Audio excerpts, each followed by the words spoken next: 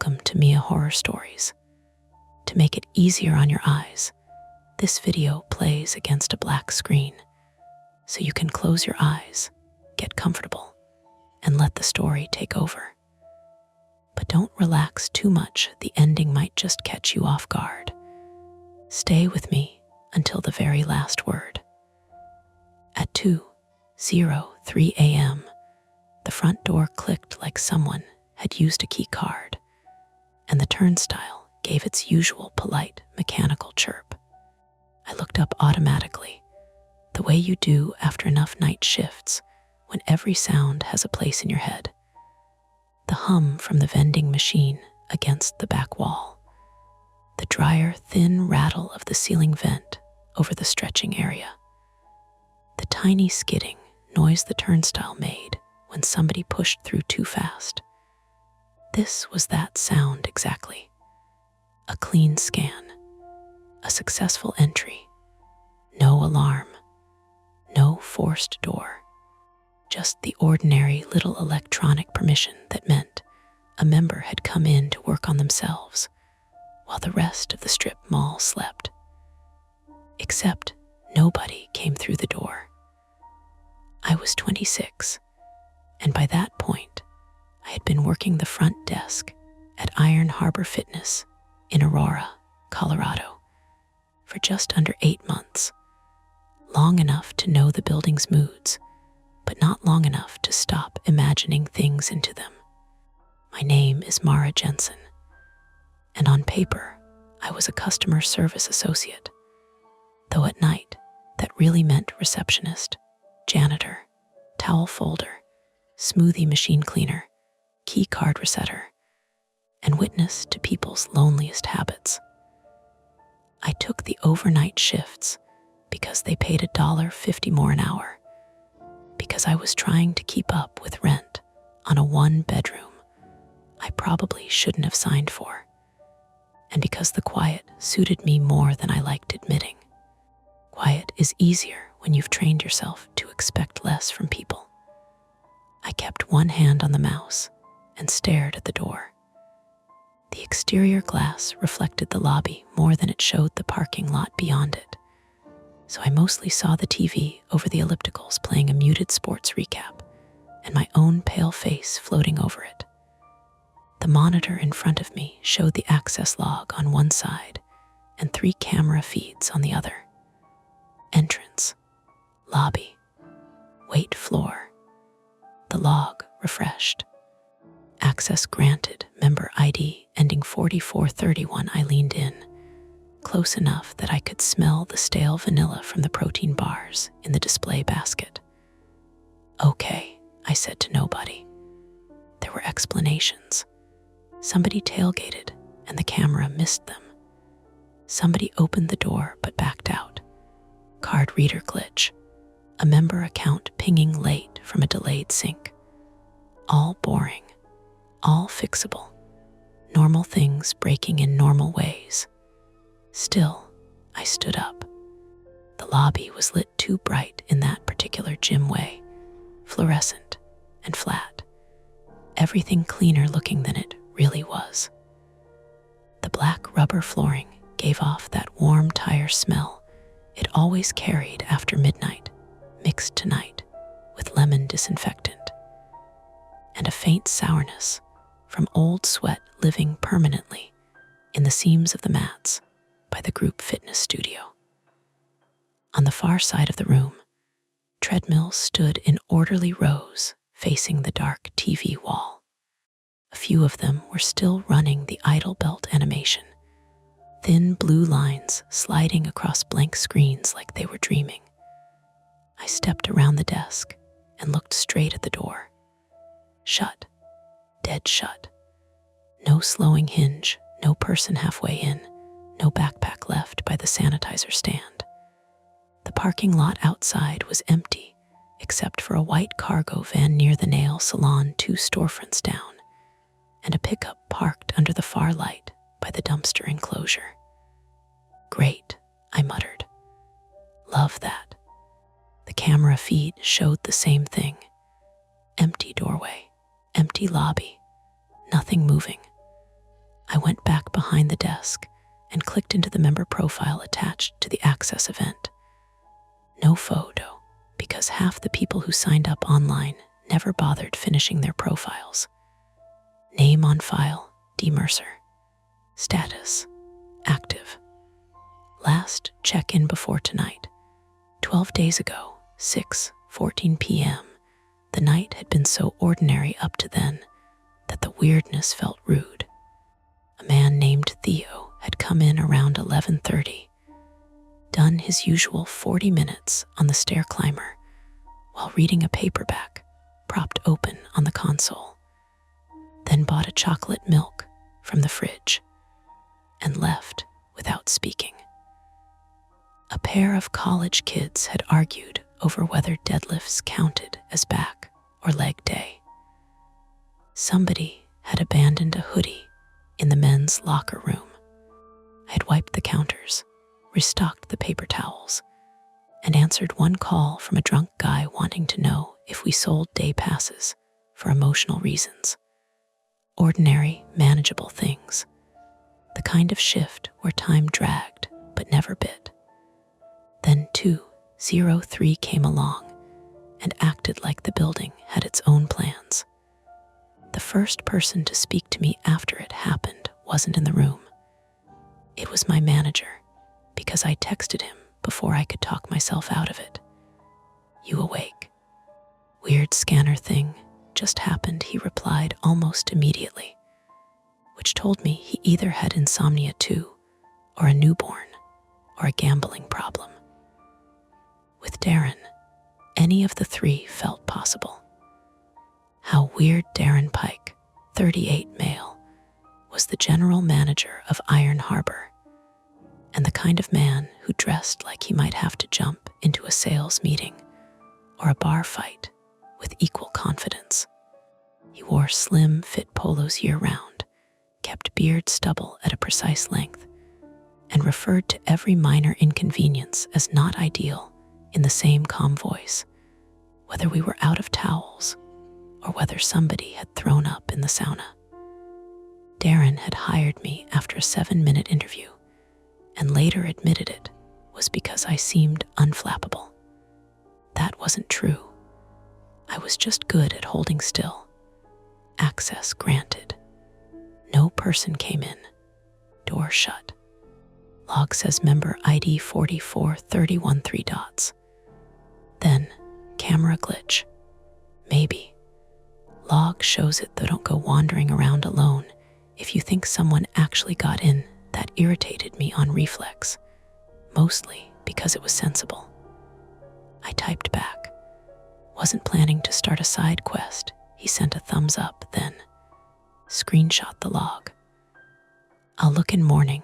I took the screenshot, sent it, and tried to return to the spreadsheet I'd been filling out for towel inventory. But the ordinary rhythm of the night had already broken. Every little noise now had edges. A barbell settling in its rack somewhere on the empty floor, which I knew was just the HVAC shifting metal. The pop from the mini fridge compressor under the juice display. The whine of a spin bike fan winding down from nobody touching it. Things a building does when it's too full of equipment and electricity to ever really sleep. At 2:17, the phone rang. I jumped enough to be angry about it. Iron Harbor Fitness, this is Mara. A pause. Not a dead line exactly.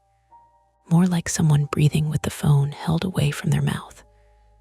Then a woman said, "Are you still open?" Her voice was low and fuzzy, with either exhaustion or bad reception. "We're 24 hours, I said. "So yes." Another pause. I heard a turn signal ticking on her end. "Okay, thanks." She hung up before I could ask anything else. I stared at the phone a second, then set it down harder than necessary. Not weird, technically. People called at strange hours for stranger reasons. We had truckers pass through, hospital staff on upside-down schedules, insomniacs trying to decide at 2 a.m. whether to improve their lives. Still, the timing got under my skin. I checked the parking lot camera. Same white van, same pickup, no new headlights pulling in.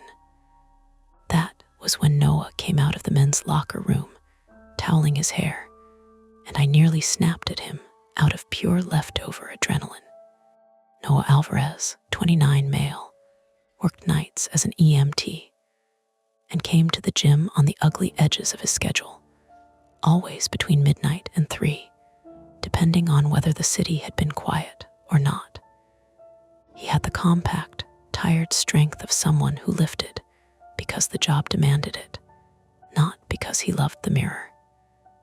He was one of the few regulars who treated me like a person instead of a piece of furniture with a check in screen. He also had a habit of noticing too much. "You good?" he asked, stopping halfway to the exit. "Yeah," I said too fast. He smiled a little, convincing. He wore navy scrub pants under a hoodie, his gym bag slung over one shoulder. His hair was still damp, and the smell of soap followed him, cutting through the rubber and sanitizer. "Scanner did something weird," I said. He turned back toward the desk. "Weird how?" I showed him the access log. He leaned his forearms on the counter and read it, then glanced at the door. "So maybe somebody came in and left right away. Maybe. Or the system hiccuped. Also maybe. But you don't sound like you believe either of those." I looked past him, out toward the weight floor. Everything sat under the late-night lights, with that abandoned stage set feeling gyms get when nobody's on the machines. Benches squared up, plates racked, mirrors multiplying emptiness. "I just hate when computer stuff pretends to be a real problem," I said. That was true, but not all of it. Rest of it was harder to explain without sounding stupid. The private flaw, if I'm being honest, is that once I notice something off, I can't stop circling it. I don't leave it alone. I pick at it until I either understand it or make it bigger. My mother used to call it worrying a bone.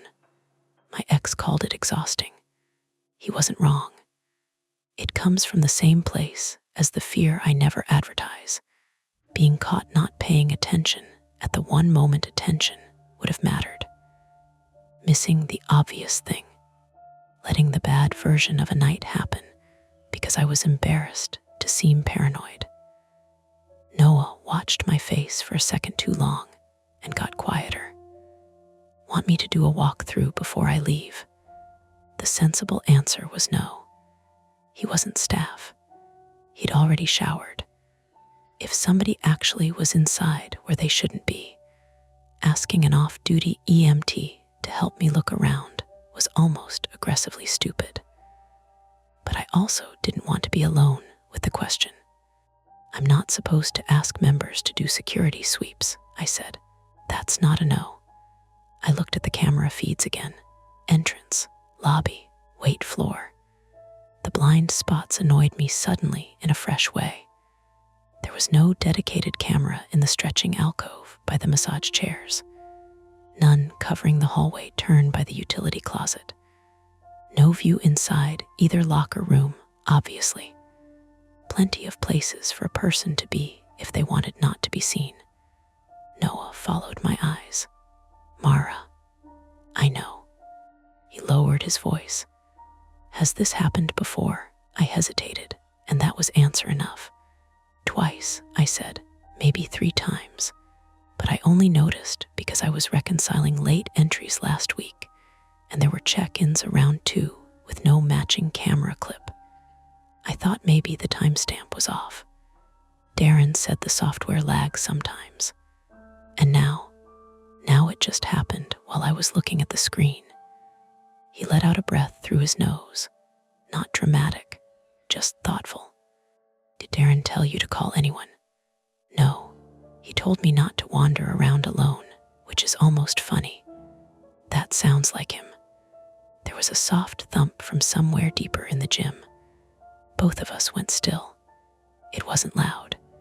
Could have been a medicine ball settling off a rack.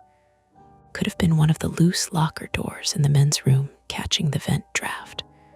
Could have been any harmless thing in a building full of weighted objects and bad hinges. Then came a second sound, a metallic clink, small, distinct from the direction of the free weights. Noah straightened. Okay, that one I heard. I became aware of the air vent again, the soft wash of cold air across the back of my neck. The overhead lights buzzed faintly. Somewhere on the cardio floor, a treadmill belt made one dry chirp as it adjusted itself.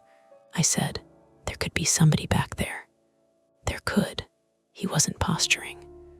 That was what made it worse. No macho grin. No fake confidence. Just the flat, professional tone of someone naming a possibility. I checked the camera aimed at the main weight floor. Nothing obvious, but the angle cut off the dumbbell racks nearest the mirrored column and didn't show the hallway leading to the staff office or the studio doors. My hand was still resting on the mouse, and I noticed it had gone tight enough that my knuckles looked bleached. Call the police, Noah said quietly. I looked at the door, then back into the gym, at the gleam of chrome bars under sterile light. Calling 911 over a maybe noise, and a weird access log would absolutely be allowed. It would also bring officers out to a gym in the middle of the night for what might end up being a software glitch and a falling clamp. Darren would hate that, which should not have mattered, but money people have a way of living in your head rent-free. Make a scene, waste resources, overreact, be the girl who couldn't handle nights. Then another thought slotted in beneath it.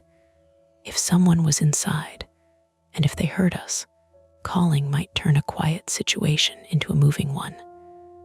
Noah must have seen the calculations working across my face. We can lock ourselves in the office and call, he said. Office door doesn't lock from the inside, I said. He blinked. That's terrible design. Welcome to budget fitness. The sound didn't come again. Somehow, that was worse than if it had.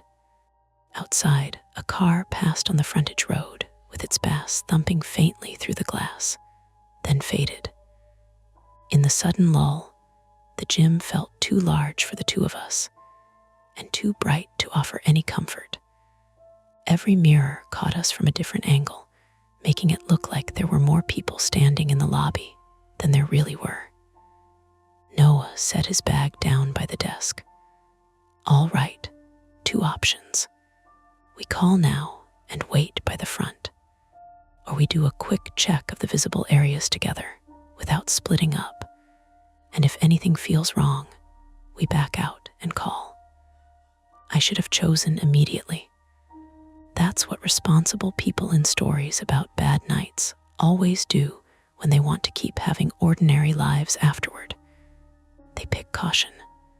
They lock doors. They let professionals carry the uncertainty. Instead, I looked at the access log again. Access granted. A clean entry for a person who had either never arrived or had arrived so quietly the building itself seemed to be covering for them. From somewhere beyond the mirrored column, deep in the dark glass heart of the gym, something gave one slow rubber squeak, like the sole of a shoe turning on the floor. Noah and I looked at each other, and there it was, not the danger itself, not yet, but the choice that leaned toward it. Do the smart thing and make a call we might regret for being embarrassing, or step out from behind the desk and go find out what had just scanned in at 2 a.m. We didn't move right away. That's the part that sticks with me, how long we stood there, doing nothing. Like if we kept still enough, the building might correct itself. Then the turnstile chirped again. Short, clean, the same polite sound. The access log refreshed in the corner of my monitor without me touching anything. 02-21-08 Access granted. Member ID ending 4431. Noah's head snapped toward the desk. That's now. I know. The door didn't open. It didn't even twitch. The handle stayed exactly where it had been, catching the fluorescent light like a dead eye. We both looked at the camera feed out of habit. Same empty doorway. Same reflection of the lobby. Same nothing. Okay, Noah said quietly. We're calling this in. Wait. I was already leaning over the keyboard, pulling up the member profile again. Same ID. It's not random. It's the same account. That doesn't make it better. No, but it makes it something. I hated how thin that sounded even as I said it. My brain was doing that thing again, collecting details, stacking them into a shape, trying to make the wrongness behave. It wasn't fear yet. Not fully. It was the urge to understand before acting. That stupid, stubborn need to get ahead of the story. Noah tapped the counter twice, sharp. Mara, I just want to see. I clicked into the access history. The list populated with a few seconds of delay. Entries scrolled into view. 0203, access granted. 4431-0221, access granted. 4431-0158, access granted. 4431. I froze. That one wasn't there before, I said. Noah leaned closer. What? 0158. Didn't show up when I checked earlier. Delayed sync, he said automatically. Maybe, but my voice had gone tight. Or it's logging late. He watched my face. Which means if someone used the card at 158, they could already be inside. That landed between us, heavy and simple. Another sound came from the wait floor. Not a clink this time. Something softer, a shift, like fabric brushing rubber. Noah straightened fully now, all the casual gym user posture gone. I'm calling. I reached for the desk phone, then stopped halfway. My hand hovered there. If someone was inside and had been for at least 20 minutes, they weren't just passing through. They were staying, moving, maybe listening. And if they heard us call, use your phone, I said, lowering my voice. Not the desk line. He nodded once, already pulling it out of his pocket. I stepped back from the counter, instinctively lowering myself a little, like that would make me less visible through the open lobby. The gym stretched out beyond us in long, bright rows, everything too exposed. No corners to hide in out here, just reflections. Noah turned slightly away, hand cupped over his mouth as he spoke quietly to dispatch. I couldn't hear the operator, but I heard him say, possible unauthorized person inside, no visual yet, yeah, we're at the front desk. I kept my eyes on the camera feeds.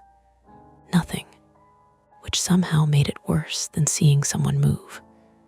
The call lasted maybe 40 seconds. When Noah hung up, he didn't relax. They're sending a unit, he said, 5 to 7 minutes. Okay, we both knew what 5 to 7 minutes meant in a place like this. Too long if something was already happening. Too short to pretend nothing was wrong. Another faint noise drifted out, this one unmistakable. A footstep, slow, deliberate. Not the sharp tap of someone jogging across rubber. A measured shift of weight. Noah looked at me. They know we're here, he said. I swallowed. Or they don't care. Those are both bad. Yeah. We stood there another few seconds, listening. Nothing followed. No rush. No second step. Just the steady hum of machines and the thin buzz of lights. My heart had finally caught up to the situation, beating harder now, but not wildly, controlled, focused. That was worse in its own way.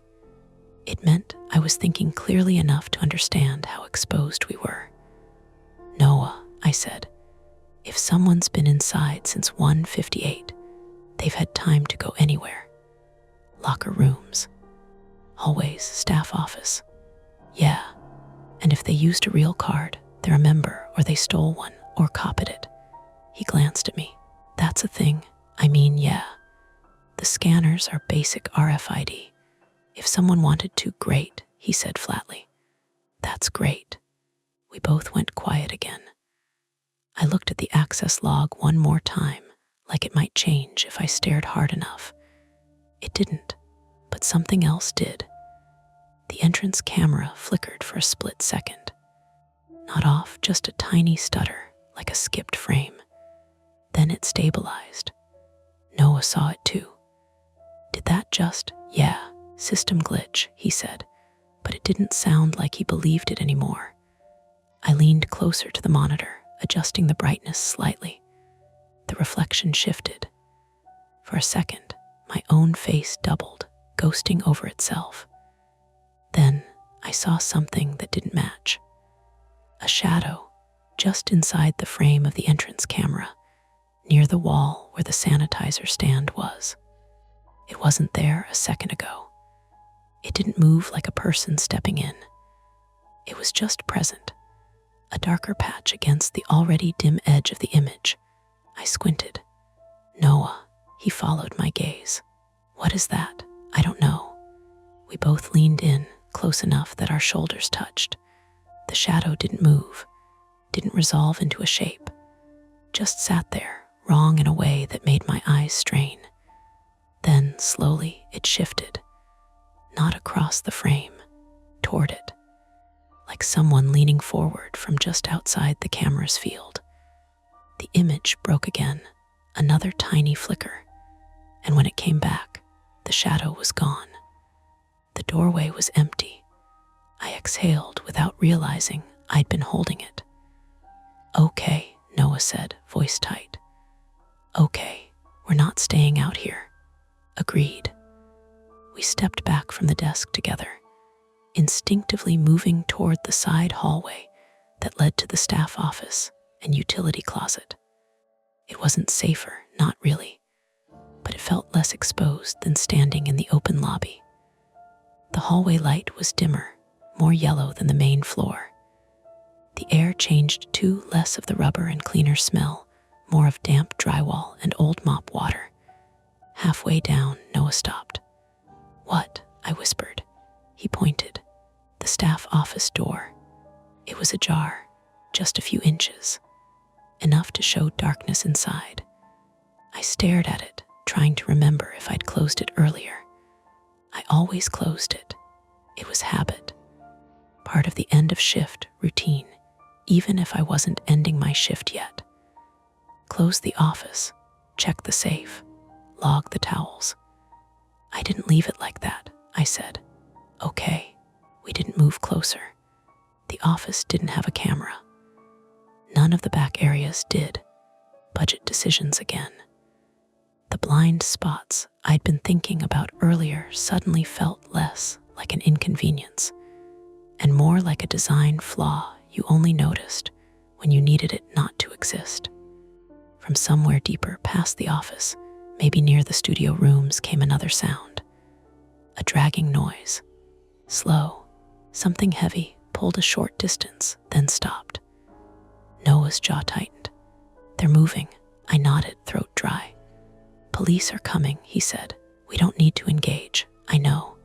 But I didn't step back, the flaw again. The bone I couldn't stop worrying. If we just waited, if we stayed here, we'd be giving whoever it was more time, more space, more chance to do what? I didn't even know. But the idea of standing still while something moved around inside a place I was responsible for it scraped at me. What if they leave before the police get here? I said. Then they leave, and we have no idea who they are or how they got in. Mara, and this keeps happening, I pressed. 2 a.m. check-ins, same ID. If we don't see them now, that's not our job, he said, sharper now. I flinched a little at that. He softened immediately. I mean, our job is to stay safe. That's it. I nodded, but it didn't settle anything. Another small sound, closer this time. A faint scrape against the wall, like something brushing past it. The office door shifted a fraction wider, not fast, not dramatic, just enough to notice. Noah took a step back. "Nope, wait," I whispered. "Why are we waiting? Because if they're in there, then we definitely shouldn't be here." "I just want to see if that's exactly what you said about the log." He wasn't wrong. That stung more than I expected. I looked at the gap in the door, the darkness inside, my reflection faintly visible in the small window set into the top half of it. The fear wasn't just about whoever was inside anymore. It was about being wrong, about calling this in, making a scene, and having it turn out to be nothing. About Darren's not ideal tone, about the report, the follow-up, the quiet judgment that I'd escalated something that didn't deserve it. And under that, sharper, older, the fear of not acting and having that be the mistake that mattered. Noah saw it all play out on my face. He exhaled. "Okay, one look. From here, no closer," I nodded. We both leaned slightly forward, peering into the office through the gap. At first, it was just dark shapes, desk, filing cabinet, the glow of the small router light blinking green on the far wall. Then my eyes adjusted, and I saw the chair. It wasn't where it should be. The rolling chair behind the desk was pulled out, angled toward the door like someone had just stood up from it. "Noah," I breathed, "I see it." Another sound, right behind the office, not inside it, behind it. Something bumped softly against the wall, close enough that I felt the vibration through the floor. Noah grabbed my arm, pulling me back. "We're done," he said. "We're going back to the front now." I didn't argue this time. We moved quickly, but not running, back down the hallway, past the corner, into the open lobby again. The brightness hit my eyes hard after the dim corridor. The desk felt like a barrier now. Thin, plastic, meaningless, but still something. Noah grabbed his bag and slung it over his shoulder again, like he might need to move fast. "How long?" I asked. 3 minutes, maybe." We stood there, listening again. The sounds had stopped. That was the worst part. The building had gone back to its baseline hum, like nothing had happened at all. Then, softly, almost politely, the turnstile chirped. Both of us jerked our heads toward the door. It didn't open, but the log updated. 02-2742. Access granted, member ID ending 4431. And this time, as we stared at the empty doorway, the handle moved. Just a fraction. Like someone on the other side was testing it. The handle stopped moving. It didn't open. It didn't rattle again. Just stopped, like whoever was touching it had decided that was enough. Noah's hand tightened around the strap of his bag. "Okay," he said, voice low. "We're not staying in here if that door opens." Agreed. My eyes flicked to the camera feed again. Entrance, empty. Lobby, just us. Wait floor. Still nothing obvious. Just rows of machines and mirrors doubling the emptiness back on itself. But the access log sat there, fresh and undeniable. 02-2742. Access granted, 4431. And then, as if on cue, the turnstile gave a faint mechanical reset click. No one came through. 3 minutes, Noah said. "Police should be." A sound cut him off. This time it wasn't from the back. It came from the locker rooms. A sharp, hollow bang, like a locker door slammed too hard. We both turned. N's locker room entrance was to the right of the front desk, a short corridor that angled out of sight after a few steps. The women's locker room was opposite it, on the left side, identical layout. Both were blind spots on the cameras, privacy rules, no lenses inside. Was that? I started. "Yeah," Noah said, another bang. Softer this time. Then the metallic rattle of something vibrating. I felt it in my teeth. They moved, I said. Or there's more than one, Noah replied. That landed worse. We stood there, staring at the locker room corridor like it might answer us. Then something slid across tile. Slow, deliberate, Noah exhaled sharply. We're not waiting anymore. For the police, I said, for that to come out here. I understood what he meant. The lobby was open, bright, nowhere to hide. If someone stepped out of that corridor, we'd be right in front of them with nothing between us but a waist-high desk. What's the plan? I asked. He scanned the room quickly. We get out. The front door is right there, yeah. But if someone's already at it, we both glanced at the glass entrance. Still closed, still reflecting us back at ourselves. And if they're not, I said, then we leave. We wait outside for the police. That was the clean option, the smart option. But my eyes drifted back to the access log again. Same ID, same pattern, repeating. If we walked out now, we'd be stepping away from the one moment where the thing finally wasn't just data on a screen. We'd leave it behind, unresolved, and it would happen again. The flaw in me latched onto that immediately. If we leave, I said slowly, we don't know what they're doing in there, Mara, and if they're using that card over and over, they'll just come back tomorrow or the next night. That's not our problem tonight. It is if they're already inside. He ran a hand over his face, frustration flashing. We called it in.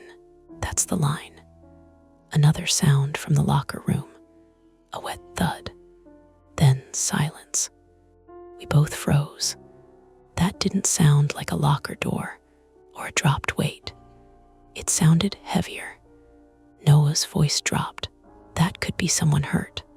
Or bait, I said. Or someone hurt, he repeated firmer. I swallowed.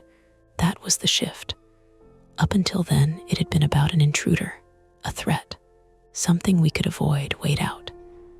Now there was a third option. Someone else in there, a member.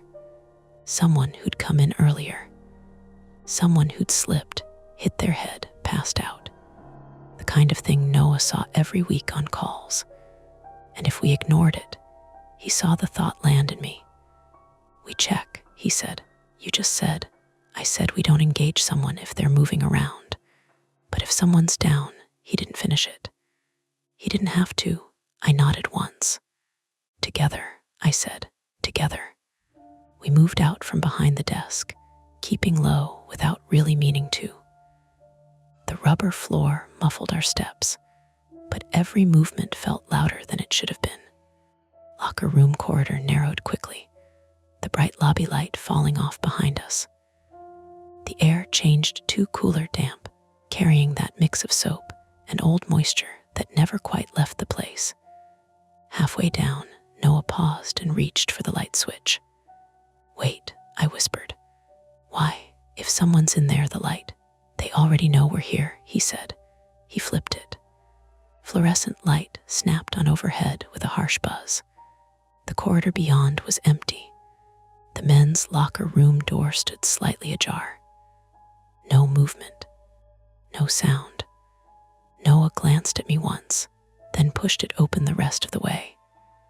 The locker room was laid out in a simple grid, rows of metal lockers along the walls, 2 benches running down the center, showers at the far end behind a tiled partition. Everything painted in dull, easy to clean colors that never quite looked clean. It was empty. At first, then my eyes dropped to the floor. A gym bag lay near the benches, half unzipped. A towel spilled out, damp and twisted. Noah moved toward it cautiously. One was here. Yeah, the air felt thicker in here, warmer. The faint drip of water echoed from the shower area, a steady, irregular tap. Noah crouched, touching the bag lightly. Still warm, my stomach tightened. meaning whoever owns it didn't leave that long ago. A locker door creaked somewhere behind us. I spun. Row of lockers, all closed, except one. Third from the end, door hanging open a few inches. I hadn't noticed it before. Noah followed my gaze. You saw that move? No. We both stood still, listening. Nothing.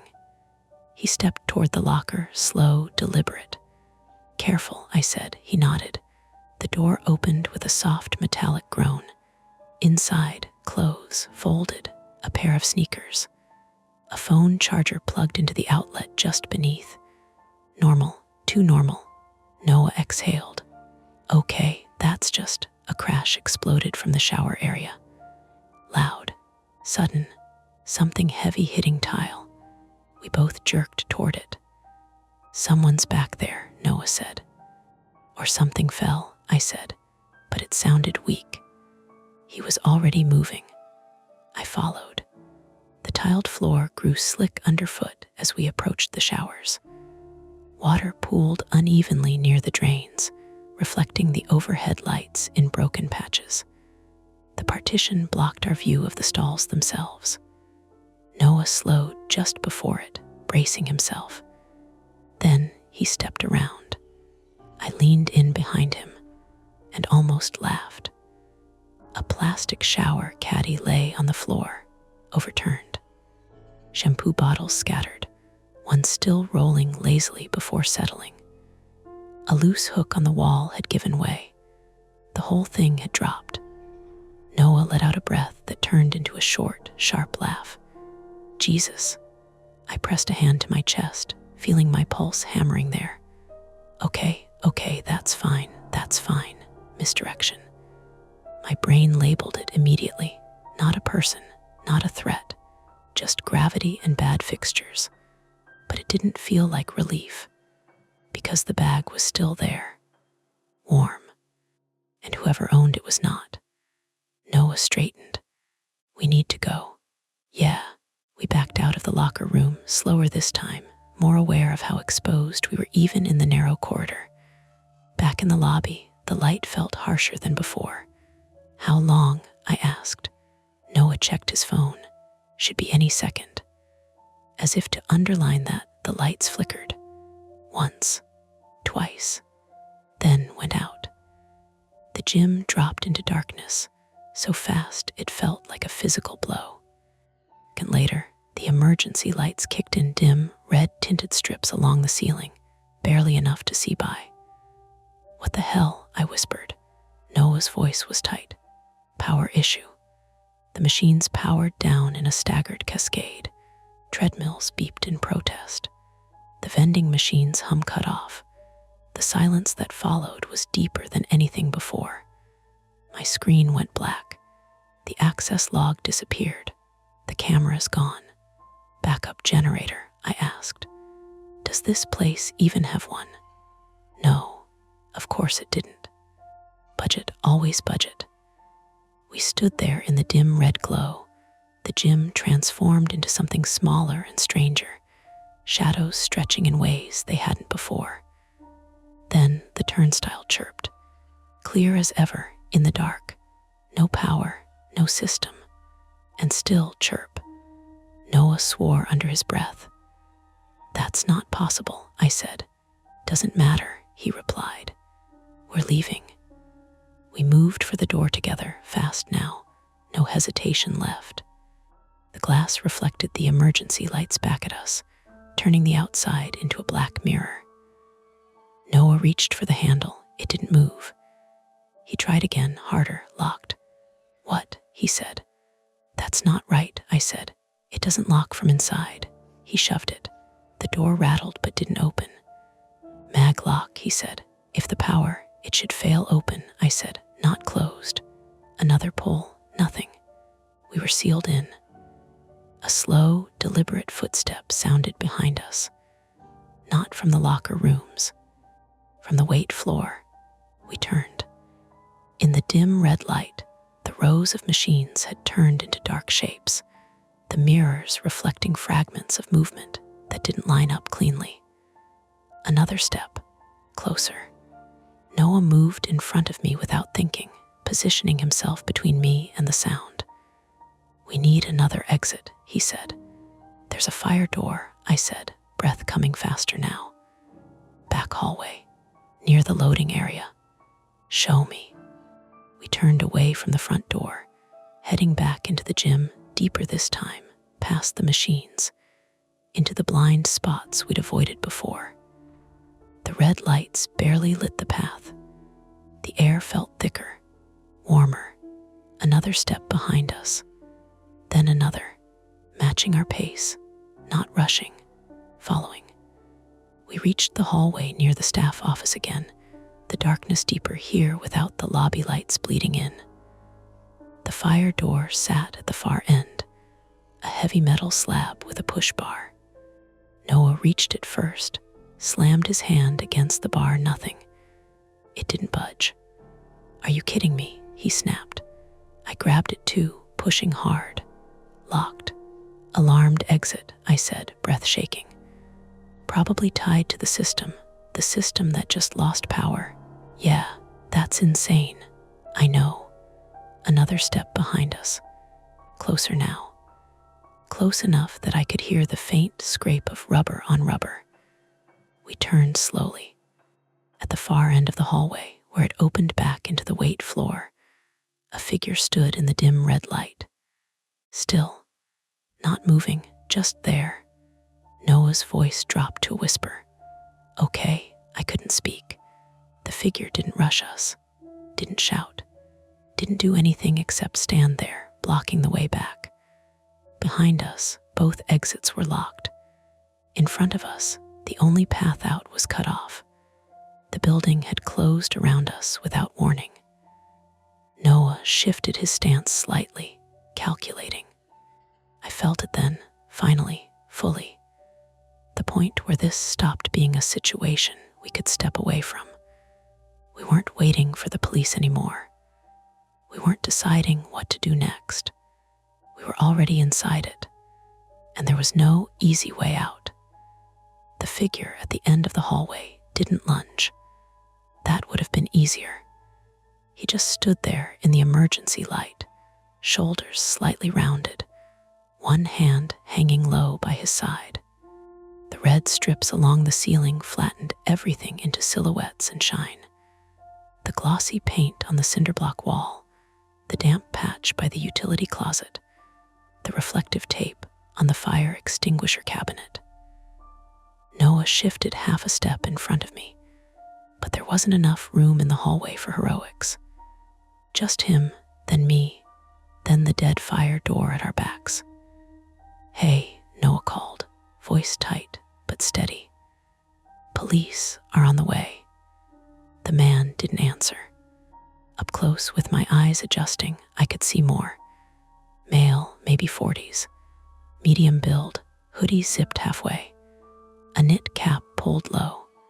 Not huge, not monstrous, just a person. That made it worse too. People make choices. His head tilted slightly, like he was listening to something we couldn't hear. Then he took one step forward. Noah said, sharper, "Stop." The man stopped. For half a second I thought maybe that was it. Maybe he'd turn. Maybe this would become a standoff with rules. Then the turnstile chirped again, all the way out in the dark lobby. Clear, cheerful, impossible. The man's mouth twitched, not a smile exactly, more like satisfaction. And suddenly the whole pattern snapped into shape in my head. Not all of it, but enough. "He's doing it on purpose," I said. Noah didn't look back. "Doing what?" "The scans, the timing. He wants us to look where he wants." The man took another step. He still didn't speak. My eyes dropped to his hand. Something rectangular there. Not a weapon, a key fob. One of our entry cards, clipped to a short black lanyard. Member ID 4431, D. Mercer. Or not Mercer at all. Noah saw it too. "You work here?" he asked, trying a different angle. No answer. The man took one more step, and the rubber sole of his shoe gave that same soft squeak we'd heard earlier, the sound that had pulled us out from behind the desk in the first place. Behind him, the hallway opened into the free weight area. I could picture it clearly now in the dark. Racks of dumbbells to the left, mirrored column near the center, cable machines further back, and beyond that the path curving toward the front desk. If we got past him, there was open floor. If we stayed here, we were cornered. Noah said, without moving his lips much, "If he comes again, we hit him low and run." With what? With whatever you can grab. There was nothing in the hallway but a plastic caution wet floor sign folded against the wall, and a metal trash can bolted to the floor near the utility closet. The man glanced past Noah and looked directly at me. That landed like a hand on the back of my neck. He knew I was the one from the desk, the one watching the logs, the one he'd been playing with. He spoke for the first time, voice rough and ordinary. "You should have just stayed up front." Noah answered before I could. "Back away." The man ignored him. Still looking at me, he lifted the fob slightly, almost casual, a little demonstration. "I scanned out there 3 times, he said. "You still stayed." There was something worse in that than a direct threat. The idea that we'd already been making choices inside his plan. Noah said, "Why?" The man shrugged one shoulder. "Needed time." "For what?" This time he looked at Noah. "Move." Noah didn't. The lull snapped. The man rushed forward. It happened fast and ugly, not cinematic at all. Just bodies in a narrow space, feet slipping slightly on the rubberized floor, hands grabbing for leverage. Noah met him head on, and they slammed into the wall hard enough to make the extinguisher cabinet jump in its frame. The sound of it was wet and blunt meat, breath, drywall. I grabbed the wet floor sign and swung it without thinking. It clipped the man's shoulder and burst apart at the hinge, cheap yellow plastic skittering across the floor. He grunted, but didn't go down. Noah had one arm wrapped around his upper body, trying to pin him, but the hallway was too cramped. The man drove his elbow backward into Noah's ribs once, twice. I heard Noah suck in air sharply. Then the fob hand came up, and I saw metal glint. Not a knife. A box cutter, short. Utility blade extended. "Knife," I shouted, though it wasn't quite that. Noah twisted hard, turning the man's wrist into the wall. The blade scored a bright scratch across the paint inches from my face. I grabbed at his forearm and got mostly sleeve. He smelled like stale sweat and laundry detergent and something chemical, like copier toner. The blade snapped closed against the wall with a click, then opened again as he jerked free. Noah shoved him backward with everything he had. The man stumbled into the hallway opening, hit the edge of the mirrored column outside it, and for one strange second, all 3 of us appeared fractured in the glass, red-lit doubles and halves, movement going in 6 directions at once. "Run," Noah barked. We ran.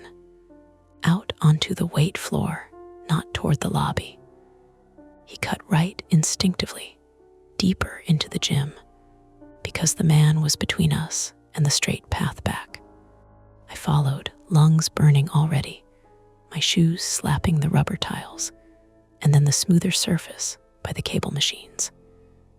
Behind us, I heard the man recover and come after us, not sprinting all out, but fast enough. The geography of the place got brutally simple under stress. Free weights, mirrored column, bench press stations.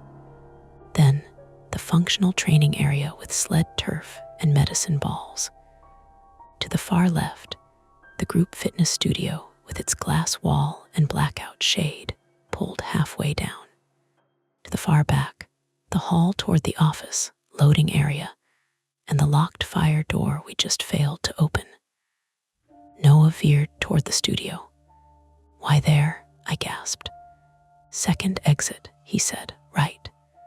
The studio had an exterior emergency push bar at the back, technically for class overflow and fire compliance. I'd forgotten because members never used it. We hit the studio doors. One slid, sticking in its track before yielding. Inside, the room was nearly black except for the faint red spill from the hallway and a wash of parking lot light sneaking under the shade. Yoga mats hung on wall pegs, steps stacked in one corner. A speaker tower stood by the mirrors. The air smelled like disinfectant and old foam. Noah went straight for the rear door and shoved the bar. Nothing. He shoved again, harder. Nothing. "Jesus Christ," he said. "Alarm system," I said, breathless. Or he chained it. I don't know. Studio door behind us banged open. The man entered slower this time, breathing hard but controlled. The box cutter was in his hand again, blade glinting silver red.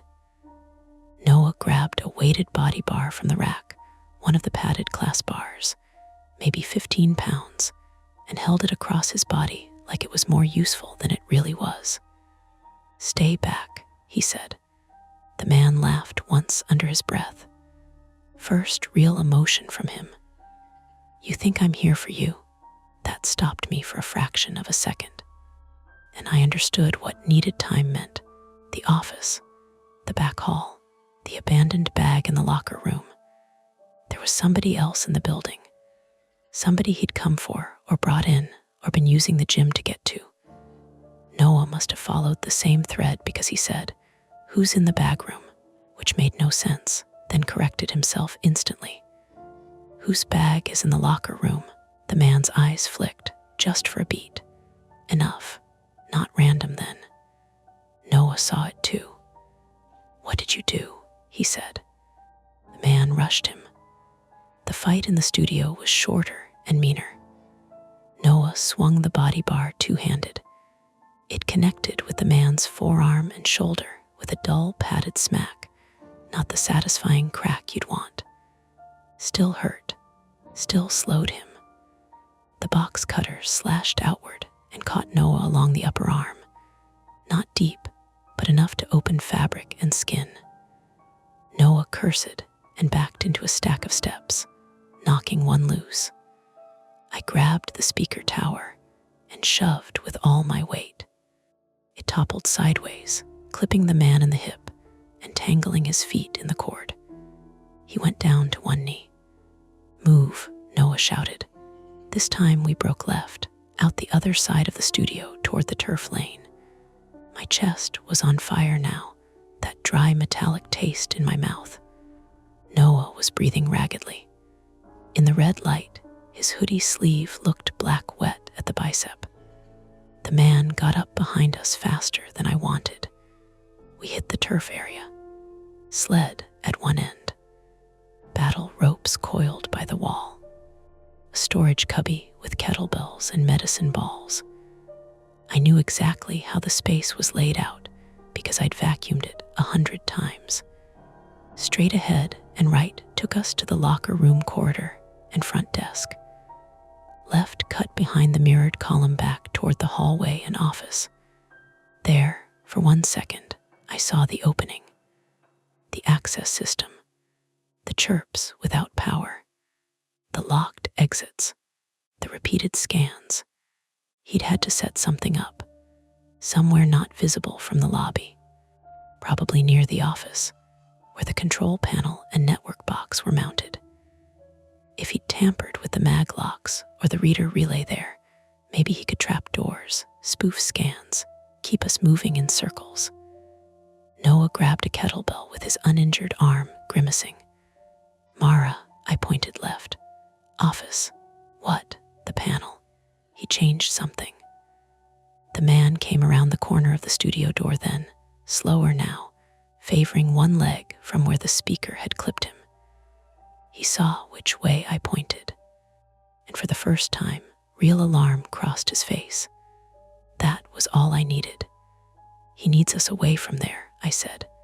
Noah didn't argue. We ran left, past the mirrored column again, where our reflections flashed and vanished, down the corridor by the staff office. The man behind us now, no more pretending, footsteps thudding harder. Noah almost lost traction at the turn and caught himself on the wall with his bleeding arm, swearing through his teeth. The office door was still ajar. We hid it together.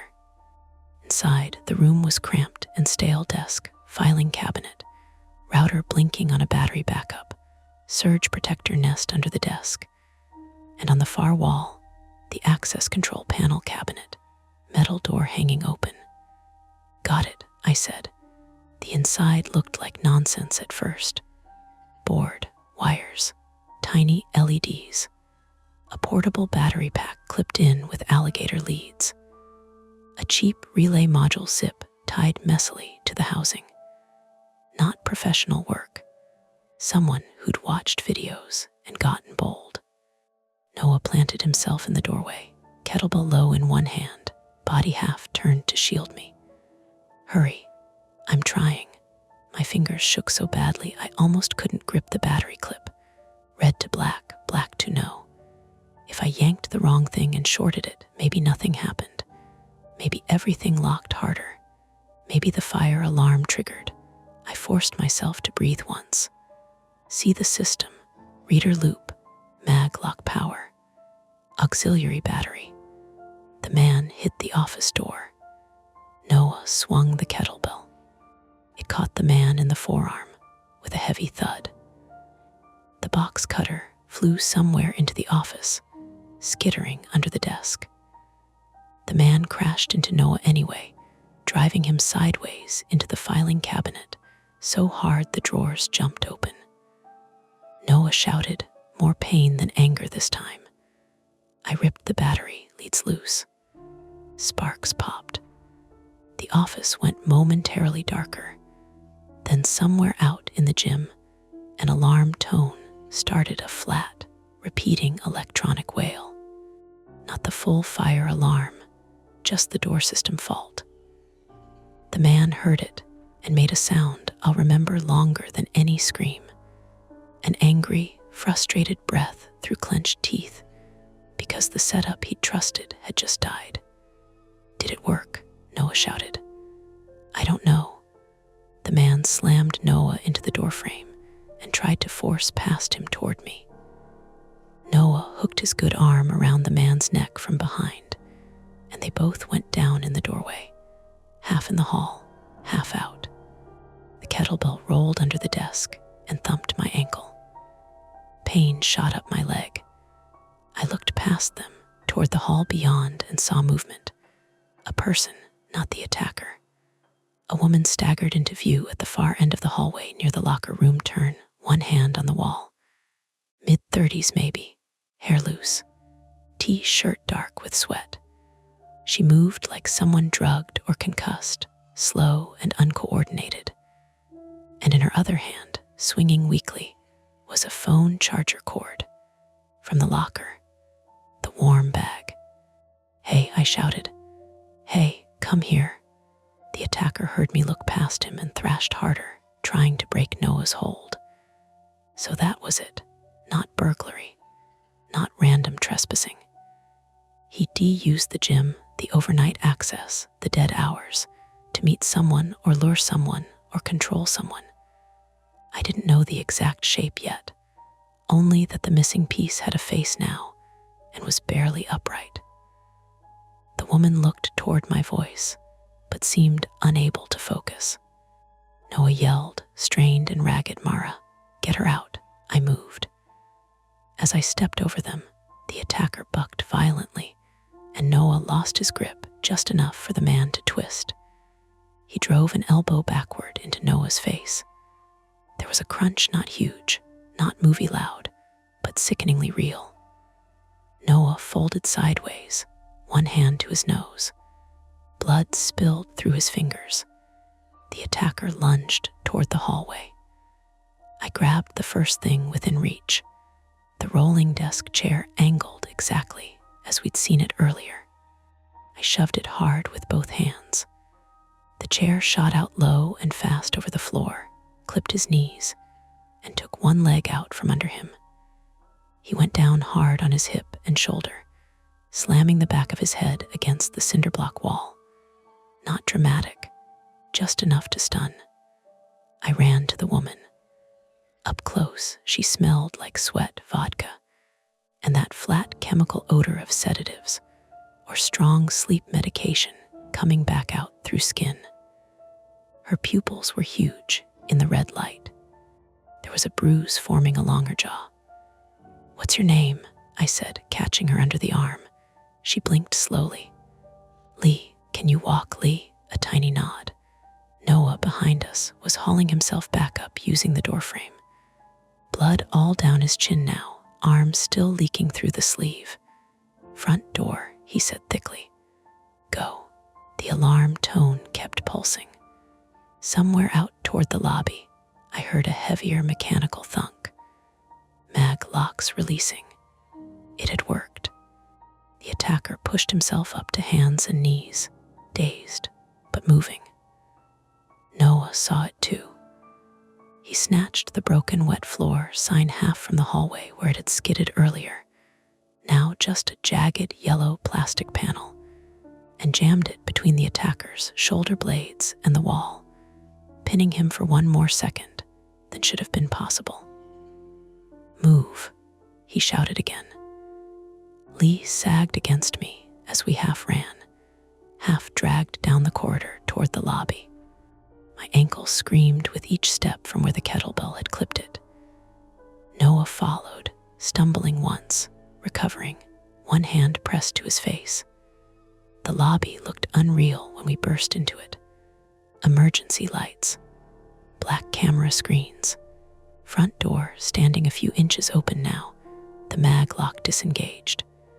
Cold outside air sliding in over the floor, and beyond the glass, at last, red and blue light washing over the parking lot. A patrol car, then another. I got Lee through the door first. Noah came behind us, then turned instinctively as if to look back. The attacker made it as far as the turnstile. Then one of the officers was already through the entrance, shouting commands, weapon drawn, but low. Another came in from the side. The attacker, blinking against the flashlights, seemed to realize in a single terrible second that the timing he had managed so carefully had run out. He didn't go down cleanly. Nobody ever does. He tried to bolt toward the cardio area, slipped on the edge of a floor mat, hit the base of a treadmill, got back up, got taken down. Messy, loud, human. Outside, I sat on the curb with Lee leaning against me and tried not to shake.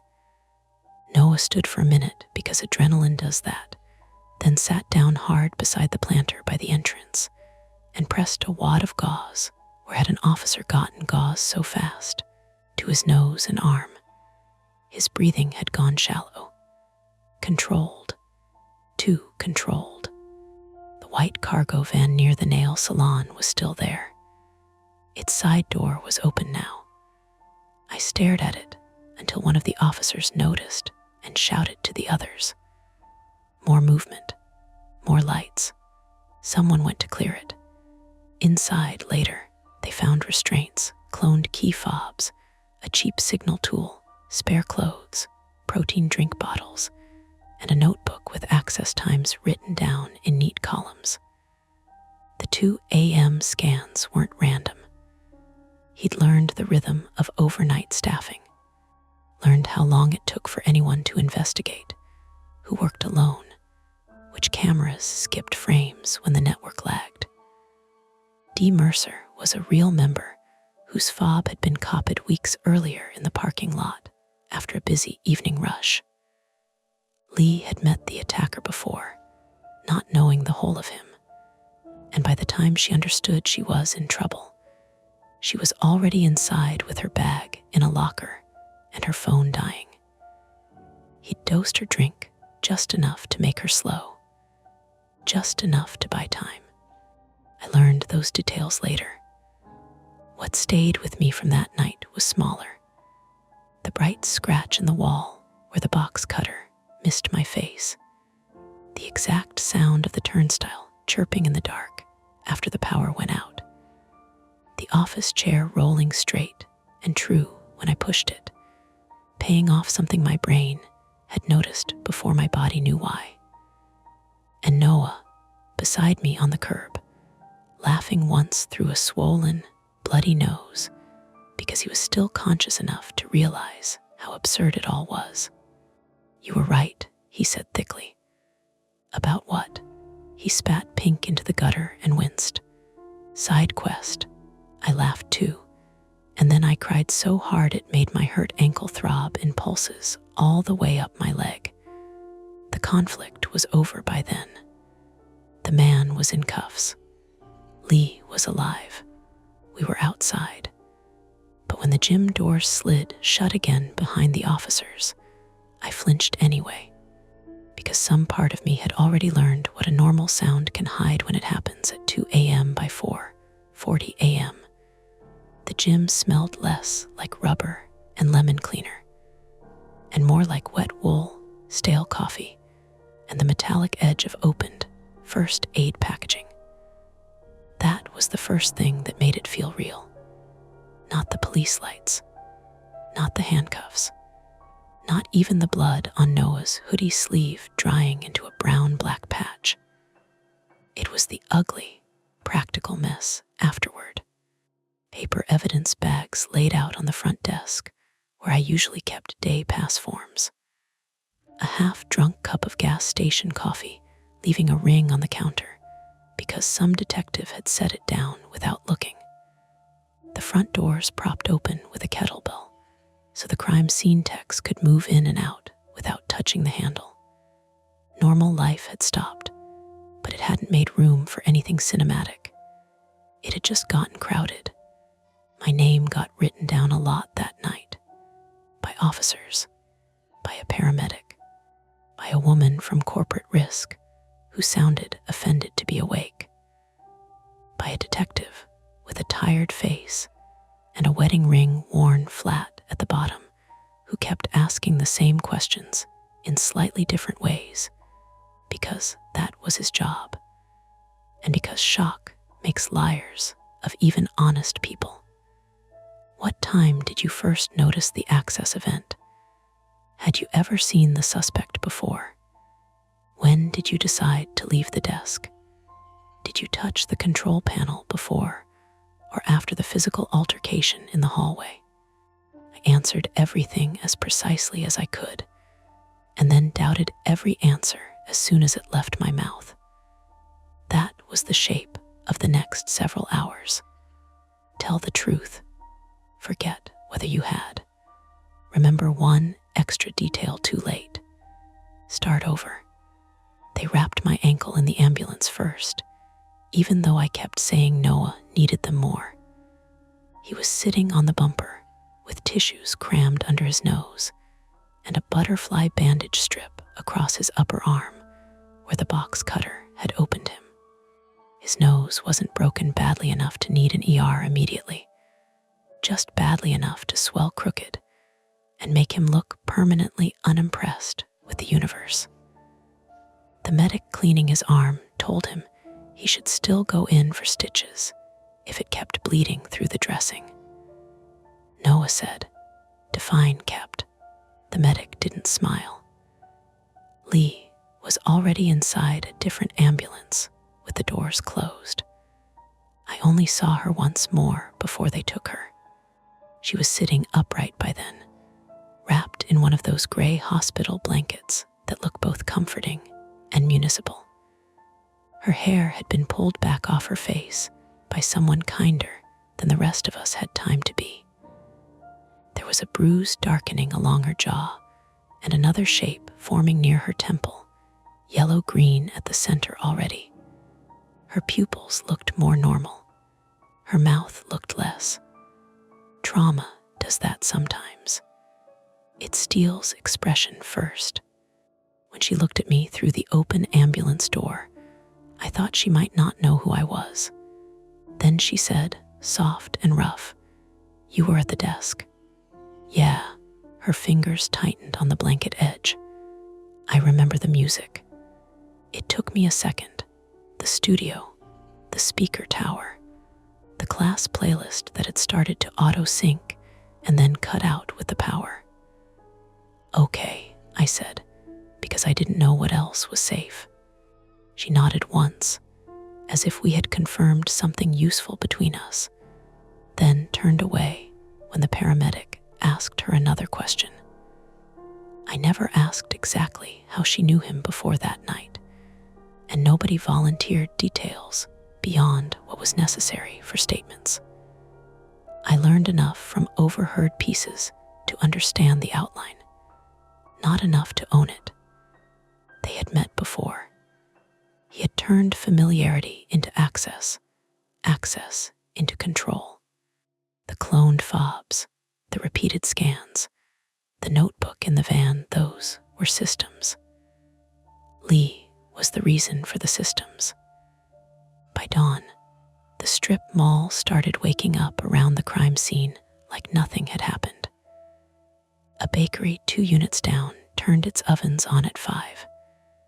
The smell of rising dough drifted weirdly sweet across the parking lot and mixed with the cold Colorado air. A woman in pink scrubs tried to get into the nail salon early, saw the police tape across our storefront, and stood there frowning with her keys in her hand like inconvenience was the biggest available category. A delivery truck backed toward the pet supply store with its reverse alarm beeping patiently over and over. The world came back in layers. That was almost worse than if it had stayed broken. Darren arrived at 5:26, wearing jeans and the same kind of fitted quarter zip he always wore when he wanted to look casual in a managerial way. He parked badly, left his driver's door open too long, crossed the lot fast, then slowed before he hit the tape, rearranging his face into concern. Darren Pike, 38 male, always did best when there was a role to occupy. Calm boss, firm boss, friendly boss. Tonight he had to try all 3, and none of them fit right.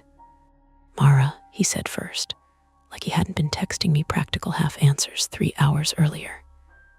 Then, seeing the wrap on my ankle, "Jesus." I was sitting on the curb beside a concrete planter, paper cup of water in one hand, blanket around my shoulders, even though the morning wasn't that cold anymore. Shock likes costumes. "You okay?" he asked. No, that made him pause. Maybe because it was honest. Maybe because it was not the kind of answer front desk staff are supposed to give. He nodded slowly. "Right, of course." He crouched in front of me, lowering his voice. "The police said some things about the entry system." "Yeah, about blind spots too." "Yeah." He looked toward the gym doors, where a tech in gloves was photographing the front desk from 3 different angles. "We're going to handle that." I almost laughed, not because it was funny, because it was such a Darren sentence. "We're going to handle that." Like the problem was a Yelp review with sharper edges. Instead I said, "The office door doesn't lock from inside." He blinked. "What? You know that, right? You've known that." His mouth opened, then shut. "The fire exit didn't release," I said, "and the front mag lock failed closed. You told me not to wander around alone. That was your big safety contribution." "Mara, no, that's okay. We both had a big night." I wasn't shouting. That seemed to bother him more. Noah, sitting a few yards away on the ambulance bumper, watched us over the dressing being retaped onto his arm. He looked exhausted enough to fall asleep upright. One side of his face was swelling purple under the eye now. Darren straightened and slipped his hands into his pockets, which was what he did when he wanted to keep from fidgeting. Corporate is already involved, he said carefully. They're sending legal. Someone from facilities too. Good, I said. Maybe they can install doors. He studied me like he was trying to decide whether I was mad enough to become expensive. That was another crack, I think. Not the dramatic kind. Just the small realization that once you've seen how a place protects itself, you can never really work there the same way again. The posters about community, the little member appreciation chalkboard, the sign near the desk that said your fitness journey, STARTS here. All of it suddenly looked like scenery around an electrical problem. I gave my full statement at the station that afternoon because the detective asked if I could come in once I'd slept a little. And I said yes, even though sleep turned out to be the wrong word for what I did. I lay in my apartment from 9 a.m. until noon in my work clothes with the blinds half shut and the phone on silent, and never properly lost consciousness. Every time I drifted, I heard the turnstile chirp, not in a haunted way, in a memory way, the brain replaying a clean little sound until it wore a groove through everything else. When I finally got up, my ankle had stiffened into something hot and resistant. I showered sitting down, found a bruise on my hip the size of a saucer from where I must have hit the desk or the filing cabinet or the floor. I couldn't remember which. That bothered me more than the bruise itself. At the station, Detective Linares gave me a cup of water and didn't pretend the room was comfortable. He was the man with the flattened wedding ring. Mid-40s, male, with careful eyes and the kind of posture that suggested old back pain. He had a notepad even though there was a recorder on the table, because some people trust their own handwriting more than machines. I liked him for that immediately, and resented him for how many details he could drag back out of me. Walk me through the office panel again, he said. So I did. The battery pack, the relay, the improvised clips. He nodded. Our tech says it was crude, but effective enough for what he needed. Keep the reader live. Manipulate lock states. Generate false confidence or false urgency depending on timing. False confidence, I repeated. When the chirp sounds normal, people assume the system is normal. He tapped his pen once. Most people trust familiar noises more than they trust their own discomfort. I thought about that for a long time after. He asked about Darren, about staffing, about prior incidents. I told him about the earlier unexplained 2 a.m. check-ins I'd noticed in the logs. Told him Darren had said the software lagged sometimes. Told him there had been no dedicated security, no interior safe office lock, and camera coverage that looked better on paper than it did at night. Linares wrote all of it down.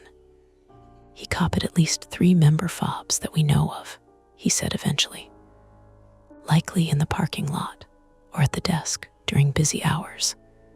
Your Mercer card wasn't the only one, just the one he used most. Why that one? Because routine matters. 12-day gap before your first noticed event, then repeats around the same time window. He was training you. That sat in the room like a bad smell, training you. Not targeting me personally, maybe, not at first, but studying the shape of my attention, the building's response time, which noises made me move. I asked about Lee then, because not asking felt obscene. He didn't tell me much. Couldn't, wouldn't.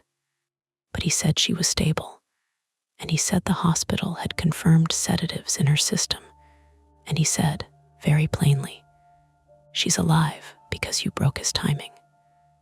Not because I was brave, Not because I was smart, because timing broke. That felt truer.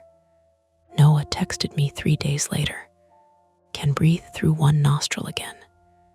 Huge win. I stared at the message for a while before answering.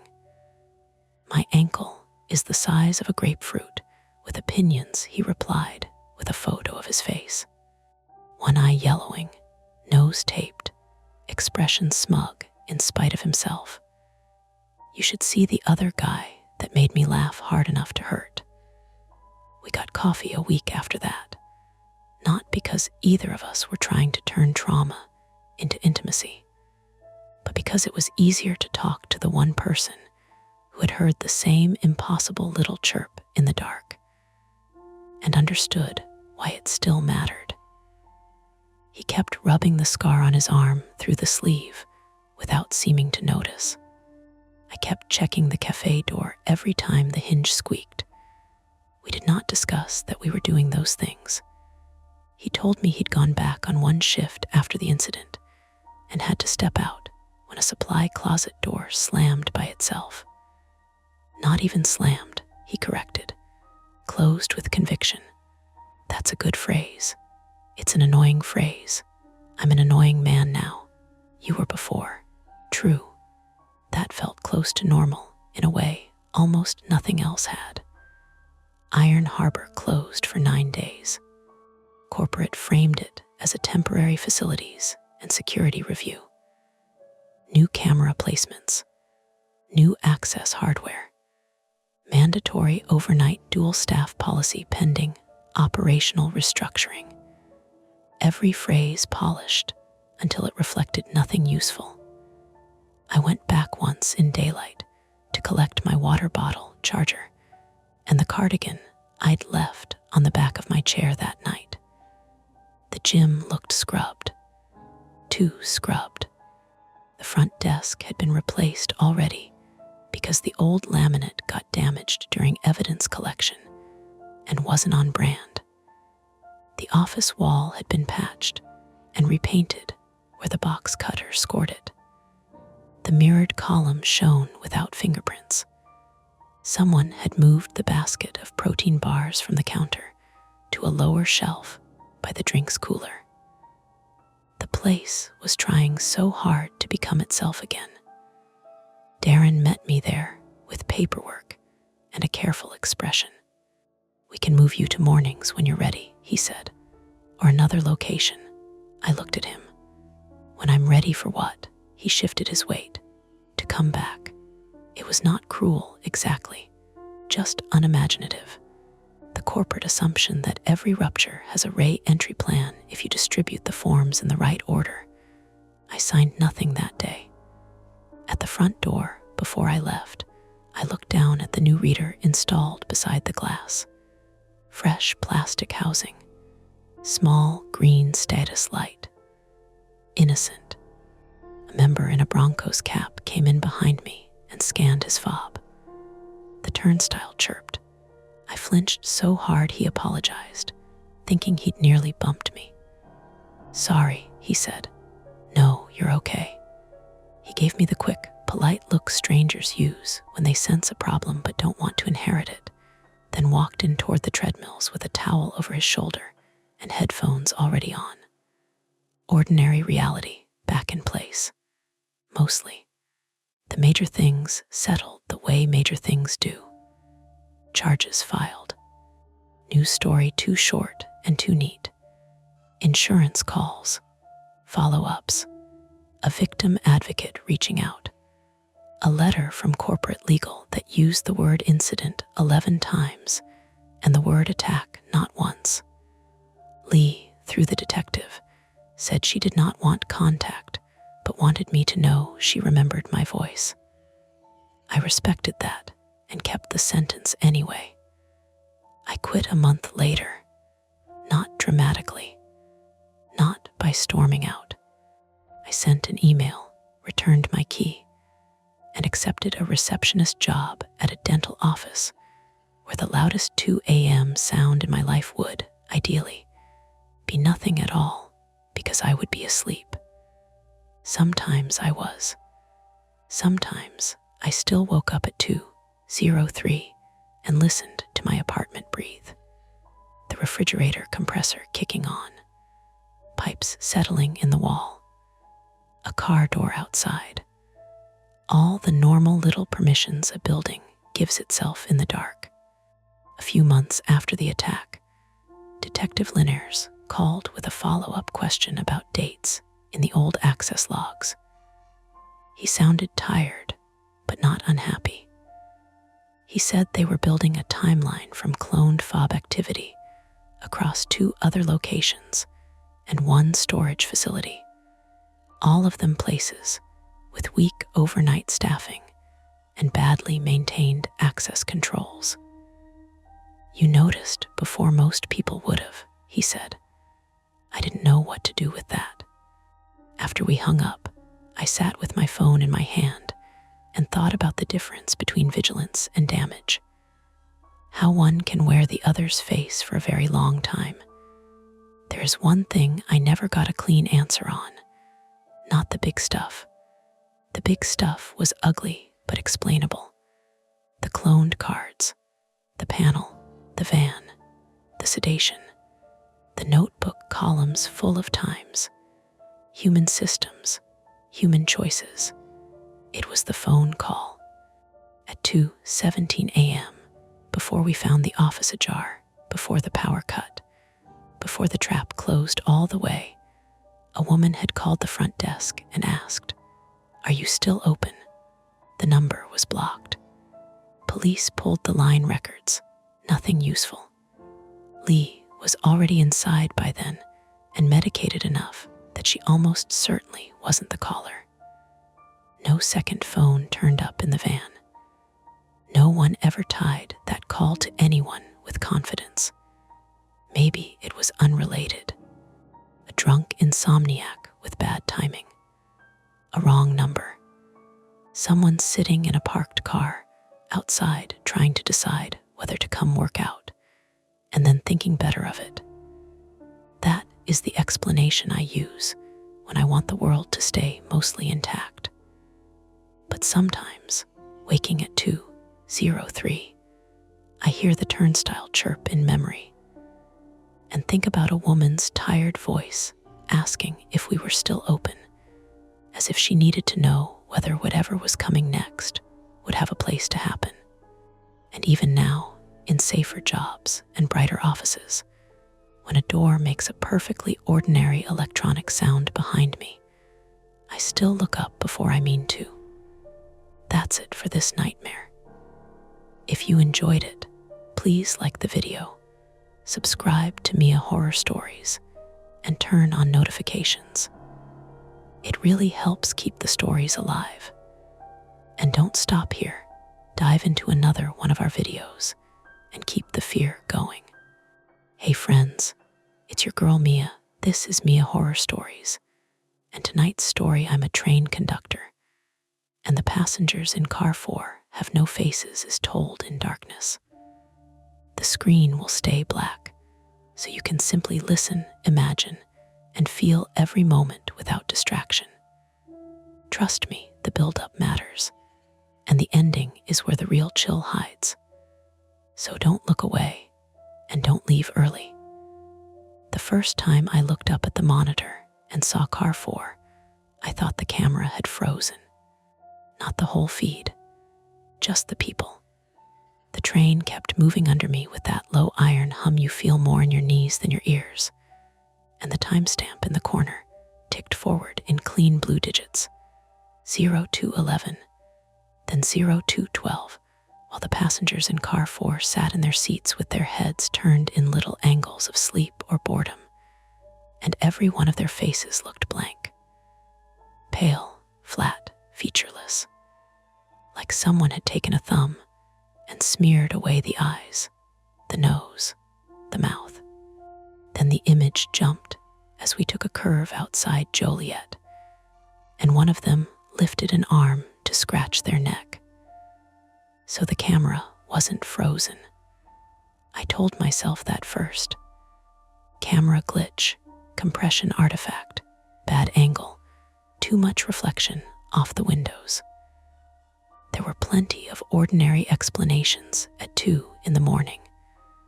I still stared at the screen longer than I should have. My name is Mara Donnelly.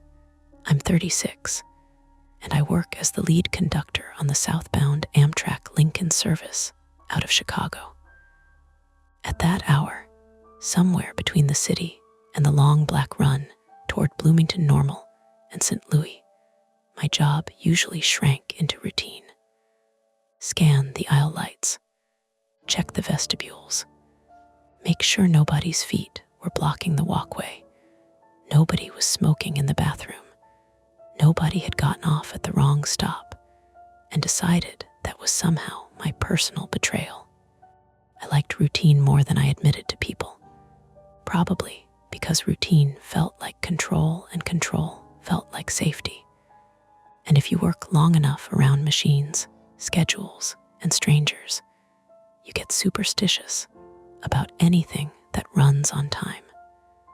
I'm not supposed to be superstitious. Railroad people hate that word. We'll knock on a doorframe before departure, tap a ticket punch twice against our thigh, refuse to say quiet shift out loud, and still act insulted if anybody calls it superstition. That night had started clean. Union Station departure at 11:15 p.m., only 8 minutes behind because of congestion coming out of the yard, which for us practically counted as early. We had a half-full consist, mostly weekday riders who'd missed earlier trains, students with backpacks stuffed under their knees, 2 older couples headed downstate, 1 man in a business suit asleep before we cleared the river, and the usual smear of late-night types who didn't want to make conversation and didn't want questions. I had done the first full walk through sometime after Summit, clicking my ticket scanner against palms and armrests, trading whispers with people too tired to look annoyed. Nothing unusual. Car 4 had been dim but ordinary. A few people sleeping with jackets over their faces. 1 woman watching a show on her phone with the brightness turned low. Somebody had left behind the smell of fast food onions and cheap citrus cologne. Now, I was standing in the narrow service alcove between cars 3 and 4, coffee cooling in a paper cup, looking at the security monitor mounted above the supply cabinet. Mara. I flinched hard enough to splash coffee onto my wrist. Tom Ray's 58 male was our assistant conductor, broad-shouldered and careful in the way men get after 20 years of working around heavy doors and heavier mistakes. He had a gray mustache that made him look sterner than he was, and a way of speaking that suggested he expected everybody else to be sensible eventually, if given enough time. He'd come up through Metra before moving over to Amtrak, and he treated every train like it was a thing with moods. He noticed the monitor, then the coffee on my hand. "You all right?" "Yeah." I wiped my wrist on my pant leg. "Thought you were back in the lower level." "Was." "Kid in car 2 wanted to know if we had almond milk." "We are not a cafe." That is what I told him. Tom leaned in at the monitor. "What's wrong with that feed?" There was relief in hearing him say it first. Wrong with the feed, not wrong with me. On the screen, car 4 looked washed out, the center aisle a tunnel of diluted yellow light. The overhead lamps were on their overnight setting, low and warm, enough to keep people from tripping, but not enough to flatter anybody. Every few seconds, the camera adjusted exposure, and the windows flashed black mirrors. In the seats, shapes shifted under coats and hoodies, but the faces Tom squinted. Looks like overexposure. Only on heads could be the lens, could be glare. He glanced at me. "You walked through there an hour ago, and they had faces then." He gave me a look over that line, not mocking, measuring. That's one of my private flaws, if you want the honest version.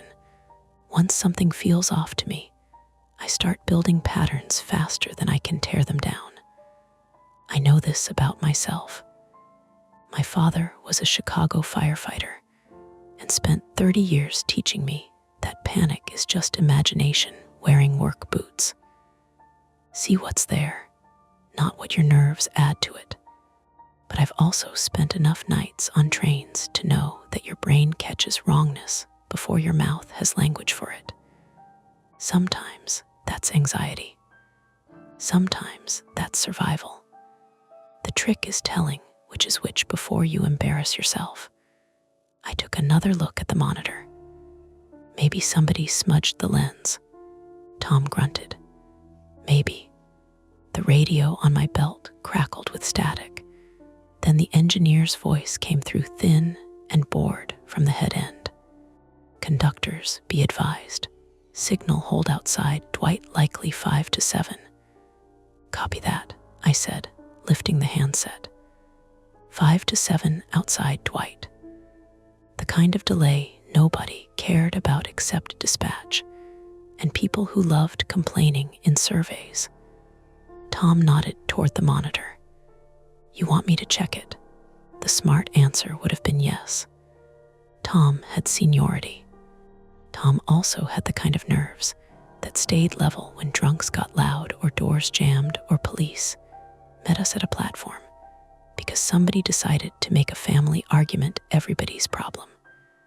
But I shook my head too fast, almost defensive. No, I've got it. That was the other flaw. Pride, not the glamorous kind, the petty kind, the kind that makes you hear concern as doubt. Tom studied me for a second, then shrugged like he was letting me win a small argument I might regret later. I'm going up to the cafe car to make sure the service freezer's latched. Call if you need. Sure. He moved off through the swaying connector, boots thudding softly over the metal plate, and the sound faded into the train's layered nighttime noises. HVAC breath, wheel song over rail joints, the occasional clink from something loose in the galley.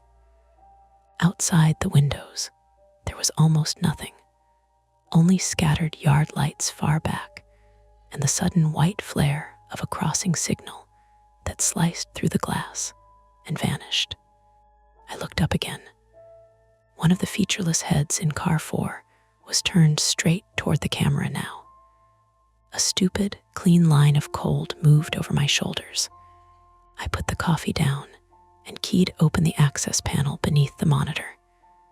If the issue was the video unit or a bad connector, I could tell myself I had done something practical. The panel stuck, then gave with a snap. Inside, bundled cables, dust, a maintenance sticker dated 3 months ago, all unhelpfully normal. I pressed the video reset and watched the feed blink to black. For 2 seconds, I saw only my own reflection in the dark screen, navy conductor's jacket, hair escaping the knot at the back of my neck, the tired set of my mouth. Then the image came back, car 4 again. Same aisle, same seats, same blank faces. Fantastic, I muttered. A voice behind me said, "Is the Wi-Fi out?" I half turned. Eli Mercer, 19, male, stood in the doorway from car 3 with one backpack strap hanging off his shoulder and a paperback folded spine up in one hand. He had the exhausted red eyes of a college kid trying to make home and school both happen on not enough money. I remembered scanning his ticket earlier, Chicago to Springfield, student discount, and the book had been some Russian novel thick enough to stop a bullet. "Sorry," he said, hearing the edge in my voice before I answered. "I tried 3 times. The Wi-Fi is technically on," I said. "Whether it's doing what Wi-Fi is supposed to do is a different matter." That got a quick, surprised laugh out of him. He stepped nearer, then saw the monitor. "Oh, you seeing what I'm seeing?" He leaned in. "Looks weird." Weird how? He hesitated, which made me like him a little less and trust him a little more. "Like masks." I looked at him. "Masks? Maybe skincare masks. My sister does those sheet things. Makes her look like she died in a spa." I barked out a short laugh before I could stop it. Relief again, cheap and temporary. That's the least reassuring version of reassuring I've ever heard. "Sorry." "No, it's okay." I looked back at the screen. From a distance, in that grainy light, he could have been right, could have. "You heading to the bathroom?" "No, just couldn't sleep." "Try again." "We'll be stopped outside Dwight for a few minutes." He nodded but didn't move. "You want me to go see?" "Absolutely not." That came out sharper than I intended. He lifted both hands, a kid backing away from an adult mood he didn't ask for. "Right, okay." He left. I watched him go down the aisle of car 3, his reflection doubling in the glass, then disappear when the train rocked. For a minute, I did nothing. That's the truth. I stood there listening to the brakes begin their low, gradual whine as we eased down for the signal hold, and I let my mind run through the boring possibilities. Face coverings, group costume thing, people sleeping under towels or hoodies. A TikTok prank, though I was too old to know what counted as a prank anymore. The cameras, dynamic range compressing the brightest part of the frame. The black window behind them erasing contrast. The simple fact that night distorts people. Then another thought came in quiet and ugly. What if those weren't passengers at all? Crew gets trained for trespassers, stowaways, people slipping on in yards. All the stories that sound dramatic, until you realize they usually end in paperwork, police, and 100 angry passengers delayed because somebody made one terrible decision. Our counts had matched at boarding, but counts only mean so much after midnight when people move cars. The brakes deepened. The motion underfoot shifted from glide to drag. I picked up my radio. "Tom, you up?" A wash of static, then. "Go ahead. Can you check manifest count against scans one more time?" A pause. "Why? Just humor me." Another pause. "That's a yes." "Yes, copy." I clipped the radio back and stared at the connector door to car 4. The window in it was narrow and reinforced, scratched by years of rings and baggage corners and bored fingertips. Through it I could see only a sliver of the next car, 2 seat backs, a strip of carpet, the pulsing reflection of overhead lights. Nothing alarming. Nothing at all, really. The train slowed enough that I could hear things that got swallowed at speed. A faint rattle from the door seal, the creak of plastic trim, the soft tapping of something loose in the vestibule with each sway. Then, from the other side of the door, a sound I couldn't place at first. Not a voice, not exactly. Fabric moving together. A dry whisper, close and collective, like several people adjusting in their seats at the same time. I held my breath and listened. It stopped. My radio clicked. Tom again. Manifest matches. No extra scans, no missing scans. 27 in car 4, same as departure. Copy. You want company? I looked at the monitor. One of the blank faces, if face was even the right word anymore, seemed tipped up, as if listening back through the camera. Outside, we were nearly stopped. Beyond the window, a red signal burned in the dark over flat Illinois fields I couldn't see, only sense as open space. Behind me were sleeping passengers, coffee, forms, procedure. Ahead of me was one door and a car full of people who were probably ordinary and somehow didn't look it. Normalcy had not broken yet. Not fully.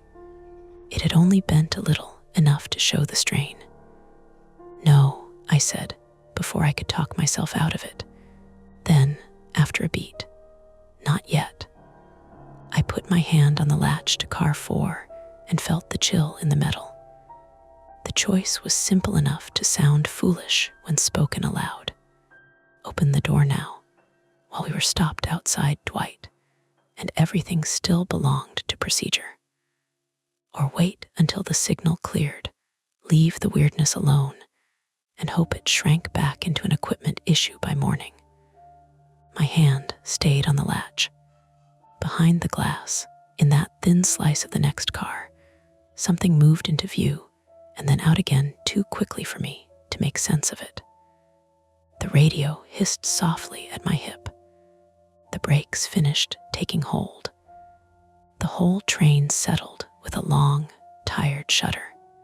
And I still hadn't decided which would be worse, opening the door or not opening it. I opened the door. It wasn't dramatic. No swell of anything. Just the latch giving with a dull click and the rubber seal peeling away from the frame with that sticky, reluctant sound you get when something has been closed too long. The vestibule air felt colder by a few degrees. Not freezing, just enough to notice the change on the skin between my collar and jaw. The smell shifted too.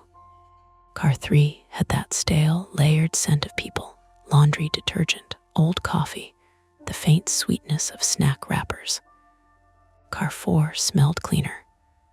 Wrong kind of clean, like hospital wipes or the inside of a plastic package. I stepped through and let the door settle behind me. "Tickets, please," I said out of habit, keeping my voice low and even. It was the sort of thing you said when you entered a car at night, half announcement, half reassurance. I didn't move yet.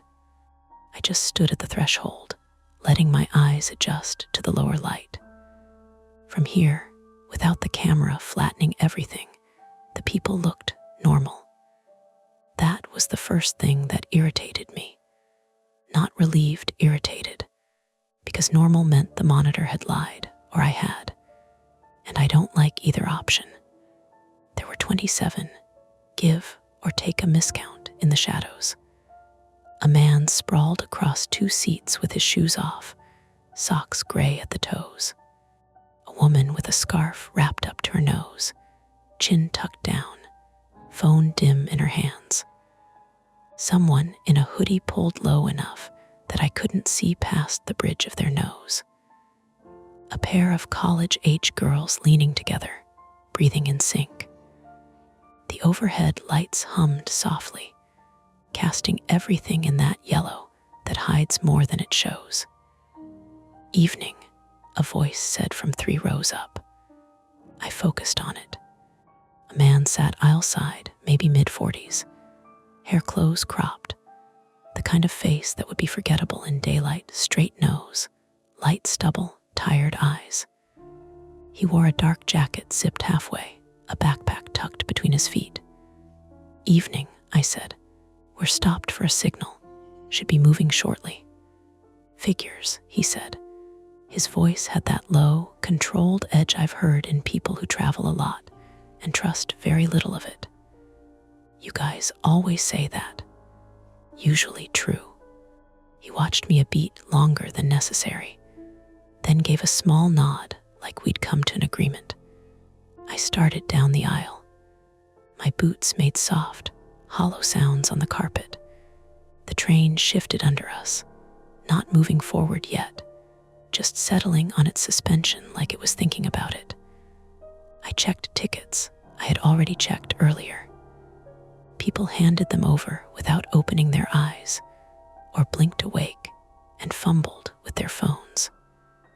I made small talk where it was required. Everything about it felt like going through a script I knew by heart, while something behind the curtain moved furniture around. Up close, the faces were there. That should have been the end of it. It was. There was a woman on the window side in row 6 who kept her head angled away from me. When I said, "Ma'am," she didn't turn. just lifted her phone without looking and showed me the barcode. The light from the screen washed her cheek in blue, and for a second, just a second, it flattened her features into something smooth and pale, like the monitor had shown. Then the light shifted, and she was just a woman again, with a sharp nose and a small scar near her eyebrow. "Thank you," I said, handing the phone back. She didn't respond, didn't even nod. Her breathing stayed steady. I moved on. Halfway down the car, I heard it again. That dry, collective whisper. Fabric moving against fabric. It came in a wave, not loud, not coordinated enough to be intentional, but not random either. Like a room of people all deciding to adjust at the same moment. I stopped. "Everything okay?" I asked, not to anyone specific. No one answered. A man near the back snored softly. One of the girls shifted, pressing her cheek deeper into her friend's shoulder. I told myself it was the stop. People wake when a train stops, even if they don't know why. They move. They resettle. It's normal. I kept walking. At the far end, near the vestibule to car 5, I paused and looked back down the aisle. From this angle, with the low lights and the dark windows reflecting everything back at me, the car looked like a tunnel of doubled shapes. Faces overlapped with their reflections. Eyes and mouths blurred where glass met shadow. I took a breath and keyed my radio.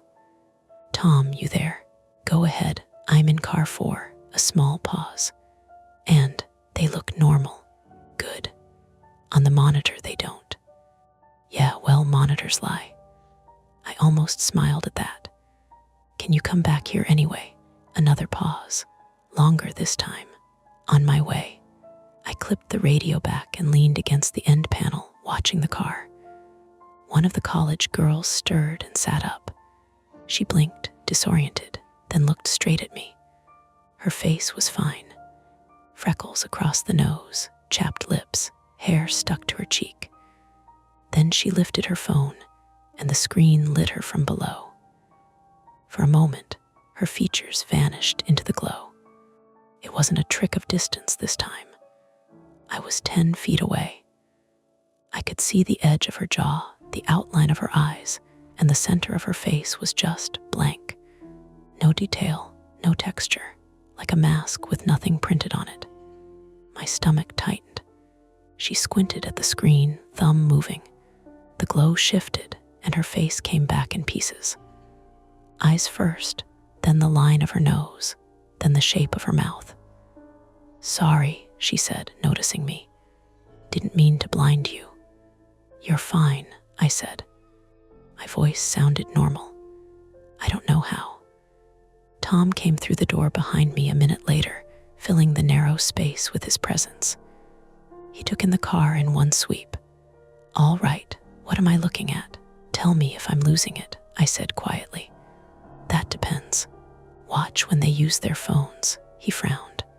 "What? Just watch." We stood there like two people waiting for a delayed train, except we were already on it. A man near the middle lifted his phone. The light came up. His face washed out, features flattening, then disappearing entirely for a beat before resolving again as he adjusted the angle. Tom leaned forward, squinting. "That's weird, right? Could be the LEDs. Cheap screens do that sometimes." On every face, he didn't answer immediately. We watched another passenger do the same thing. Same effect. The light hit, the features went, then came back. "Okay," Tom said finally. "That's not normal." "No, still doesn't mean anything's wrong." I looked at him. "Tom, I'm serious," he said, lowering his voice. "We've got a signal stop. People are tired, lighting's bad, cameras are worse. You get a few variables lined up, your brain fills in the rest." My brain didn't fill in 27 blank faces.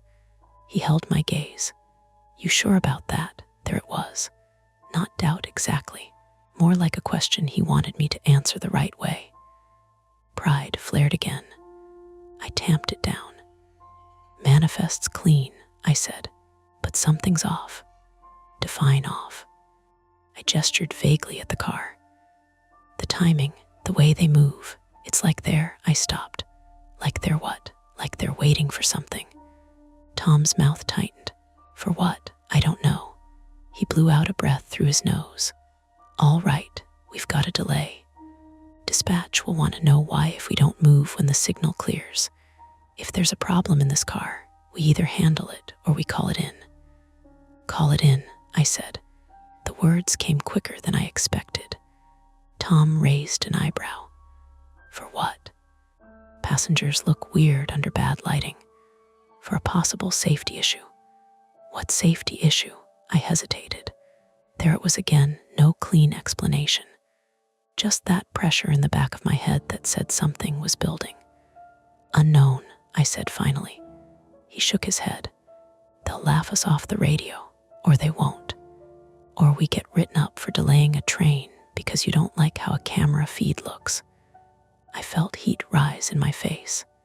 It's not just the feed. Then what is it? Before I could answer, the train jerked. Not forward, sideways. Hard enough that the overhead lights flickered and a few people startled awake. A suitcase shifted in the rack with a dull thud. The college girls both sat up, blinking. What was that? One of them said.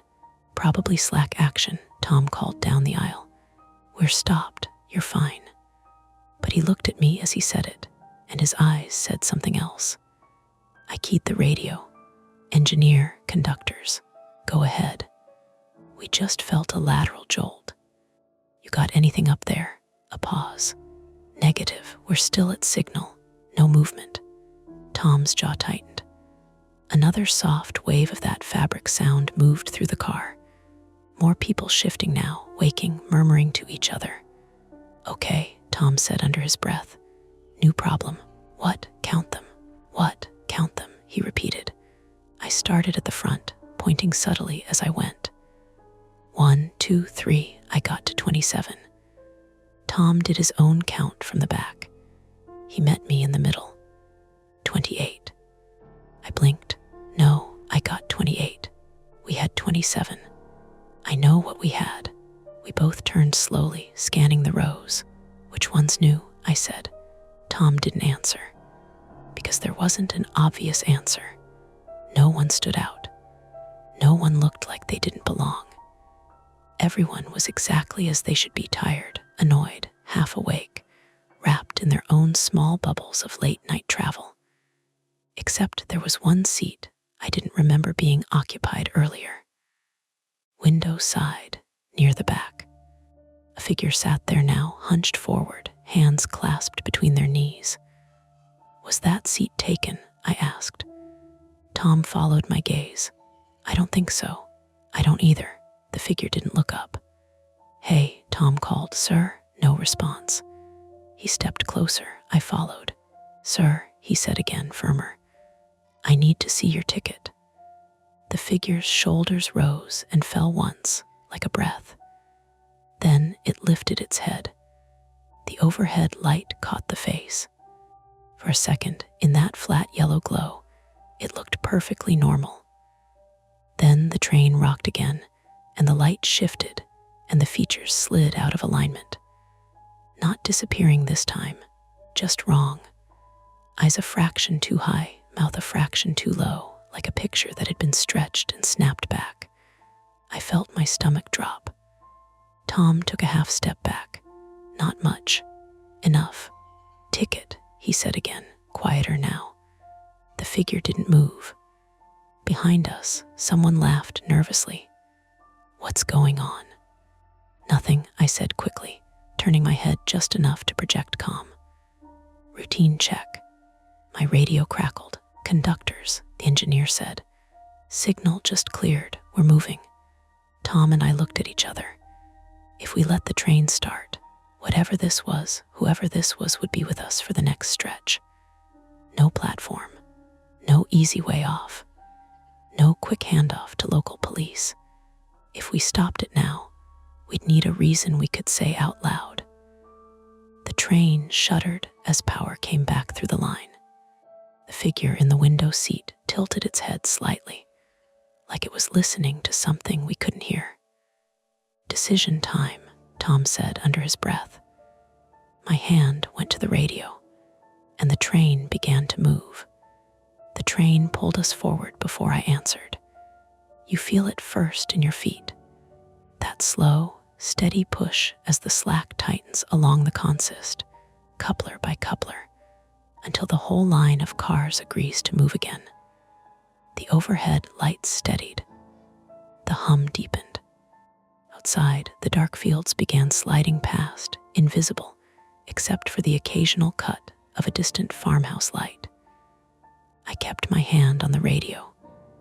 "Engineer," I said, "hold for a possible issue in car 4, a beat." Then, "We just got clear." "What kind of issue?" I glanced at Tom. He gave a small, tight shake of his head. "Don't say it like that."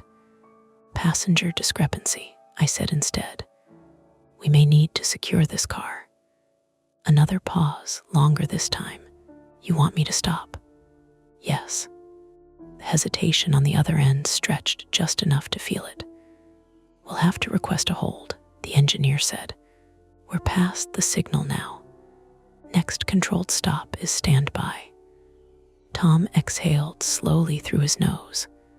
"That's going to take time." "I know, and we're moving." "I know that too." Behind us, the figure in the window seat hadn't moved.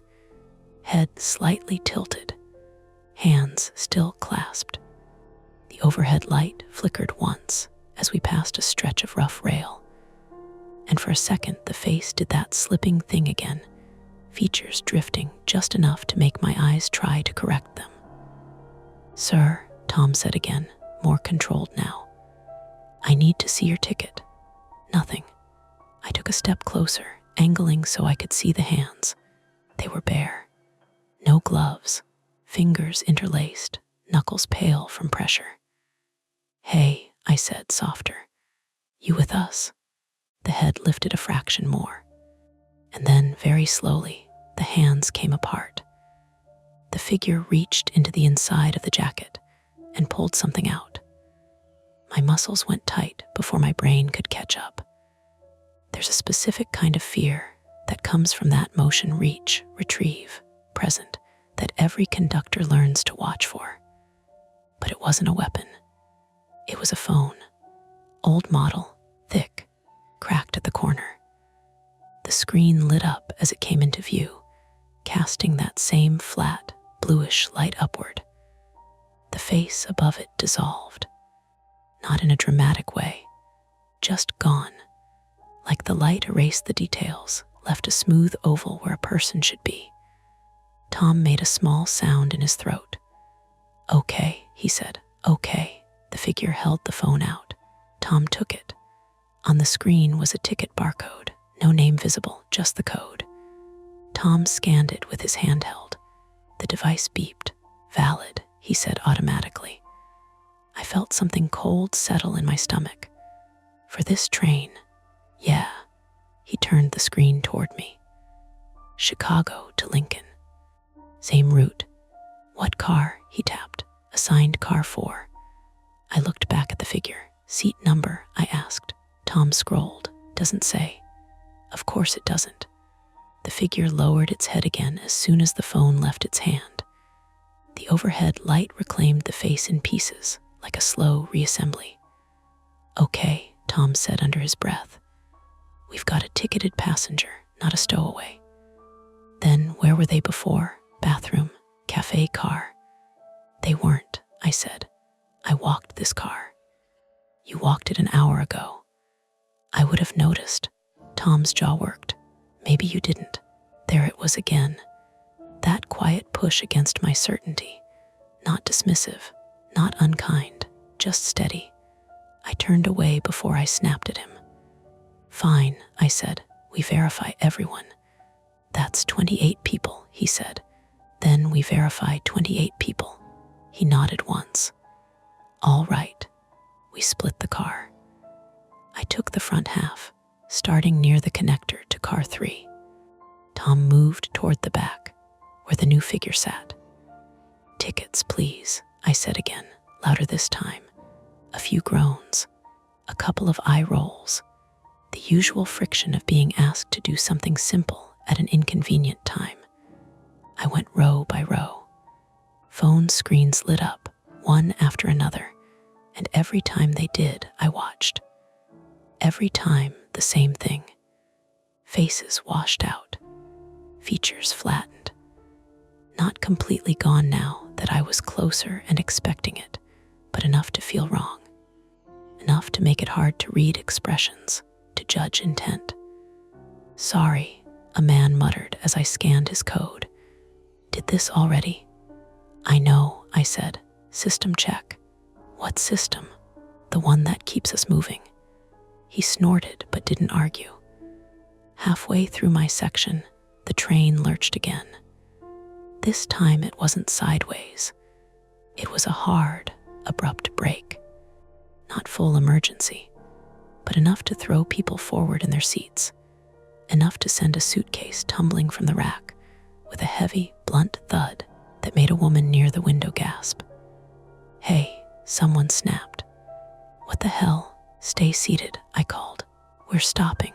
My radio crackled alive before I could key it. "Conductors," the engineer said, voice tight now. "We've got a fault indication. Brake pipe pressure fluctuation. I'm bringing us to a stop." Tom's voice came in over mine. "Copy. We're in car 4. Any issues back there?" Tom looked at me across the rows of half-awake passengers. I hesitated. "Stand by," he said into the radio. The train slowed, the deceleration steady and controlled. Outside, the darkness pressed closer as our forward momentum died. We stopped. Silence for a moment.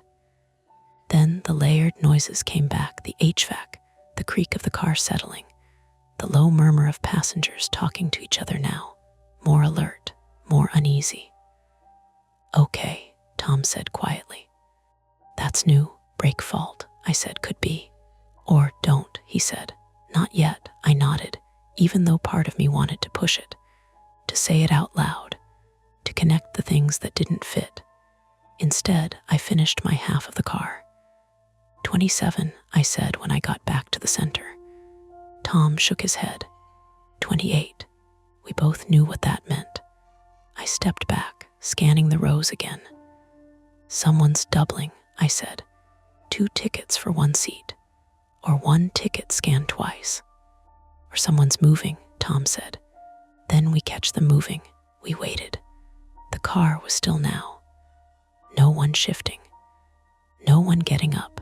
Just people sitting, watching us in that half-lit, half-wary way that crowds get when they sense something is off but don't know what. Then, from the far end, a door hissed. The vestibule to car 5. Tom and I turned at the same time. The door was closed. "Did you hear that?" I said. "Yeah, someone went through."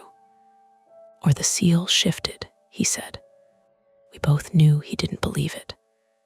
"Stay here," he said. "I'm not staying here. Mara, I'm not letting you go alone." He looked at me for a second, weighing it, then nodded once. "Fine, together." We moved down the aisle. Passengers tracked us with their eyes now. The tension had shifted from background to foreground. People knew something was happening. They just didn't know what. At the back, the figure in the window seat hadn't moved. We passed it without stopping. The vestibule door to car 5 stood closed, the narrow window dark. Tom reached for the handle. "Ready?" he said. "No," I said. "Go." He opened it. The door swung inward with a soft, controlled motion. Car 5 was darker, fewer lights on, mostly empty. For a split second, something moved low along the floor near the first row, a quick, dark shape. My heart jumped into my throat. Tom stepped forward, one hand braced on the seatback. "Hey," he called. "Who's there?"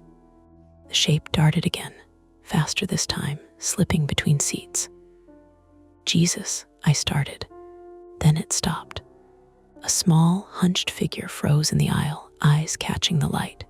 A dog, medium-sized, brown and white, collar but no leash, ribs just visible under the fur. It stared at us, ears back, ready to bolt. Tom let out a breath that turned into a short, incredulous laugh. "Well, that explains something." "Where did it come from?" I said. "Someone's emotional support," he said. "Or not."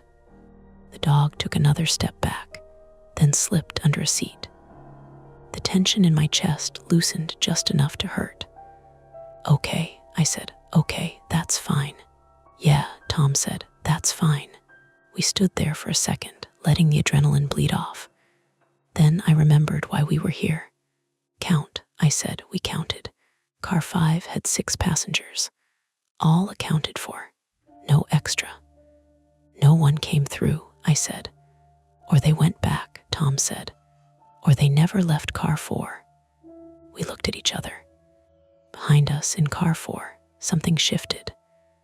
Not the usual fabric whisper this time. Something heavier. A seat creaking under sudden weight. A muffled exhale, too loud, too close. Tom turned first. "Back," he said. We moved. Fast now, not running, but close enough that the floor thudded under our boots. We hit the connector, pushed through into car 4, and stopped. Because the aisle was full. Not crowded, not packed. Just full in a way it hadn't been before. Every seat occupied. Every head up. Every face turned toward us. The overhead lights flickered once, then steadied. And in that steady, flat yellow, with no phone screens to interfere, no shifting angles, no reflections, the faces were there. Perfectly normal, watching, waiting. "Tom," I said quietly. "Yeah, we can't leave this car." "No," he said, "we can't," my radio hissed. "Conductors," the engineer said, "we've got to hold here. Brake faults not clearing.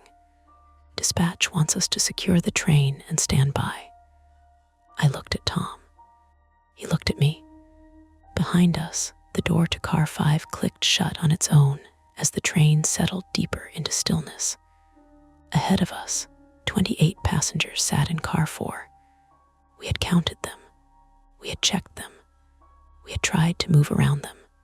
And now the train was stopped, the line dead, and whatever was wrong was contained with us in one sealed car, miles from the nearest station.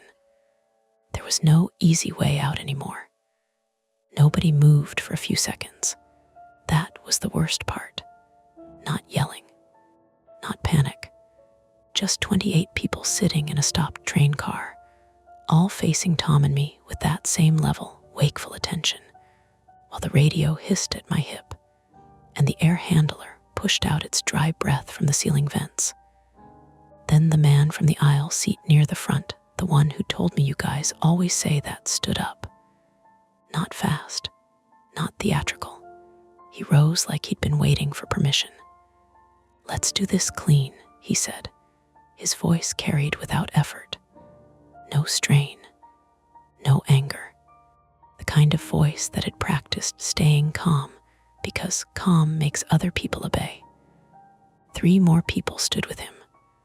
A woman in the scarf. One of the college-age girls, except up close now she was older than I'd clocked her before, late 20s maybe, hard around the eyes. The silent figure by the back window seat stood last. The rest of the car stayed seated. Not accomplices then, not all of them. That almost made it worse. The one sitting looked confused, groggy, suddenly aware they were in the middle of something and too far behind to understand the rules. One older man started to get up, and the woman with the scarf put a hand on his shoulder without even looking at him. "Sit down," she said. He sat. Tom shifted his weight beside me. I saw his right hand lower a little, out of sight of the aisle, toward the metal canister clipped under the rear-facing jump seat by the vestibule. Fire extinguisher. The man at the front noticed the movement anyway. "Don't," he said. He reached inside his jacket. This time it was a weapon, small semi-automatic pistol. Black, held low, not waving, which scared me more than if he'd been sloppy with it. Everything in my body got very still. A woman 2 rows down made a sharp, breathless noise. Somebody near the middle whispered, "Oh my God." "Phones on the seats," the man said. "Now, everyone, crew 2. Tom said, "You pull a gun on an Amtrak train and you're burying your life. That concern would mean more if you put your radio down." His eyes slid to me. "Both of you." I unclipped mine slowly and placed it on the nearest armrest. Tom did the same. Around us, passengers began setting down phones with shaky hands. Blue-lit screens died one by one, and as they did, I saw the explanation more clearly than I had before. Not magic, not my brain breaking. Masks, not full-face Halloween things. Thin-fitted silicone sheets, adhered across the center planes of the face, nose bridge, cheeks, upper lip, blended out at the edges with makeup and shadow. Under warm overhead light they passed as odd skin texture, heavy cosmetics, bad sleep. On cameras and under phone screens they reflected flat and featureless, wiping out the landmarks facial recognition systems look for. They didn't erase faces. They erased them just enough. Hospital clean smell. Adhesive. Solvent. That was what I'd been smelling. The man saw me noticing. "Congratulations," he said. "You figured out the party trick." Tom's voice stayed level. "What do you want?" "Access," he said. "To what?" He looked toward the forward end of the train, toward car 3, and beyond it the cafe car and the rest of the consist. A person. That changed the shape of it. Not a robbery, not just that. "Who?" I asked. He smiled without warmth. "You don't need that." The figure from the back, the extra passenger, stepped into the aisle. Up close, with no screen light hitting it, the mask was more obvious now. The seams ran tight near the ears. Male, maybe 40s, average height, hands steady. He held a roll of white zip ties in one hand and a collapsible baton in the other. My mouth went dry. Tom said, "There are cameras in every car." The woman in the scarf gave a little laugh. "That's sort of the point." Of course it was. The masks, the washed-out faces, a whole car designed to be unreadable on footage later. From somewhere behind us in car 5, faint through the sealed door, the dog barked once. The sound made a few passengers flinch. It made me think of Eli in car 3. 19, underslept, harmless. And immediately after that came the thought I didn't want. Not Eli. Somebody else. Somebody we'd passed without noticing because we were busy staring at car 4 like it was the whole world. The armed man pointed with the gun. "You two are going to walk us forward. You're going to open the crew locks and the transition doors and keep everyone else calm while we find who we came for. If you do that, nobody has to get hurt. Nobody has to. People always say it like they aren't already choosing otherwise." Tom said, "And if we do," the extra passenger moved faster than I expected.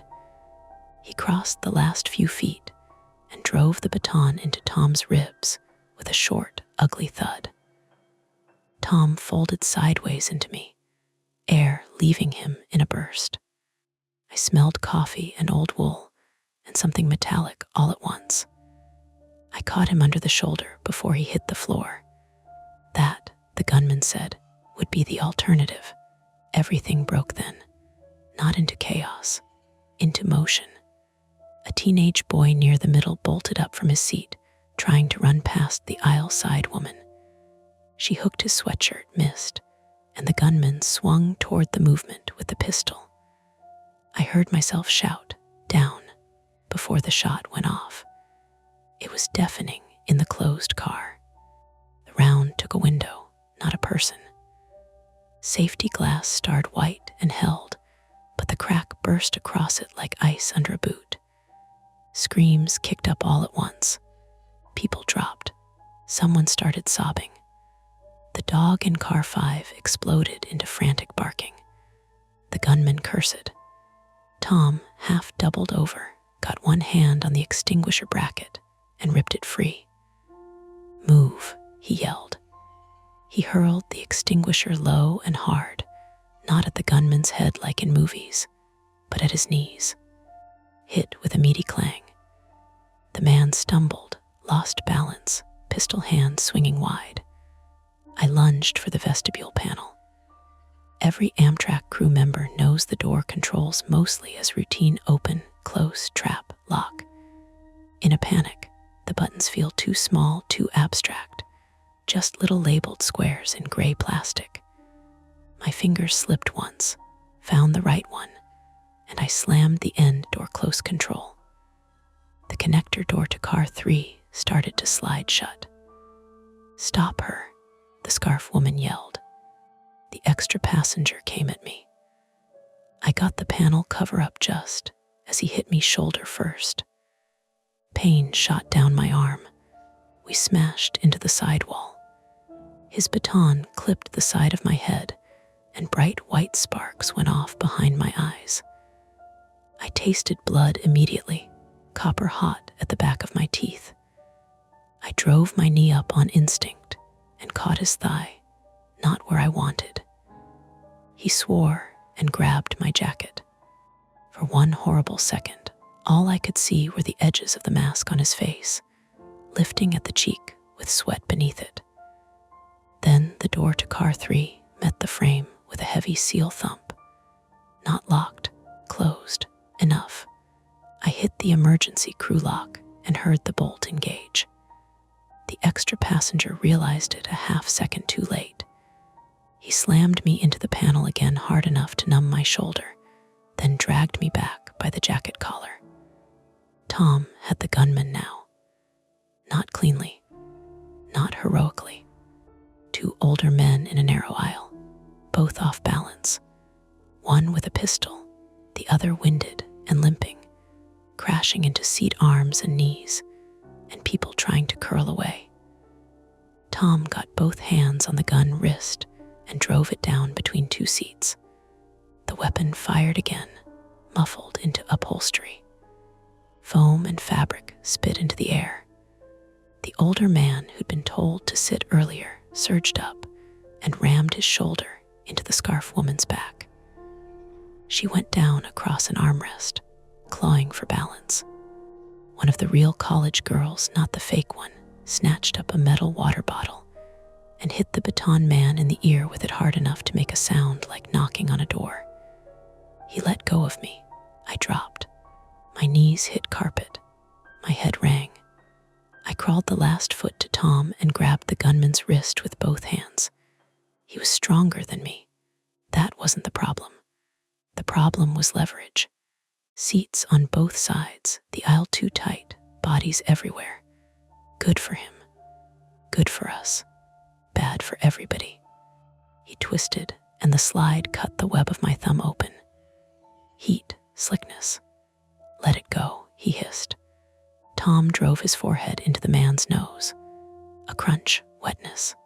The gunman screamed, and the pistol came loose just enough for me to wrench it sideways. It went off again. My ears vanished into a high ringing note. Then the pistol was on the carpet under a seat, and somebody kicked it deeper without being told. The fake college girl came at us from the side with something silver in her fist. Not a knife.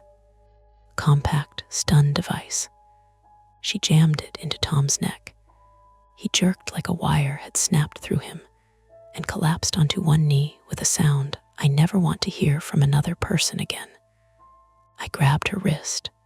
She drove her head into my mouth, and I felt a tooth go loose. Then the dog from car 5, somehow through the not fully latched connector behind us, launched itself low at her calf. It wasn't brave. It was animal panic and opportunity. But it worked. She shrieked and kicked backward. The device flew from her hand and skidded under a seat. The dog took another bite and backed off, barking wildly, nails scrabbling for traction on the carpet. The lull that followed lasted maybe 3 seconds, long enough for all of us to realize where everyone was.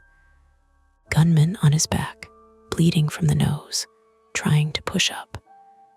Tom on one knee, stunned, not getting up fast enough. Extra passenger near the locked door to car 3, one hand to his ear where the bottle had caught him, baton still in the other. Scarf woman rising from the seats, rage replacing composure. Passengers everywhere crouched, crying, frozen, or suddenly furious now that fear had somewhere to go. And me, kneeling in blood and extinguisher powder with my head splitting open, looking at the crew panel. Access. A person, forward cars. Whoever they wanted was not here. They were in car 3. That's when Eli's face came back to me, not because I thought he was the target, but because he'd been awake, moving, watching. A witness. Maybe he'd seen one of them board together. Maybe he had somebody's bag by mistake. Maybe none of that mattered. What mattered was the locked door between us and the rest of the train. The extra passenger understood the same thing at the same time. He lunged for the panel. I threw myself at him. We hit the door together. My injured shoulder nearly gave out. His baton hand came up and I caught his forearm with both hands, shoving it against the glass window. The pain boomed but held. He smelled like sweat and adhesive remover and stale mint gum. "Open it," he said in my face, not loud now, almost pleading with the urgency of it. No. He slammed my head into the door frame. The world tilted. He reached past me for the lock toggle. I bit him, not strategic, just desperate. He made a strangled sound and jerked back. I got one hand free, slapped the panel cover down, and smashed the emergency isolation switch with the heel of my palm. It's not a thing you do lightly. It takes the local door controls out of normal cycle and deadlocks the vestibule until manually reset with the crew key. The red light came on. The extra passenger stared at it, then at me. And for the first time all night, he looked actually afraid. Because now nobody was going through that door. Not him, not me, not anyone, until another crew member manually reset it from the panel housing. From the other side, car 3. He swung the baton anyway. It glanced off my forearm. Something in the arm gave with a deep, sick ache that made my fingers fail. Before he could swing again, the older man who tackled the scarf woman wrapped both arms around him from behind. They went down hard into the seat backs. The baton clattered away. Tom, moving ugly and slow, got to his feet and planted one boot on the gunman's wrist until the man stopped trying to rise. "Enough," Tom said. He didn't have much voice left, but he had enough. The scarf woman looked around at the passengers now, really looked, and must have done the math. The shots, the broken window, the locked forward door, the dead train, the radios on the floor. The fact that surprise was over and time was no longer theirs. She put both hands up. "Don't," she said to the others. "Don't." No one moved for a moment. Then the fake college girl sat down hard in the aisle, clutching her bitten leg and breathing in fast little bursts. I slid down the wall beside the locked door because my legs had started shaking so badly they were no longer useful. Blood from my scalp had reached my collar. My left forearm was swelling under the sleeve in a way I knew meant trouble. Tom found my radio under a seat with his free hand and keyed it with fingers that weren't steady.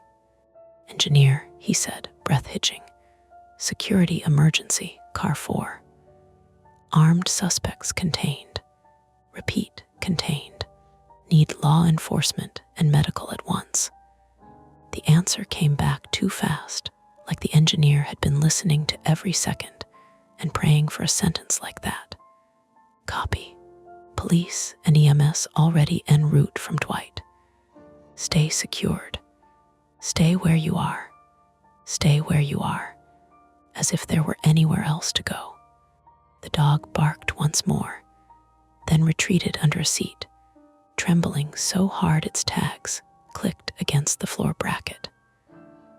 A woman near the cracked window began crying in earnest now that the danger had a shape and an ending. The sound spread through the car in smaller human ways, shaky breaths, a curse, someone laughing once from pure overload. Tom slid down into the opposite seat and held his ribs with one hand. There were 2 fresh burn marks crawling up the side of his neck where the stun device had kissed him. He looked old all of a sudden, not weak, just worn straight through to the frame. "You alive?" he asked me.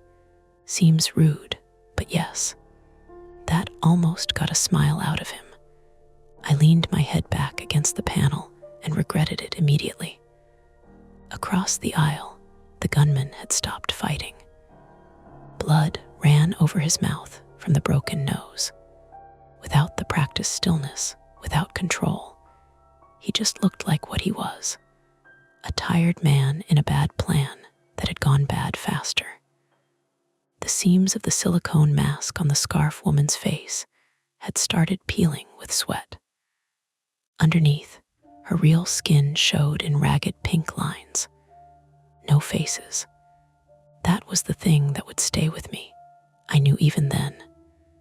Not that they had none, that they had gone to such careful, expensive, patient lengths to make themselves harder to remember. And still, in the end, all of us would remember them anyway. The police boarded from both ends of the train just before 3:40 a.m. By then the adrenaline had burned off enough to leave only pain and paperwork behind. That sounds cleaner than it was. It wasn't clean at all. It was 20 minutes of waiting in a stopped car that smelled like extinguisher powder, sweat, gun smoke, blood, and that faint chemical note from the silicone masks. It was passengers crying in embarrassed little bursts, and then apologizing for crying. It was Tom staying on his feet mostly, because sitting down all the way meant he might not get back up quickly. It was me holding a wad of napkins and paper towels against the side of my head, while blood worked warm and sticky down my neck, trying not to move my left arm, because every shift of it sent a dark pulse up through my shoulder. The gunman had stopped talking. So had the man I'd bitten. The woman in the scarf had asked once, very evenly, if somebody could get her water, and one of the older passengers laughed in her face in a way that wasn't funny. No one offered her water. I remember the sounds from outside first, boots on ballast, male voices low and clipped, metal against metal. Then the engineer's voice over the radio again, tight but steadier now. Dwight PD on scene. Amtrak police with them. They're coming through the front. The deadlocked vestibule door to car 3 still glowed red at the panel. I trapped everyone in car 4, including us. That had been the right call. It was also the kind of right call that keeps replaying later. Because once the danger passes, you start thinking about all the other things it trapped in their 2 children, elderly passengers, people with bad hearts, a dog that didn't ask for any of it. Tom crouched beside the panel, jaw set against the pane, and fumbled the crew key from his pocket with stiff fingers. "You good?" he asked me. "No," I said. He nodded. "Me neither." It was probably the most honest thing either of us had said all night. He reset the isolation deadlock and looked at me before opening the door. "Once this goes open, get behind me. Tom, you can barely breathe." And yet, he opened it. Car 3 looked normal in the way a room can look normal while still holding a different reality from the one you walked into an hour ago. Dim lights, scattered passengers pulled awake and scared, bags under seats, a dropped magazine in the aisle, Eli standing near the bulkhead with his hands visible because somebody had clearly already shouted instructions and he'd taken them seriously. The police came through low and fast. 2 local officers first, then Amtrak police behind them in heavier vests. Guns out, eyes moving, voices hard and controlled. "Show me your hands." Hands, hands, down. The suspects didn't resist much by then. That's another thing people get wrong in stories. They imagine the final fight decides everything. It doesn't always. Sometimes the deciding part already happened, and afterward everyone is just hurt, tired, and trying to guess what will keep them alive. One of the Amtrak officers, a woman with a tight braid and a split lip someone else had probably given her earlier in life, took one look at my head and said, "Sit down before you fall down." "I'm fine," I said automatically. "You're bleeding into your collar." I noticed. She guided me by the uninjured shoulder into an aisle seat anyway. I sat because the second she touched me, my knees gave away the truth. Then the train filled with the sounds of aftermath. Plastic cuffs ratcheting shut. Names asked and not answered. One passenger insisting loudly he had chest pain, and another insisting, just as loudly, that she had seen the woman in the scarf touch the old man first. Somebody asking where the dog belonged. Somebody else saying it didn't belong to anybody. It just appeared, which wasn't true exactly. But by then, we had all lost our grip on sequence. EMS boarded a few minutes later with the smell of cold air and diesel on their jackets. One of them cut the sleeve off my uniform shirt without warning me first. "Hey," I said. "Possible fracture," he said. "You can argue with me later." There was already swelling halfway down the forearm and a rising bruise along the ulna where the baton had glanced and maybe cracked something deeper. My scalp got stapled right there on the train because the cut was too messy to wait. I'd never had staples put in before. It sounds tiny. It feels like somebody snapping a hard little truth directly into your skin. Tom refused the stretcher until they made him take oxygen and checked his pupils twice. "Ribs," he said when they asked where it hurt. "Anything else?" He glanced at the burn marks on his neck like he had forgotten those belonged to him too. Apparently, I got into a conversation with a battery. That got one short laugh out of the medic, not because it was funny, because it was 4 a.m. and everybody reaches for whatever still sounds human. By dawn, they had us off the train. The sky over Dwight was the color of dishwater, the kind of Midwest early morning that makes everything look temporary. The flashing squad lights reflected in puddles by the service road, the stretchers, the officers carrying evidence bags, the passengers huddled in blankets they'd handed out from somewhere, everyone blinking as if daylight itself were impolite. Standing outside, I finally saw how isolated we'd been. Flat land on both sides, tracks running straight into pale distance, the stopped train looking less like a machine and more like a sealed argument nobody wanted to touch. They put me in an ambulance, but didn't turn on the siren. My arm got splinted. My head pounded with that deep inside the bone ache that comes after impact. Across from me, an EMT asked simple questions in a voice meant to keep people tethered. "What's your name?" "Mara Donnelly." "What day is it?" I had to think about that one longer than I wanted. At the hospital in Morris, they took x-rays, cleaned the cut again, told me I had a non-displaced fracture in my left forearm, 3 scalp staples, 1 loose molar, and a concussion they wanted observed. They said it in that brisk, practiced way that makes injury sound administrative. Tom got 2 cracked ribs and electrical burns that were shallow but ugly. He also had a bruise blooming across his side the size of a dinner plate. We ended up in curtained bays across from each other for a while, which felt fitting. We started the night trading sarcasm over bad lighting, and ended it in neighboring hospital compartments, listening to someone in the next room vomit after morphine. Around 8 in the morning, Amtrak police came for statements.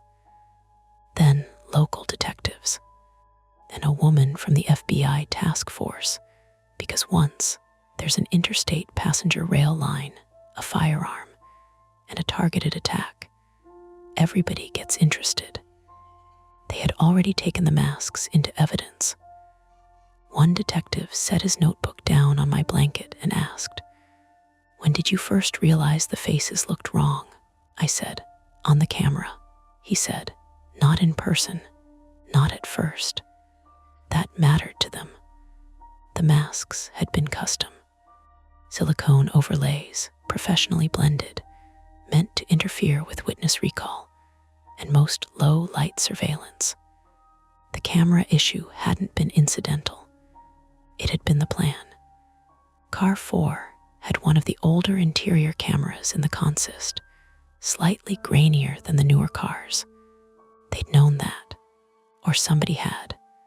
The brake fault, it turned out, had not been coincidence. Not exactly sabotage in the cinematic sense either. No cut lines, no explosive nonsense. One of the suspects had triggered an emergency brake condition from a vestibule end unit after the signal stop. Then let the mechanical fault reporting muddy the picture long enough to buy time.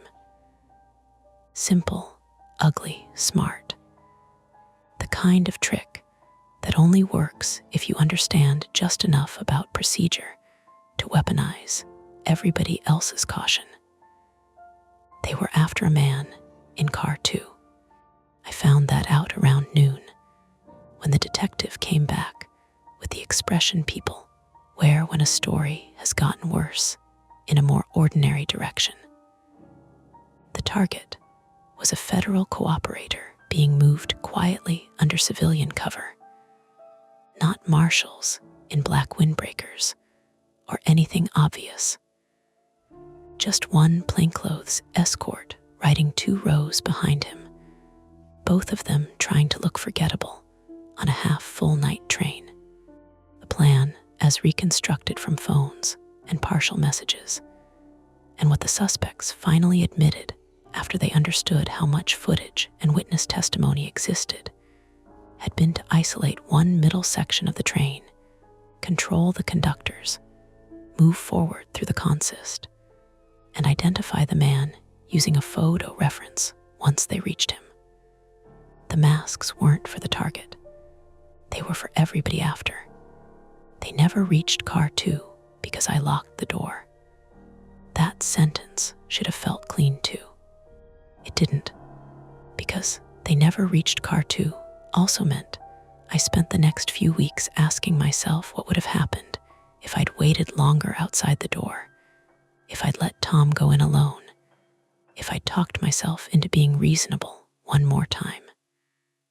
It also meant learning that the plainclothes escort had noticed suspicious movement before the stop and failed to notify crew because he didn't want to compromise his passenger. He'd made his own quiet judgment call.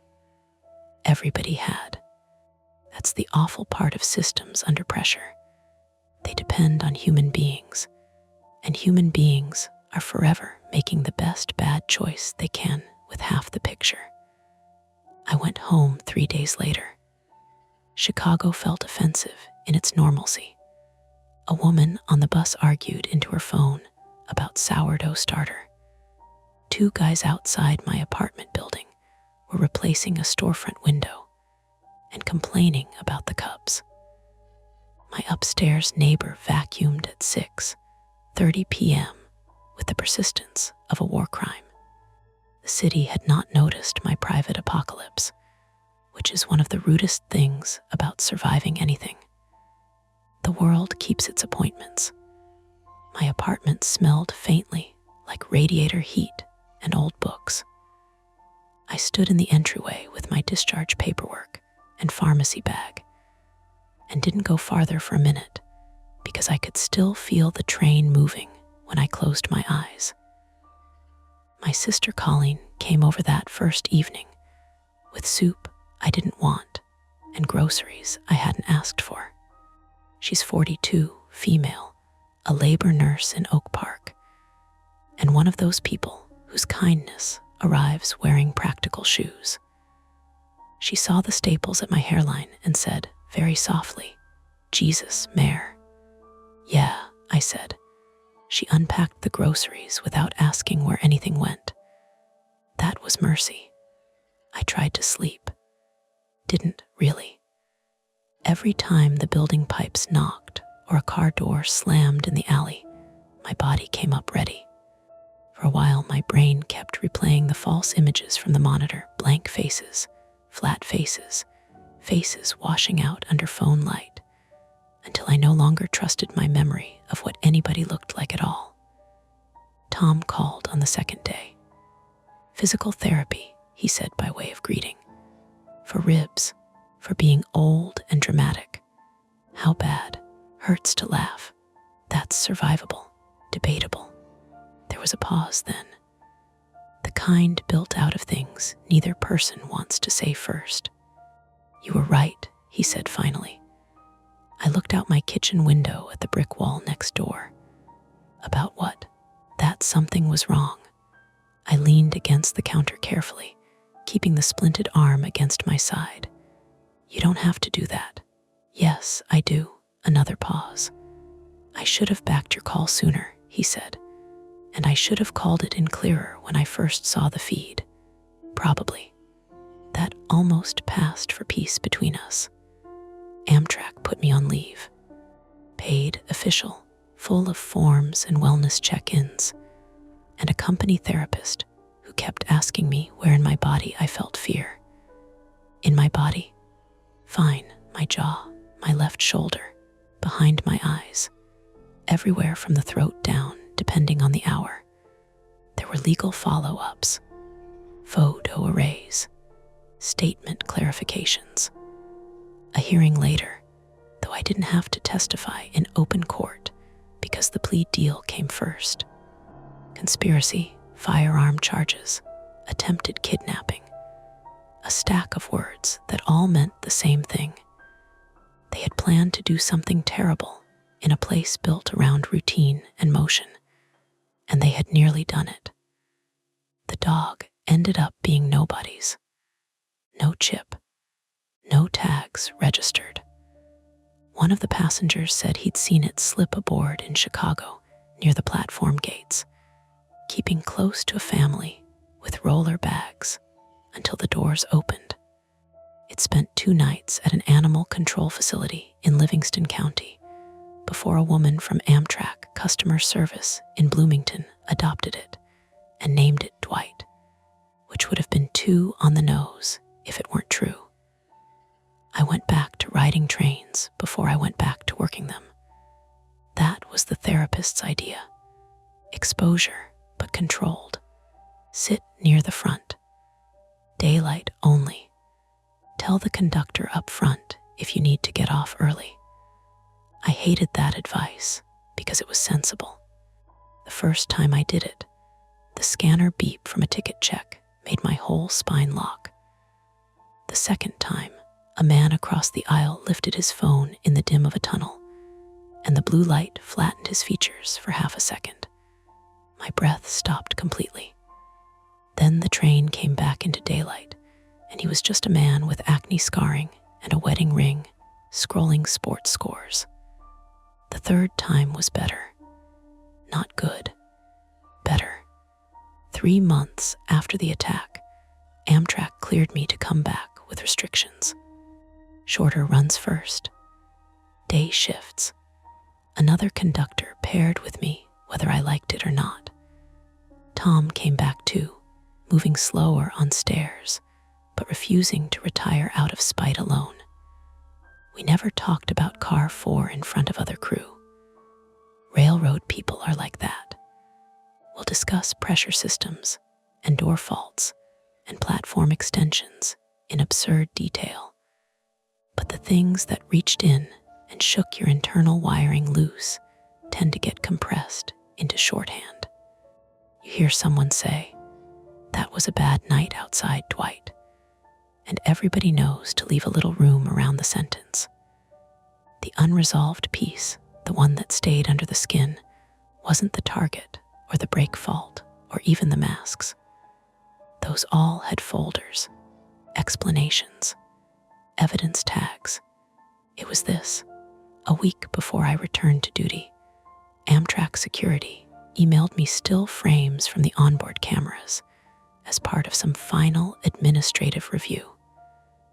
I almost deleted them without opening. Then I didn't. Most of the images were what I expected. Grainy, yellow lit, time stamps marching on.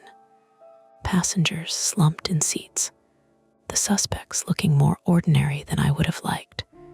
In some frames, the masks did exactly what they were meant to do. Features washed thin and unreadable. But one frame from 2:17 a.m., before I entered car for the first time, showed the back half of the car clearly. 27 passengers. And in the last row by the window, beyond where the extra man later sat, there was someone standing in the aisle with their back to the camera. No face visible, just the outline of a conductor's jacket. My jacket. Except I was still in the service alcove between cars 3 and 4 at 2:17. I know that because the time-stamped monitor reflection showed me there in another, still taken from the opposite angle. Security told me later it was probably a compression artifact. Frame overlap. Ghost imaging from the older system. 2 exposures braided together under low light. Entirely possible. Likely, even, I agreed with them. I still do. Mostly. Even now, on certain overnight runs, when somebody's phone lights their face wrong and the features flatten for one thin second, I feel my hand go to the radio before I know I've moved it. I smell adhesive where there is none. I hear fabric shifting in a whole car at once. And every time we stop outside Dwight, even for something ordinary, I look once at car 4 before I look anywhere else. The shadows fade for now, but the stories never end. Don't forget to hit like, subscribe to Mia Horror Stories, and join our community of horror lovers. If you're hungry for more, check out the next video. Just remember, the scariest part is often the one you don't see coming. Welcome back to Mia Horror Stories. Tonight's tale, I clean planes after red-eye flights, and I found something in the cargo hold is best experienced in the dark, which is why the screen will stay black. No distractions, no flashing images, just you, your imagination, and the story. So sit back, relax, and listen all the way to the end, if you dare. The first sign that something was off was the cold, not the ordinary kind that lives in the belly of an airplane after a red eye, where the air conditioning has run too long, and the cabin still holds that stale, recycled chill. This was sharper. Wrong. It came up through the floor under my boots when I stepped into the rear galley of Flight 728 from Seattle. A narrow body parked at Terminal C just after 4 a.m. And for a second, it felt like I'd stepped onto a walk-in freezer shelf instead of a galley mat sticky with cola and coffee. Then it was gone. Just gone. The fluorescent service light buzzed overhead. Somewhere deeper in the plane, a plastic bottle rolled and tapped against an armrest with each small shift of the fuselage. The world settled back into something explainable, and I told myself that was all it was. My name is Daniel Mercer, 32, male, and I clean airplanes at Philadelphia International Airport on the overnight shift. I'd been doing it for 6 years, long enough to know the smells of different routes before I checked the flight log. Orlando came in sugared and sticky. Vegas came in with perfume, dried beer, and the particular sweet chemical scent of someone trying to cover up vomit with hand sanitizer. Red eyes were usually quieter messes. Crumpled blankets, half-read magazines, the exhausted remains of people too tired to finish what they'd paid for. I liked red eyes because people slept through their bad habits. They left less of themselves behind. I was halfway down the aisle, dragging a blue trash sack that whispered over the carpet, when my radio cracked against my chest. "Mercer, you on 728 yet?" That was Tasha. Tasha Boyd, 29, female, was 2 aircraft over and always sounded like she had one hand on her hip, even on the radio.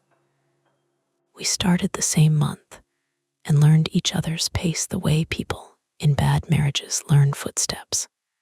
She was quick, sharp-eyed, and had no patience for airport legends, union gossip, or men who said sweetheart by accident and then pretended it was a regional thing. Her laugh could make a gate area feel less dead. Her temper could make a supervisor rethink his tone from 50 feet away. "Yeah," I said, pinning the radio higher on my vest. Boarding passes in seat pockets. Somebody spilled ginger ale in 19C. 1 sock in the aisle. Normal civilization. Good. Because 34 came in looking like a daycare center caught a crosswind. Lucky me. You wish. A pause, then. You hear Carter S. in a mood. I looked toward the front of the cabin, where the jet bridge door stood open to the gate's dim blue light. When isn't he? Baggage count mismatch on one of the inbound internationals. TSA downstairs. Everybody's pretending it matters to us until sunrise. That got my attention more than I wanted it to. Baggage issues meant delays. Delays meant supervisors prowling like they'd personally built aviation. I bent to pull a paper cup from under 14A and felt that little pulse of private irritation I hated in myself. The instant, selfish calculation of how much harder a problem would make my shift before I even thought about whether anyone else had it worse. Tell me it's not this plane. No clue. Carter just said stay on our assigned birds and don't freelance, which always means something stupid's happening. That's why you and I still have jobs, she said, and clicked off. I kept moving.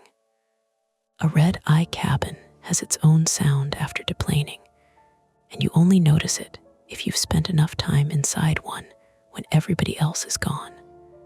Not silence. Never silence. There's the high electric hiss from panels, the fan noise tapering off from overhead vents, a galley latch knocking lightly every time somebody steps on the service threshold, ice melting in cups, seatbelts tapping the plastic shells when you brush past too fast. Sometimes a phone vibrates in a seat cushion after its owner has already made it to baggage claim. And that sound in an empty plane will raise the hairs on your arms in a way that embarrasses you later.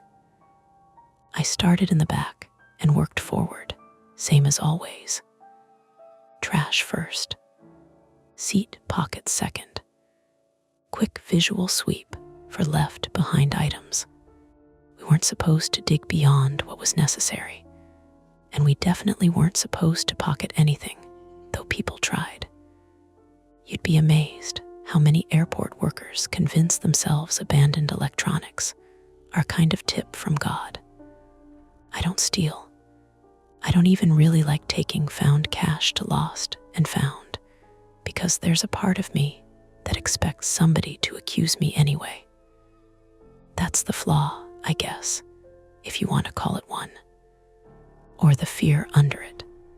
I spend too much energy trying not to be the guy blamed for things. It comes from my father, probably, who could turn any broken appliance, missed bill, or dented fender into a courtroom drama, and needed somebody standing nearest to carry the sentence. He's been dead 9 years, and I still rehearse explanations in my head before anyone asks me a question. It makes me careful. It also makes me slow when decisiveness would serve me better. At row 11, I found a child's stuffed seal tucked against the window, gray and limp, with one stitched eye hanging by a thread. I set it on the jump seat for lost and found. At row 8, I found a silver pill case empty. At row 5, the overhead bin on the left side was still popped open a few inches, and when I reached up to bring it down, that cold came again. Not air-conditioned cold, not drafty, not even strong, exactly. Just a narrow ribbon of chill across the back of my hand. There, and gone before I could decide what direction it came from. I stood on my toes and looked into the bin. Nothing unusual. A safety card shoved halfway out of the literature slot where someone had tucked it for no reason. A smear of something dark on the plastic lip that turned out to be mascara when I rubbed it with my glove. No vent, no leak, nothing mechanical obvious enough to report. I let the bin shut and told myself the same thing I'd told myself in the galley. Explainable. A voice came from the front. "Danny, you alive?" Louis stepped into the cabin with a vacuum hose over one shoulder. Louis Ortega, 46, male, had the compressed, tired build of a man who used every muscle at work and then went home and used the rest on his own life. He had 3 daughters, a bad right knee, and the calmest face I'd ever seen on a person who worked nights. He trained half the new cleaners on our contractor team and spoke to everybody like they were either teachable or having a rough week. Usually both. "Unfortunately," I said. He smiled. "Carter says turn these quick.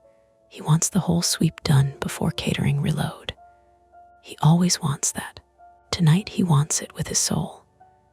Louis looked past me down the aisle. "You finished the rear?" "Almost." "Good. I'll start the front rows." He maneuvered the vacuum nozzle into the aisle, and the machine's motor filled the cabin with a thick droning noise that blurred everything softer underneath it.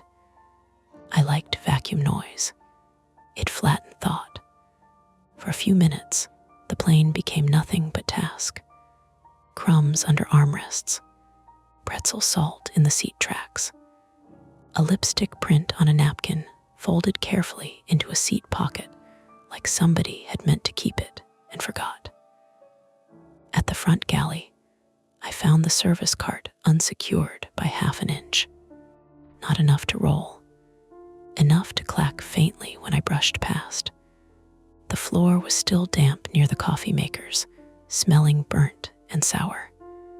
Out On the jet bridge, a tug engine coughed twice and idled low. Someone laughed at the gate desk, the sound thin through the open aircraft door. Then Lewis killed the vacuum. It happened so suddenly, the cabin seemed to lurch into its own breathing. "You hear that?" he asked. I listened. At first, no.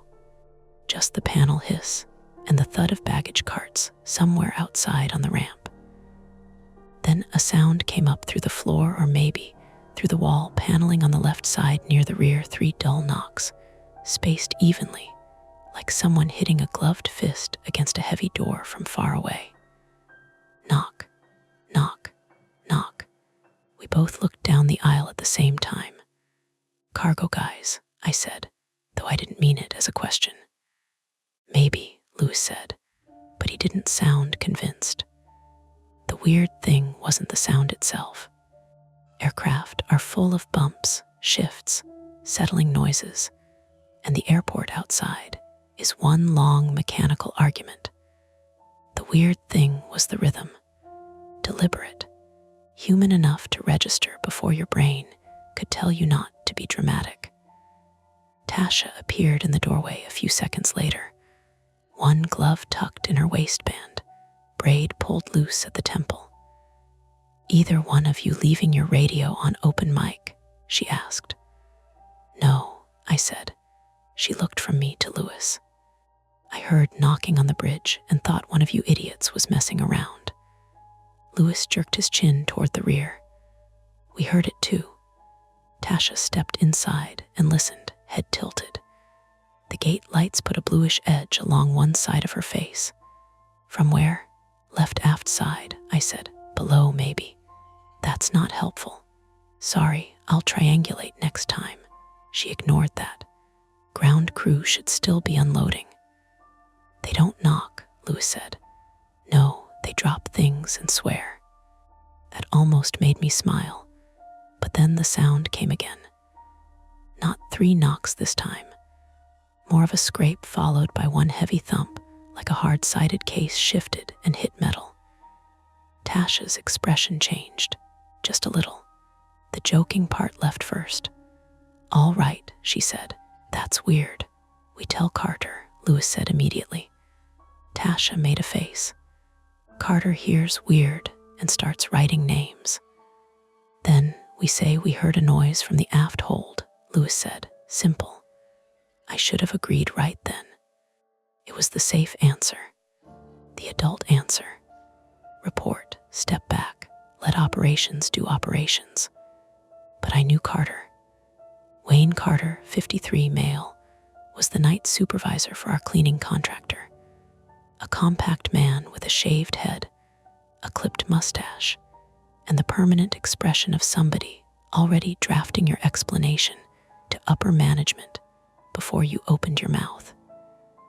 He loved procedure in the way insecure men love anything that lets them stand above another person with a checklist.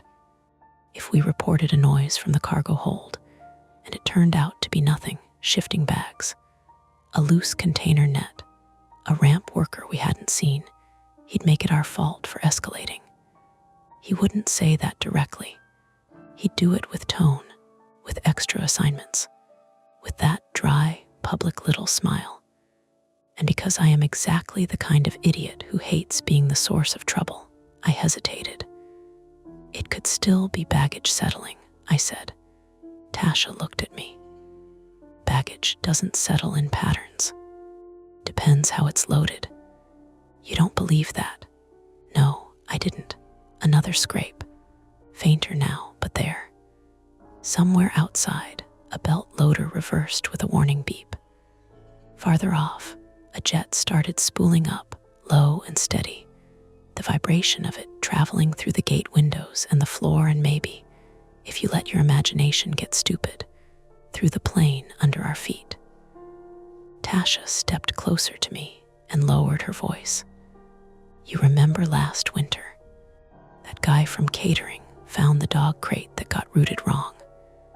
Everybody ignored the paperwork because they thought someone else had handled it. Lewis nodded once. Dog lived. Barely, she said. I knew the story. Everybody did. Live animal transfer mistake. Overnight delay. Found dehydrated and shaking in a hold that nobody thought to recheck. Because every team assumed another team owned the problem. The airport ran on that kind of handoff blindness. Everyone had jurisdiction until responsibility showed up. The three of us stood there in the smell of stale coffee and disinfectant, listening to a plane that should have been empty. Could be an animal, I said. Lewis looked at me. Or a person. Nobody said anything after that, because airports are full of stories like that too. Stowaways, smugglers, ramp workers sleeping where they shouldn't. None of them common, all of them possible enough to make the air feel thinner when someone says the word out loud. Tasha folded her arms. So we either call Carter and let him turn it into theater, or we go down to the aft hold door, check for ourselves, and call him with something real. Lewis didn't answer right away. His eyes moved toward the open door, toward the gate, toward the place where doing the correct thing started to feel like making a scene before dawn in front of 3 different departments who'd all rather hate you than thank you. I could hear my own breathing. I could hear the wet tick of coffee dripping somewhere in the galley sink. I could hear, or thought I could hear, one last faint movement under us. Not a knock now, but a dragging shift. I should say I voted for caution. That I insisted on protocol, drew a bright line, made the smart call. What I actually did was worse. I said, if we look first, we need to do it before baggage finishes unloading. Tasha met my eyes like she was checking whether I meant it. Lewis rubbed the side of his jaw. We open anything, and it's not ours to open.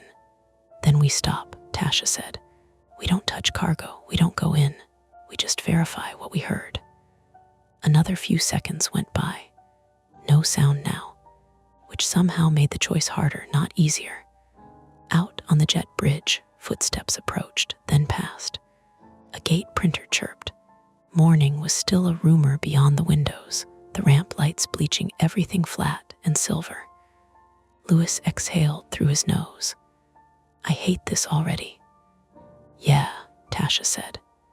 Me too. She turned toward the door, and the 3 of us had to decide whether to radio Carter from the safety of the cabin or head down toward the cargo access and find out what was making a sound in a place that was supposed to be empty. We didn't radio Carter. That's the simplest way to say it, and it makes it sound like a clean decision. It was 3 people standing in a stale-smelling galley, weighing inconvenience against something we couldn't name yet, and choosing wrong for reasons that felt reasonable at the time. We check the access, Tasha said, already stepping toward the jet bridge. If it's nothing, we say nothing. If it's something, we call it in with specifics. Lewis didn't move. We don't open anything. We don't open anything, she agreed. We look. I nodded, because that sounded like the safest version of not doing the safe thing. Out on the jet bridge, the air was warmer, heavy with that faint rubber and ozone smell that comes from everything electrical being on all night. The fluorescent tubes hummed overhead. At the end, the gate desk sat unattended, computer screens glowing with boarding software left open for the morning crew. Somewhere down the concourse, a floor machine whined and then cut off abruptly, like someone yanked its cord. We stepped off the bridge and onto the concrete apron through the service door, showing our badges to a half-asleep security guard who barely looked up. The ramp at that hour feels like a different airport entirely. The bright passenger facing lights fade into hard white floods that flatten everything into shadowless shapes. You hear engines idling 2 gates over, baggage carts rattling in loose chains, the intermittent chirp of radios you don't quite understand. It's a place where everything important is happening out of sight, and everybody else is pretending they're not in the way. The plane's belly loomed above us, white fuselage streaked with the grime of 1,000 takeoffs and landings. The cargo doors along the left side were open, the forward hold already half emptied. A belt loader angled up toward the opening, its rubber track ticking slowly as it idled. No one was at the aft hold. "That's not great," Lewis said. "Maybe they moved to the other side," Tasha said, though she sounded like she didn't believe it. "Or they're on break," I offered. At 4:30, Lewis shook his head, not with Carter breathing down next tonight. We stood there for a second, listening. The ramp noise was louder out here, but under it, faint, inconsistent, there it was again. A dull thump from inside the aircraft, lower this time, more contained. It didn't carry like before. It felt muffled, contained behind something. Tasha pointed toward the rear cargo door. There, the aft cargo door was still closed. The panel seam ran along the curve of the fuselage, like a line someone had drawn with a ruler. The latch mechanism was untouched, safety pins still in place. "No one's been in there," Lewis said quietly. "That means whatever we heard is still in there," Tasha replied. My chest tightened in a way that had nothing to do with the cold I'd felt earlier. "We don't know that." "What else would it be?" she asked. Opened my mouth and then closed it again. I didn't have an answer that didn't sound like I was trying to talk myself out of something. A baggage tug rolled past behind us, dragging a train of empty carts. The driver glanced our way, then kept going. We were just 3 more people in vests, standing where people in vests stand. "Okay," Tasha said. "We look, we don't open." Lewis stepped closer to the door, crouching slightly to examine the seam. "You hear it again. You say something immediately." "I will," I said. He pressed his ear lightly against the metal just below the latch. For a few seconds, nothing. Then he pulled back slow. "There's something." "What kind of something?" Tasha asked. "Movement," he said. "Not mechanical, not the plane settling." "Could it be an animal?" I asked again, because I needed it to be that. "Animals don't get loaded loose," Lewis said. "They're in crates, tagged, paperwork." "Unless something went wrong," Tasha said, softer now. The 3 of us exchanged a look that didn't last long, because none of us wanted to be the one holding it. I could feel that familiar pressure building behind my ribs, the urge to pick a version of this that kept me out of trouble. Report it now, step away, let someone else handle it. But another thought pushed in, sharper. If this was a person, if someone was in there, and we delayed because we were afraid of looking stupid, that would sit on me in a way Carter never could. That's the other side of my problem. When I do decide, it's usually because I've imagined the worst possible version of not deciding. "Lewis," I said, "if someone's in there, I know," he cut in. "I know." Tasha was already reaching for the latch. Lewis grabbed her wrist. "Not hard enough." "We said we don't open," he said. "We said we look," she shot back. "We looked, and now we call it in." "And wait how long?" she asked. 5 minutes, 10. While Carter decides whether we're overreacting. Lewis held her gaze. "That's not our call. It becomes our call if somebody dies in there, because we followed a chain of command that wasn't built for this," she said. And there was no humor in her voice now, no edge for show. Just anger, clean and direct. I stood between them, feeling like a hinge that could swing either way. Another sound came from inside the hold. Not a knock this time. A dragging scrape, followed by a short, sharp impact. Then something else, a faint, uneven rhythm that took me a second too long to recognize as breathing. Not mechanical, not patterned like the rest of the airport, breathing. I took a step back without meaning to. "You heard that," Tasha said. Louis didn't answer. "Tell me you didn't hear that," she pressed. He closed his eyes for a second, then opened them again. "I heard something. That's a person," she said. "It could be air moving through a damaged duct," he said, and it sounded like he was arguing with himself more than with her. "Air doesn't stutter," she said. "Another breath, or something like it. Fainter now, but there." I felt my hands start to shake just slightly. I curled them into fists and pressed them against my thighs, hoping neither of them noticed. "Okay," I said, because somebody had to say something. "Okay, we open, we look, and we don't go in. We don't touch anything. We just confirm." Louis stared at me. "You understand, if this goes sideways, it's on us." "I know," I said. That wasn't entirely true. I understood it in theory. In practice, I was already imagining Carter's face, the report, the questions, the way my own words would sound when I tried to explain why I hadn't just used the radio clipped to my chest. Tasha pulled her wrist free gently. "Then we do it right," she said.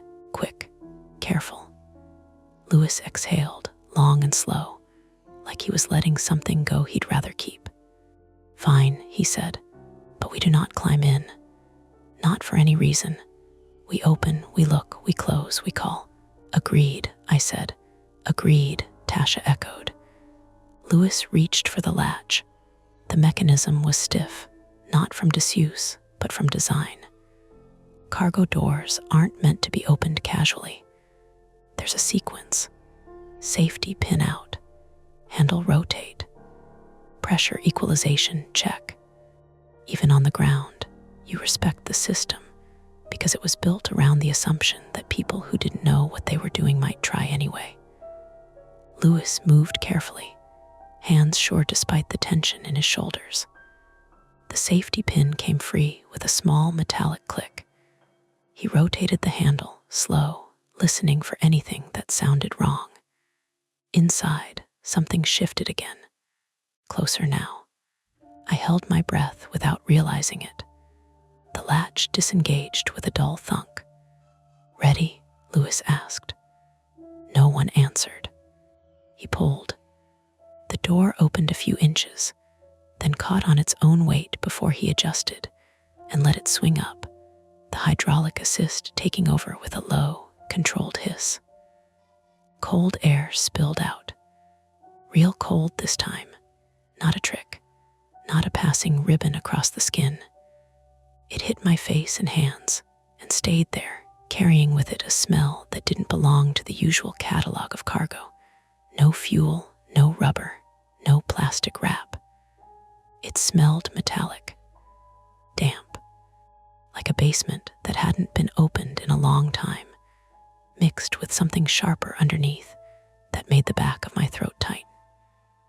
The interior of the hold was dim, lit by a single overhead strip that flickered once before settling. Cargo containers lined the space, secured in place, their metal sides dull and scuffed. Nets held loose baggage in tight bundles, straps cinched hard. And between two of those containers, near the center of the hold, something moved. Not a shape I could define immediately. A shift. A human kind of shift, controlled and then abruptly still, like someone trying to decide whether to be seen. "Hey," Tasha said, her voice steady in a way I envied. "Hello, can you hear me?" No answer. Louis leaned forward slightly, but didn't cross the threshold. "We're airport staff," he said. "If someone's in there, you need to respond." For a second, nothing. Then a voice, low and rough, from inside the hold. "Close it." The words came out like they'd been dragged over something sharp. Not loud, not pleading, just immediate. "Close it," the voice said again, sharper this time. Tasha frowned. "We're not closing it," she said. "We need to see you." "Are you injured?" A shape shifted again, resolving just enough to be a person male, I thought, though it was hard to tell in the dim light. He was crouched low between the containers, one arm braced against the floor. "Don't call anyone," he said. Lewis and I exchanged a look. That wasn't how this was supposed to go. "If you're hurt, we need to get you help," Lewis said carefully. "I said don't call anyone," the man snapped, louder now, and I heard something in his voice that had nothing to do with pain. Urgency, yes, but also something harder, controlled. My stomach dropped. Tasha took a half step back, just enough to change her angle. "How did you get in there?" she asked. Silence. "Are you a ramp worker?" she pressed. Another shift. I caught a glimpse of his hand in the flickering light. It was bare, knuckles scraped. Something dark along the side that might have been grease, or might have been something else. "Close the door," he said again, quieter now. "Please." Lewis's jaw tightened. "We're calling this in," he said. "No," the man said, and this time there was no mistaking it. Not a request, a warning. Behind us, an engine somewhere on the ramp spooled up the sound building, swallowing smaller noises.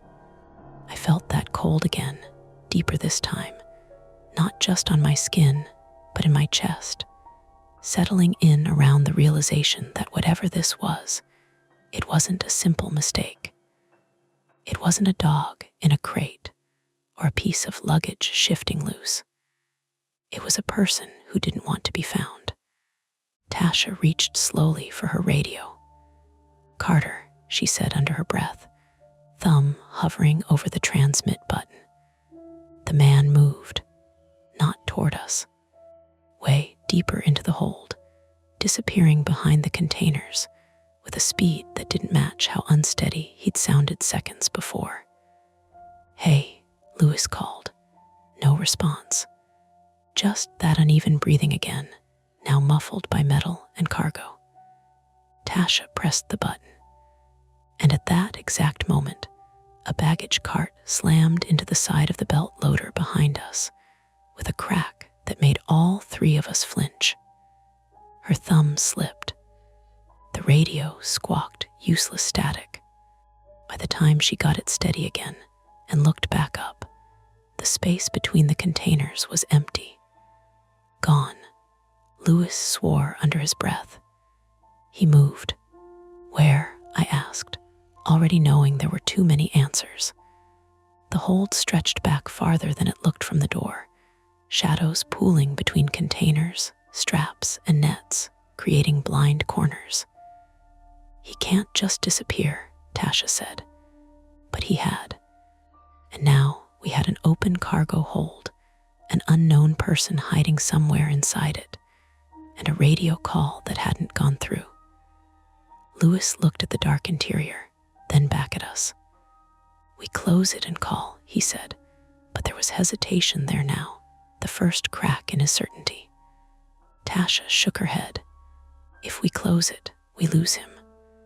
And if we don't," Lewis said, "we're standing here with a stowaway who just told us not to call anyone." I could feel my pulse in my throat. My radio crackled suddenly, loud enough to make me jump. "Mercer," Carter's voice came through, sharp and immediate.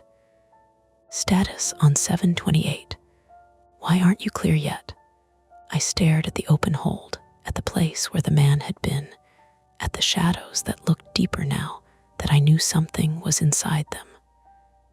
"Mercer," Carter said again, irritation rising. "Answer your radio."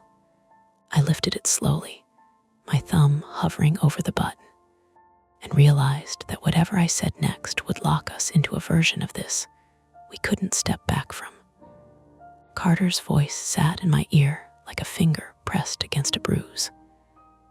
"Mercer, you You sleeping on me?" The open cargo door yawned beside us, spilling that unnatural cold across the concrete. Behind it, the hold stretched back in a dim, ribbed tunnel of aluminum and strapped containers, shadows breaking the space into pieces you couldn't fully see from the threshold. Tasha didn't look at me. "Answer him," she said under her breath. I brought the radio up, thumb hovering for a fraction too long. 728 still in progress, I said. My voice came out steadier than I felt. Minor delay in the aft section. We're handling. There was a beat of silence, just long enough for me to imagine him narrowing his eyes on the other end. "What kind of delay?" Carter asked. I glanced at Lewis. He gave a tiny shake of his head. "Don't." "Loose cargo net," I said. "We're checking it before it becomes a problem." Another pause. "You don't touch cargo," Carter said flatly. "We're not," I said quickly. "Just verifying." "Then verify faster," he snapped. "Catering S inbound. I want that cabin clear in 5. The line went dead. Tasha let out a breath through her teeth. "Loose cargo net. It bought us 5 minutes," I said. Lewis didn't look impressed. "Or it bought us 5 minutes to make this worse." Inside the hold, something shifted again. Not loud. Just enough to remind us the problem hadn't gone anywhere. "Okay," Tasha said, pulling her radio down. "We don't have time to debate. He's in there. We need to get eyes on him again before ground crew shows up or Carter walks out here himself." "And then what?" Lewis asked. "Then we decide whether we're dealing with someone who needs help or someone we need to back away from." Lewis looked into the hold, jaw tight. "We said we don't go in." Tasha met his eyes. "We also said we'd confirm." We lost visual. I felt that pressure building again, the need to choose before the choice made itself. "If he's hurt, he's not coming out on his own," I said. "And if he's not, then we're walking into something we don't understand," Lewis finished. "Yeah," I said, "we already are." Another second passed. The ramp noise surged and dipped around us like waves, engines rising, carts rattling. A distant shout carried and lost. Lewis exhaled. "We stay near the door," he said finally. "No deeper than the first container row. If we lose line of sight, we back out." "Immediately." "Agreed," Tasha said. I nodded. Lewis climbed up first, one hand on the edge of the hold, the other bracing against the frame. He moved with care, the way you do when you know a misstep could cost more than a bruise. Tasha followed, then me, the metal floor cold even through the soles of my boots. Inside, the temperature dropped another notch. The smell hit stronger now, metallic damp, with something faintly sour under. The hold was laid out in 2 long rows of cargo containers running lengthwise, with narrow gaps between them and the curved wall of the fuselage. Nets stretched over loose baggage, straps pulled tight. The ceiling was low enough that Lewis had to hunch slightly. "Stay close," he said quietly. We moved forward a few steps, just past the first container on the left. From here, the view opened slightly down the center aisle between the rows, but the far end was still swallowed by shadow. "Hey," Tasha called, her voice controlled but firm. "We're not here to hurt you. If you need help, you need to tell us." No answer, just that faint, uneven breathing again. Closer now, off to the right. Lewis raised a hand, signaling us to stop. "There," he whispered. I followed his gaze. Between the second and third containers on the right, there was a narrow gap where the netting didn't quite meet the metal wall. Something moved in that space. A shoulder, maybe. A knee. "Sir," Lewis said, louder now. "We can see you. You need to come out where we can talk." A pause. Then the man's voice again, lower this time. "You shouldn't be in here." Tasha took a step forward before Lewis could stop her. "And you shouldn't be either," she said. What happened? Did you get trapped during loading? A soft, humorless sound came from the gap. Not quite a laugh. I didn't get trapped, he said. My stomach tightened. Then how did you get in? I asked. Silence. Louis shifted his weight, the metal floor creaking faintly under him. Look, he said, tone steady. Whatever this is, it's not going to get better if you hide. We can help you, but you need to cooperate. Another movement. The man edged slightly into view, enough that I could see more of him now. Early 40s, maybe. Beard grown in uneven, like it hadn't been shaved properly in days. His jacket was dark, scuffed along the sleeves. One side of his face looked wrong, but the lighting made it hard to tell if it was shadow or something else. I said, don't call anyone, he repeated. We haven't, Tasha said. That was a mistake, he said. The words landed heavier than they should have. Louis took a half step forward. Why? The man's eyes flicked past us, toward the open door, toward the ramp beyond, then back to us. Because you don't know what you're in, he said. Before any of us could respond, a loud crash echoed from deeper in the hold. All three of us flinched. It sounded like something heavy tipping over, slamming into the floor, followed by a rapid, chaotic rattling, metal on metal, straps snapping tight. What the hell? Tasha started. For a split second, I thought something else was in here. Something bigger. Something we hadn't seen. Louis grabbed my arm. Back, he said sharply. We retreated a step, hearts hammering. The noise died as quickly as it had started, leaving the hold ringing with the aftershock of it. Then nothing. No breathing. No movement. Just the hum of the aircraft systems and our own ragged inhalations. That wasn't him, I said. No, Louis said. Tasha swallowed. Something shifted. Cargo doesn't just fall over like that, I said. Louis shook his head. Not if it's secured properly. We stood there, listening, waiting for something else. After a few seconds, a softer sound came from the same direction, a faint, irregular tapping. I took a step forward before I could stop myself. Danny, Louis warned. But I was already moving, drawn by the need to make sense of it. I rounded the edge of the container on the right, peering into the space where the noise had come from, and saw a hard shell suitcase wedged at an angle against the netting, one corner pressed into the metal floor. It rocked slightly, tapping against the surface with each tiny shift. Tap, tap. The net above it had loosened just enough that the bag had slipped, but not fallen completely free. It was still caught, suspended at an awkward angle. I let out a breath I hadn't realized I was holding. It's a bag, I said. It slipped. Louis came up behind me, eyes scanning the straps. Net's loose here, he said. That's on the loaders. Tasha stepped closer, peering at the setup. So the crash was this dropping and hitting the side before it caught, I said. For a moment, relief flooded through me, sharp and almost embarrassing. The kind that makes you laugh if you let it.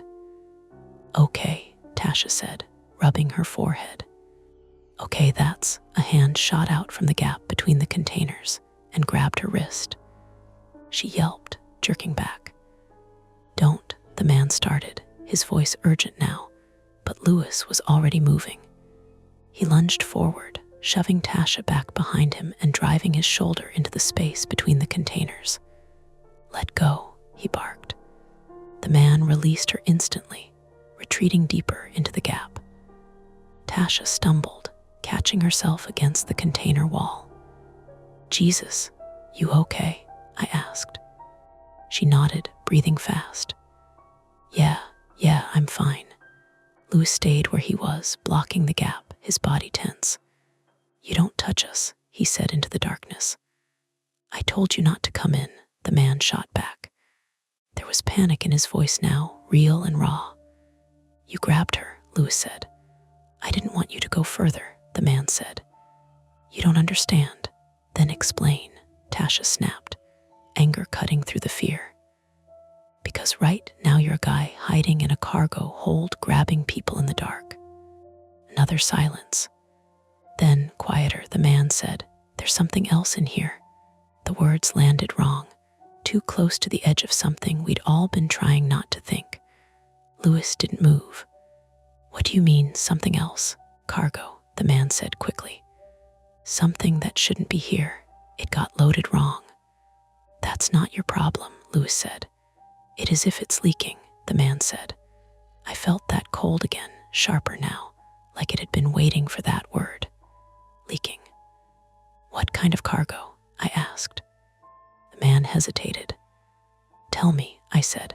He shifted in the darkness, and for the first time I saw it clearly. The side of his face wasn't shadow.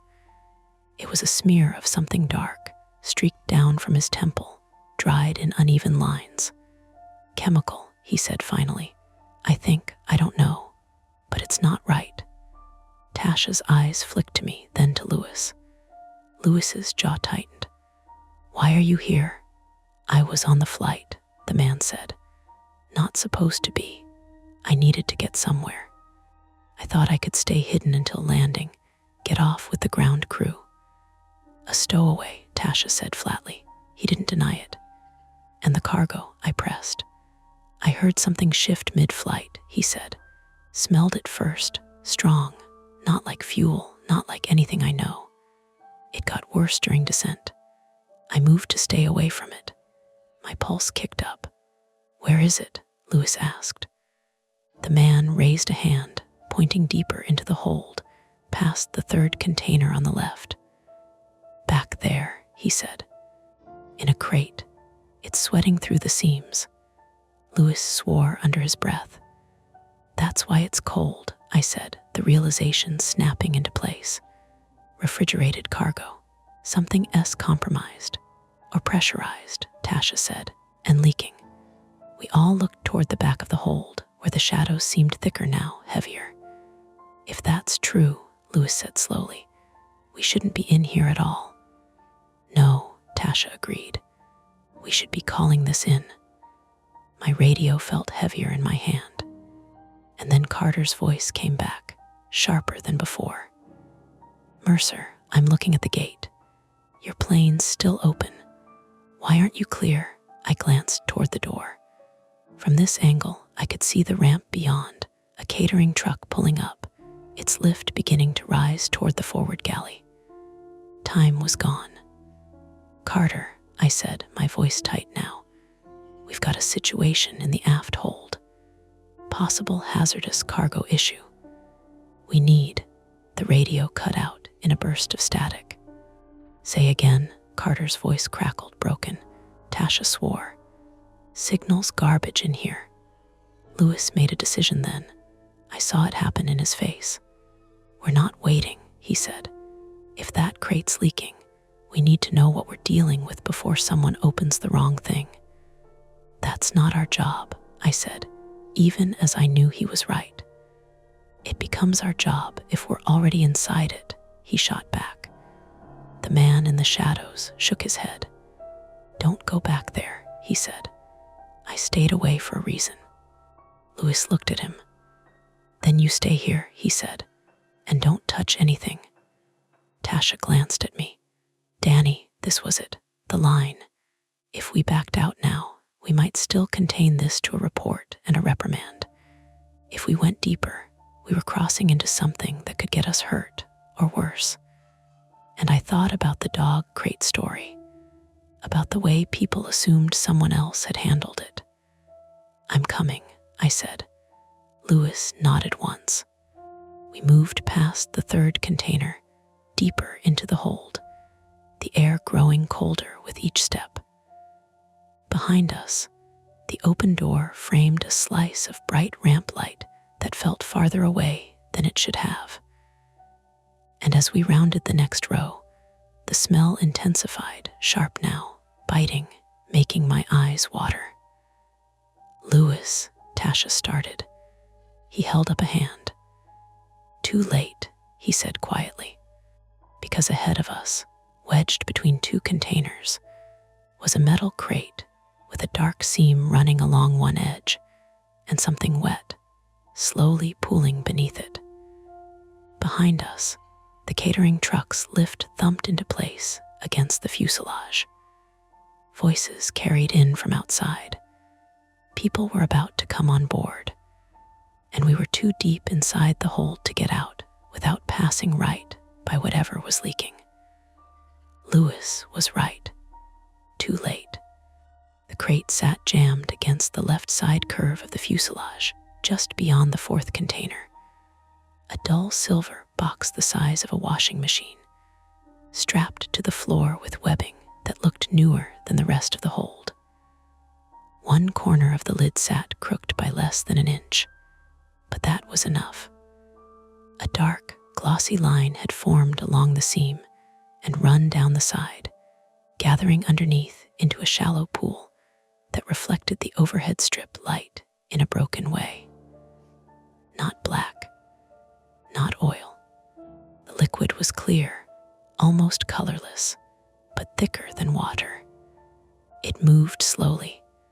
The smell was worse here. It came in hard through the nose and settled at the back of the throat with a bitter metallic sting that reminded me of batteries and burnt coins.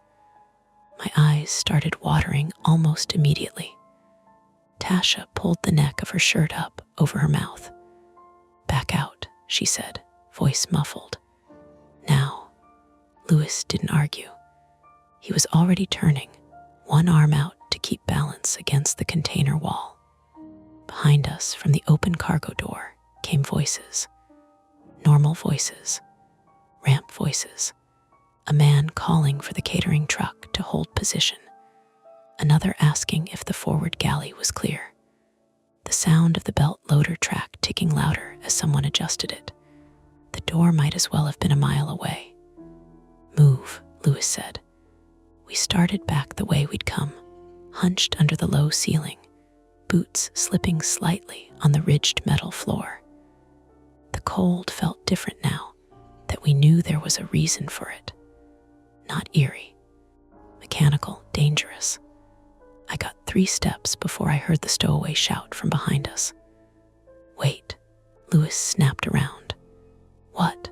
The man had come out of the gap between the containers, more visible now in the wash of the overhead light. He was maybe early 40s after all, lean under the jacket, face gray with exhaustion. The smear on his temple was dried blood. His right hand pressed hard against his ribs, like he'd been doing it so long he didn't know he was doing it anymore. He pointed past us. "Your boot." I looked down. The toe of my right boot had clipped the edge of the pooling liquid when I pivoted. Not much. A smear no wider than 2 fingers. But it was there, glossy under the light. A weird, stupid thought flashed through me first. Carter-S going to ask why I tracked something through the hold. Then the burn started. Not on my skin. Through the sole. A heat blooming upward, chemical and sharp. Jesus, I jerked my foot back and nearly lost balance. "Don't rub it around," the stowaway said. Tasha grabbed my arm to steady me. "Danny, it's eating through," I said. My voice sounded too high. Not fast, but Lewis crouched, then stopped himself before getting too close. "Keep weight off it," he said. "Can you step?" I tried. Pain shot up through the ball of my foot, not unbearable, but wrong enough that I hissed through my teeth. "Yeah," I said, "for now. Then move." We pushed toward the door again, slower this time, because now every step mattered, and the hold suddenly felt narrower, meaner. My breath had gone shallow. Each inhale carried more of that metallic sting. From the ramp, Carter's voice cut through everything. Mercer, he was outside, close. Of course he was. "Out here now," Tasha muttered, "perfect." Lewis ignored the shouting. "Radio him," he said. "Tell him nobody comes in." I fumbled my radio up, thumb slick in my glove. "Carter, don't let anyone board. We've got a leak in the aft hold." Possible hazmat. Keep people back. Static. Then, faintly, what leak? Keep them back, I shouted, louder than I meant to. My own voice bounced off the metal walls. And that did it. Somewhere behind us, deeper in the hold, a latch snapped. Not loud, just a clean metallic pop. Small, final, we all froze. Tasha turned first. What was that? The stowaway answered before Louis could. That crate wasn't the only one. A soft hiss followed the pop, not from the leaking silver crate, from farther back, behind the row on the right, where we hadn't gone. Louis swore. Why didn't you say that? I heard one shift, the man said, coughing into his sleeve. I only smelled one. I didn't know. The hiss sharpened into a wet, sputtering noise. I felt my mouth go dry. Move, Louis barked. We started again, faster, and this time there was no pretending we could handle it quietly. The point of being careful had passed somewhere behind us. The hold was becoming a hazard scene, whether Carter liked it or not. At the door, a figure appeared in silhouette against the ramp lights. Wayne Carter, 53 male, climbed onto the lip of the cargo opening with his vest unzipped and his face already arranged into anger. He took in the four of us inside the hold, the three cleaners and the stranger, and for one full second, his brain refused what it was seeing. What the hell is this? He said. Back out, Louis snapped. Now, Carter didn't move. Who is that? No time, Tasha said. There's a chemical leak. Carter's expression changed, but not enough. Not fast enough. From what? Unknown cargo, I said. More than one container, maybe. We need airport fire, operations, everybody. Nobody comes near this plane. The hiss behind us strengthened. Something dripped. Then another sound joined it, a brittle crackling, like ice under pressure. Carter finally heard that. He looked past us into the dark, and I watched the calculation hit him. Anger, denial, comprehension. All right, he said, backing off the lip. Out. Everybody out now. Simple instruction. Harder in practice. Louis got Tasha moving first, one hand at her shoulder. She climbed down from the hold to the ramp. Carter caught her elbow. I came next, hopping the last drop more than stepping, because my right foot was starting to throb in a deep, ugly way. When I landed, the pain shot up my shin so hard my vision white flashed for a second. Danny, Tasha said. I'm fine. Reflex. Automatic. I was not fine. The stowaway came to the door slower, favoring his side. He hesitated at the opening, eyes flicking from Carter to the ramp beyond, measuring escape routes even now. You too, Louis said from inside. Move. The man looked at Carter, and I saw naked panic finally break through whatever hard control he'd been holding. Don't hand me over, he said. Louis stared at him like the sentence itself was offensive. Get out first. The man dropped to the ramp awkwardly and almost folded when his feet hit. Tasha caught him on one side despite herself. Carter recoiled half a step when he realized this wasn't one of ours. But before he could speak, a new smell pushed out of the hold, a stronger wave, sharper and colder, enough to make all of us turn away and cough. Louis was still inside. He had stopped near the threshold and was looking back. What are you doing? I shouted. He pointed. The aft door control. Mounted on the inner side near the opening was the manual release housing. If the hiss became something worse, if pressure built, or if the liquid spread, leaving the door wide open would vent everything straight to the ramp crew, the catering truck, the service lane. Closing it might contain some of it until emergency response arrived. Might. Louis, out, Tasha yelled. He glanced once at us, then back toward the deep hold where the second hiss had started. If that sprays, everybody out here gets it. "I'll clear the area," Carter said. "Not fast enough." Then Lewis turned and grabbed the inner handle. It should have been a simple motion. Pull, guide, let the hydraulics take weight. But the moment he shifted his footing, he stepped into the thin trail that had snaked farther from the silver crate than we'd realized. His left boot slid. He went down hard on one knee and one hand. The scream he made was short and involuntary, like the sound had been punched out of him. "Lewis," Tasha tried to climb back up, but Carter caught her high on the arm. "No, let me go." Inside the hold, Lewis was already trying to rise, dragging his hand back from the floor. The glove on it looked wrong. The palm had gone glossy and was beginning to wrinkle. He stared at it once, just once, and then set his jaw so hard I could see it from the ramp. "Door," he said through his teeth.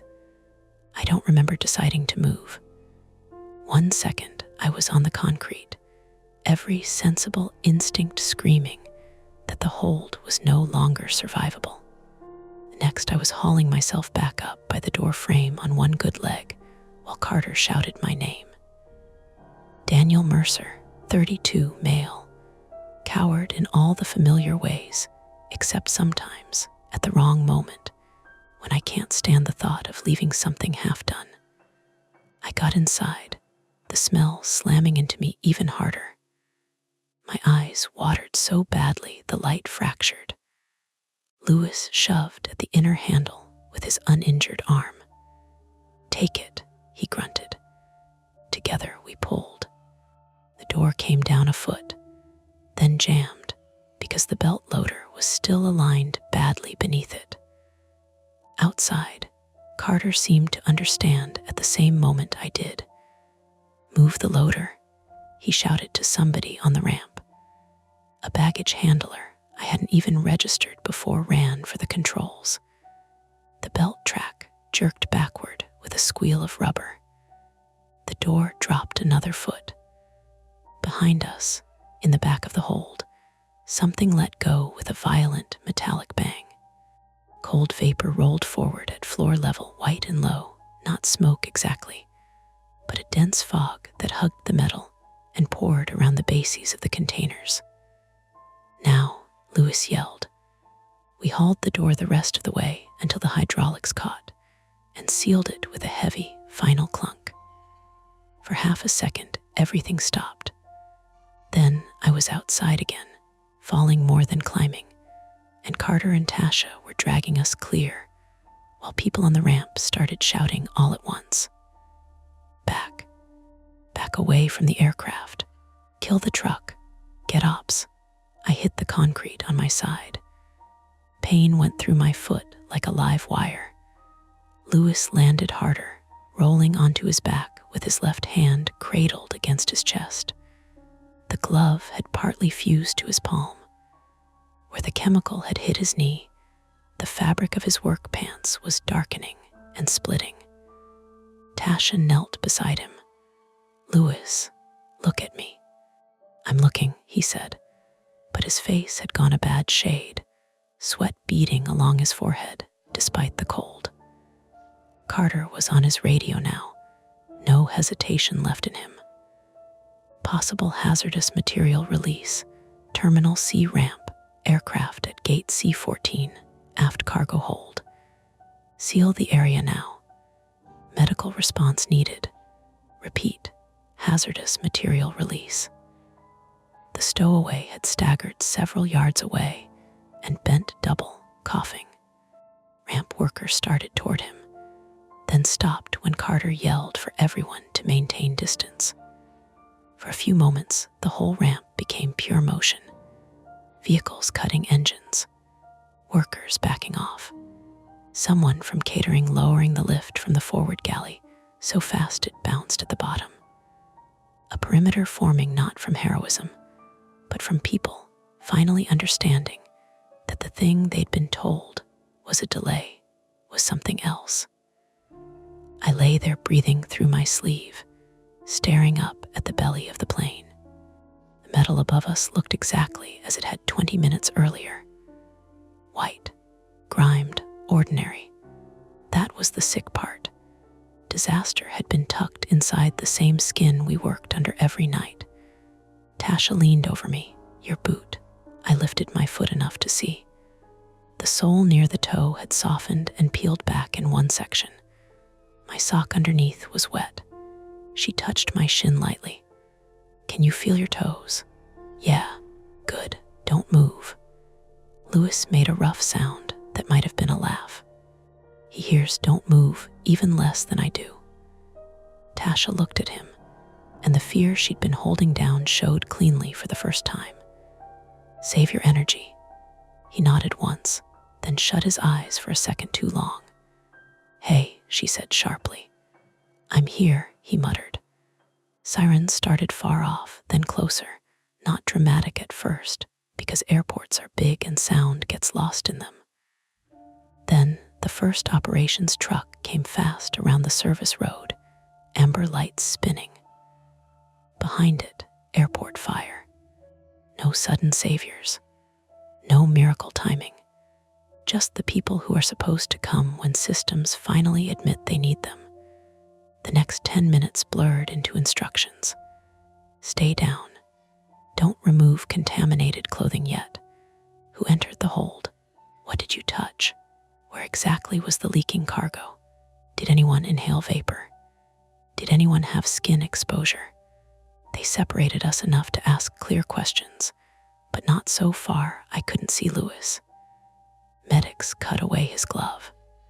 Even from where I was, I heard him suck in breath through his teeth when air hit the burn.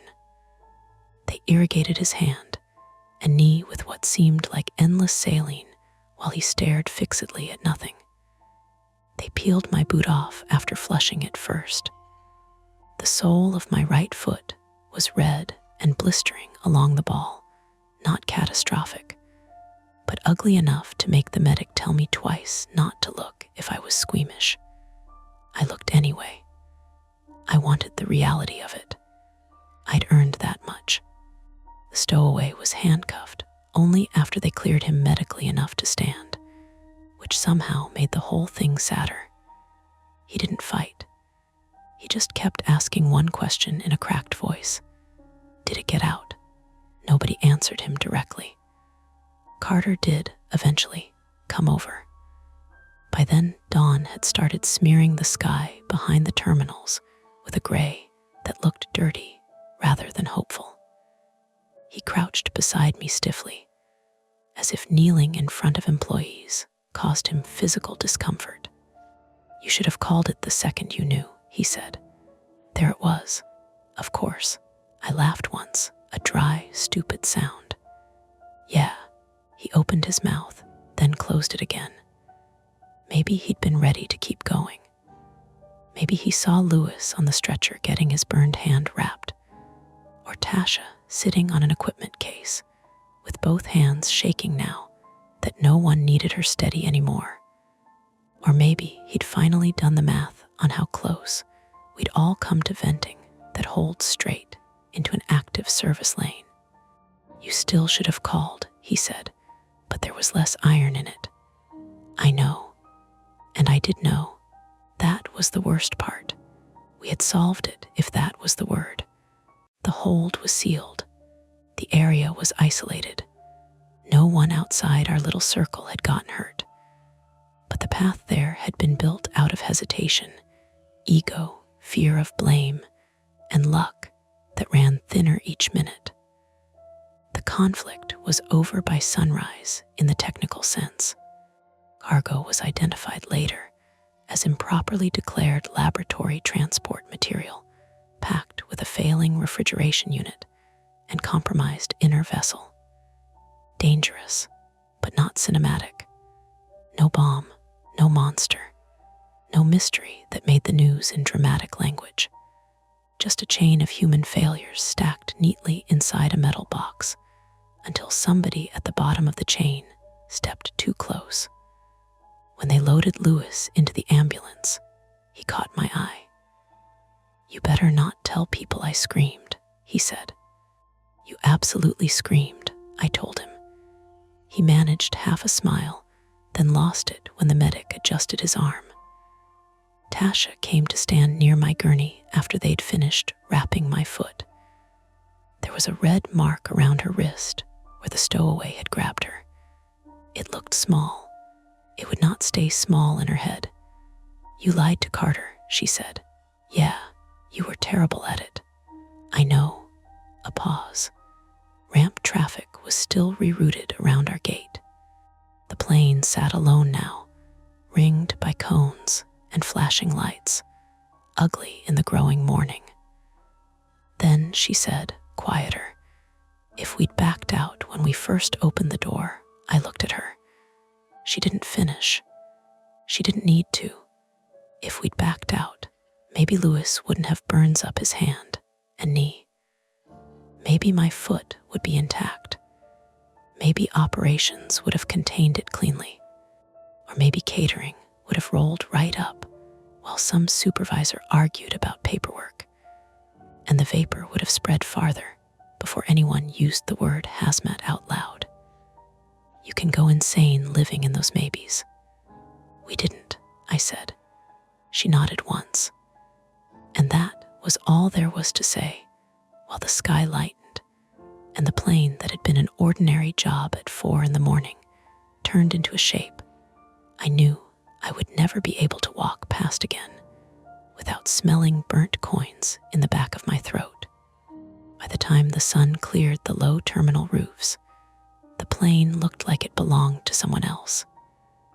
They'd ringed it with cones and temporary barriers, the kind you can step over if you're careless, the kind people respect anyway because of the uniforms standing behind them. Airport fire had a truck angled just off the left wing, hoses coiled but ready. A white operations van idled with its rear doors open, plastic bins and sealed bags laid out in a neat, clinical line.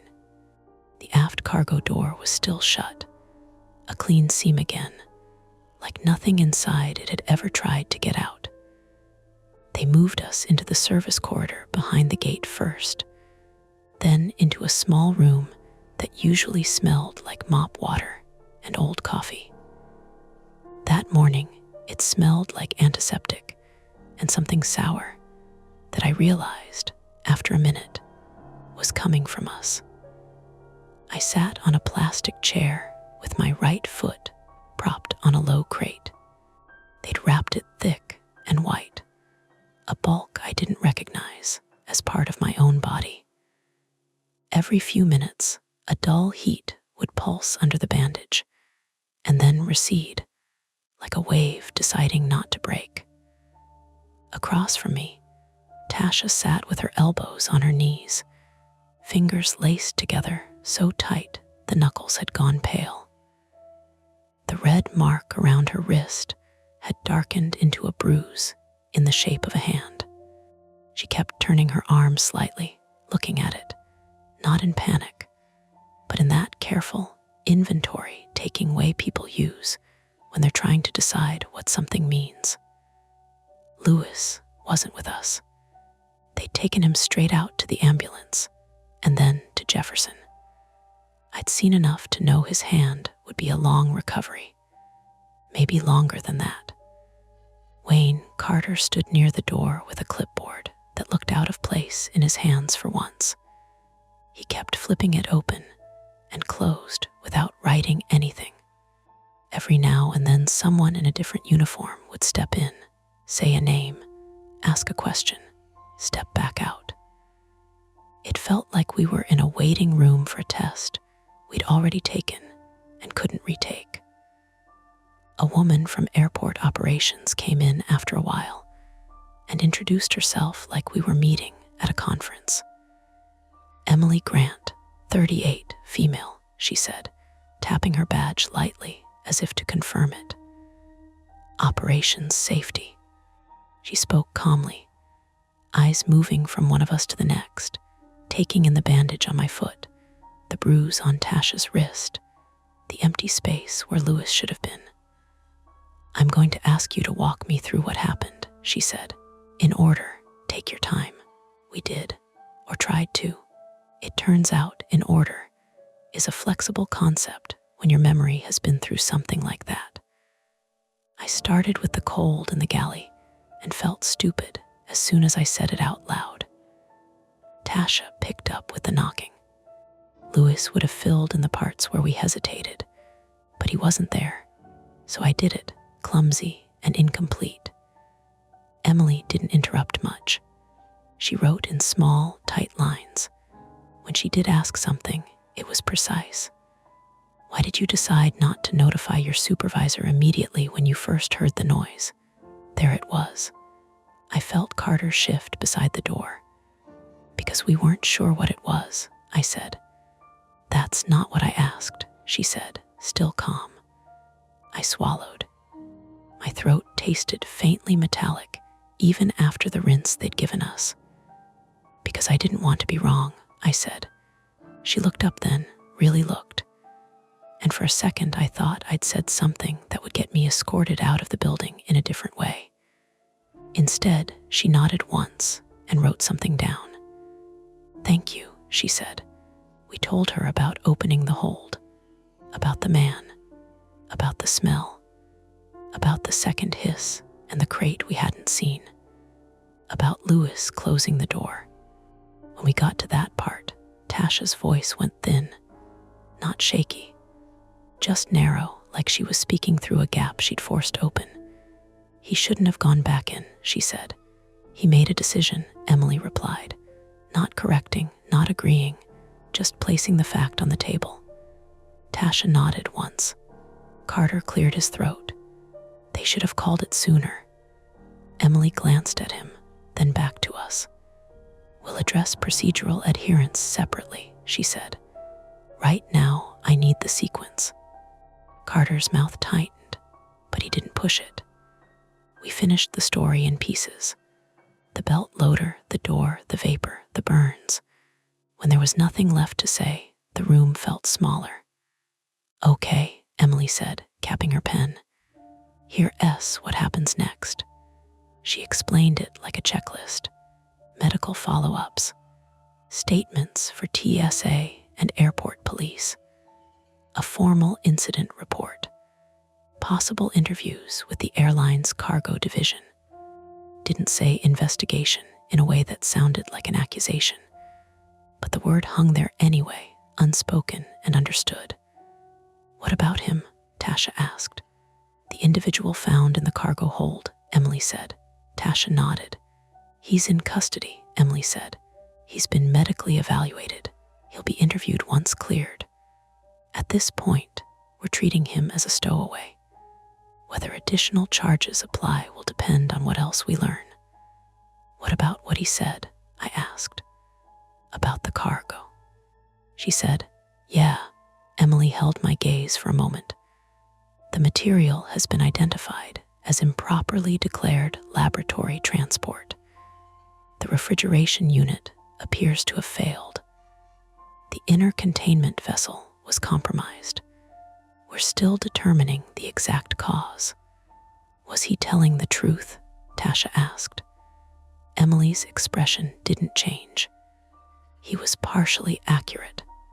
That was as far as she went. After she left, the room settled into that strange quiet again. The kind that comes after someone with authority has explained what your life looks like for the next few weeks. Carter finally moved away from the door. You're both off the schedule until further notice, he said. Workers, comp will handle the medical. HR will reach out. He looked at me, then at Tasha. You should have called it in, he said again, softer this time. I know, I said. He nodded, as if that closed something for him, then left. Tasha leaned back in her chair and stared at the ceiling. The fluorescent light above her flickered once, then steadied. You ever think about how much of this place runs on people pretending things are normal until they absolutely can't, she said. Every night, I said. She let out a breath, that might have been a laugh if it had any humor in it. "They're going to ask me why I went in," she said. "They're going to ask all of us," I said.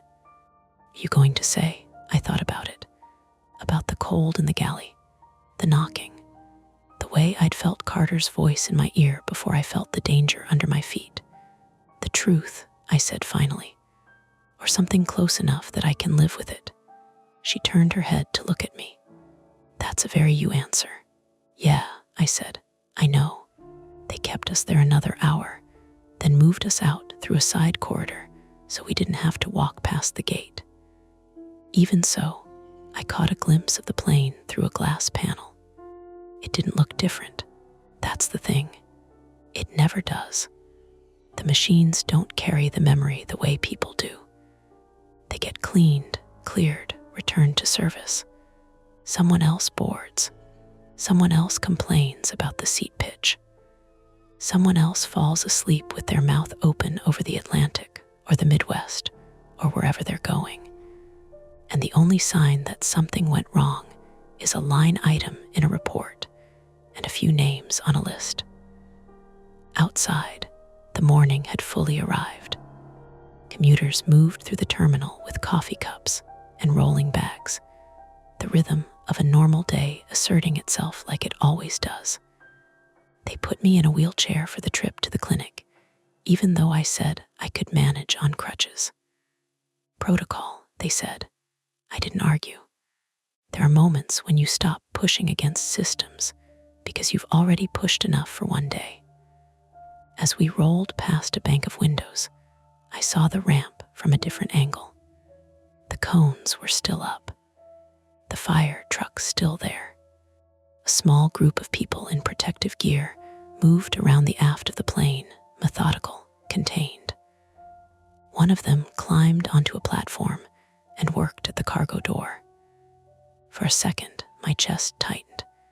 It wasn't fear exactly, more like recognition, the body remembering before the mind catches up. I looked away. At the clinic, they unwrapped my foot again under brighter lights. The skin was blistered in an irregular patch, angry but intact. The doctor, mid-40s male, efficient, told me I'd be lucky. Weeks, not months. Maybe a scar, any numbness, he asked. No, good, we'll keep it that way. He said it like it was a simple equation. They cleaned it again, redressed it, gave me instructions I knew I'd follow too closely. Keep it dry. Watch for infection. Come back in 2 days. Tasha sat in the next chair while they looked at her wrist. No break. Soft tissue. Ice, rest, a wrap. Lucky, the nurse said. Tasha didn't answer. Together, slower than we'd come in. Outside the clinic, the airport felt almost normal again. The overhead announcements had shifted from red-eye arrivals to morning departures.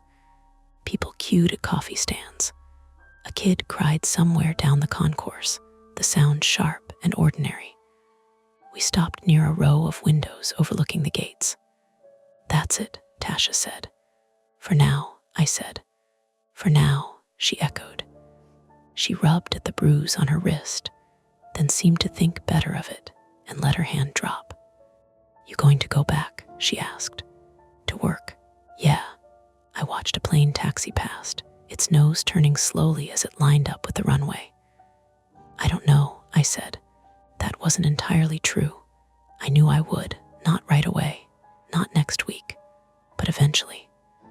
Jobs like ours don't come with clean exits. You step away, you heal. You tell yourself you've learned something, and then you step back because rent doesn't care about your personal growth. She nodded like she understood that without me saying it. My mom's going to tell me to quit, she said.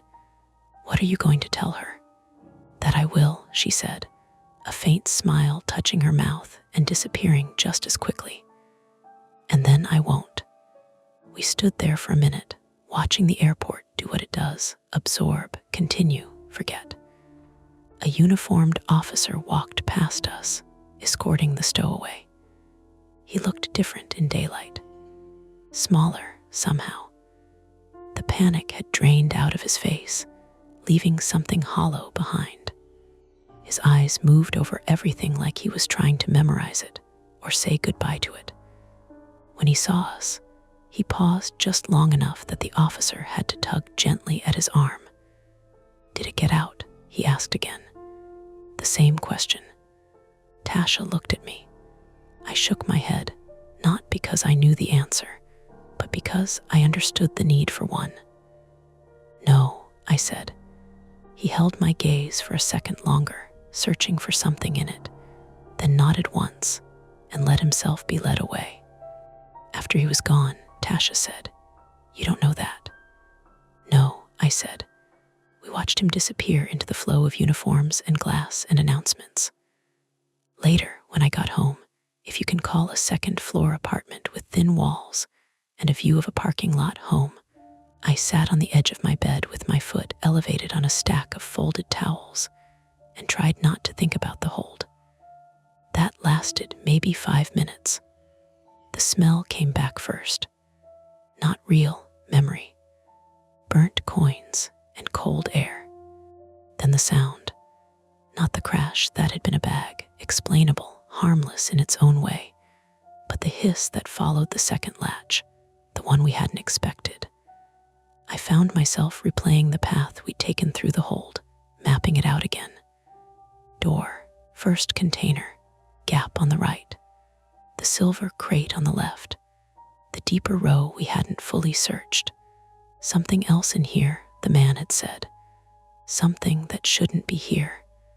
They'd identified the cargo, improperly declared, failed refrigeration, compromised vessel, clean language for a messy thing.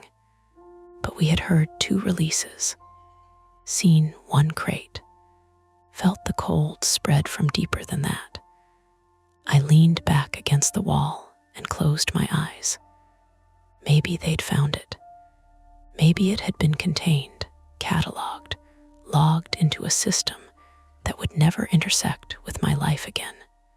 Or maybe there was still a section of that hold, some corner behind a container, where something had leaked and then settled into the seams and joints of the aircraft in a way no checklist fully accounted for. Airplanes are good at carrying things. People, cargo, mistakes. They don't always tell you what they're still holding. I lay there with my foot throbbing in slow pulses and the morning light pushing through the blinds, turning the room into something almost warm, almost normal. Underneath that, quiet but persistent, the sense that I had walked out of something that wasn't entirely done with me yet. And that's the end of today's chilling tale. If you enjoyed this story and want more nights full of suspense, don't forget to hit that like button, subscribe to Mia Horror Stories, and turn on the bell so you never miss a scare. I've got plenty more stories waiting for you, so stick around and check out the other videos on the channel. Thanks for watching, and until next time, stay safe and don't look behind you.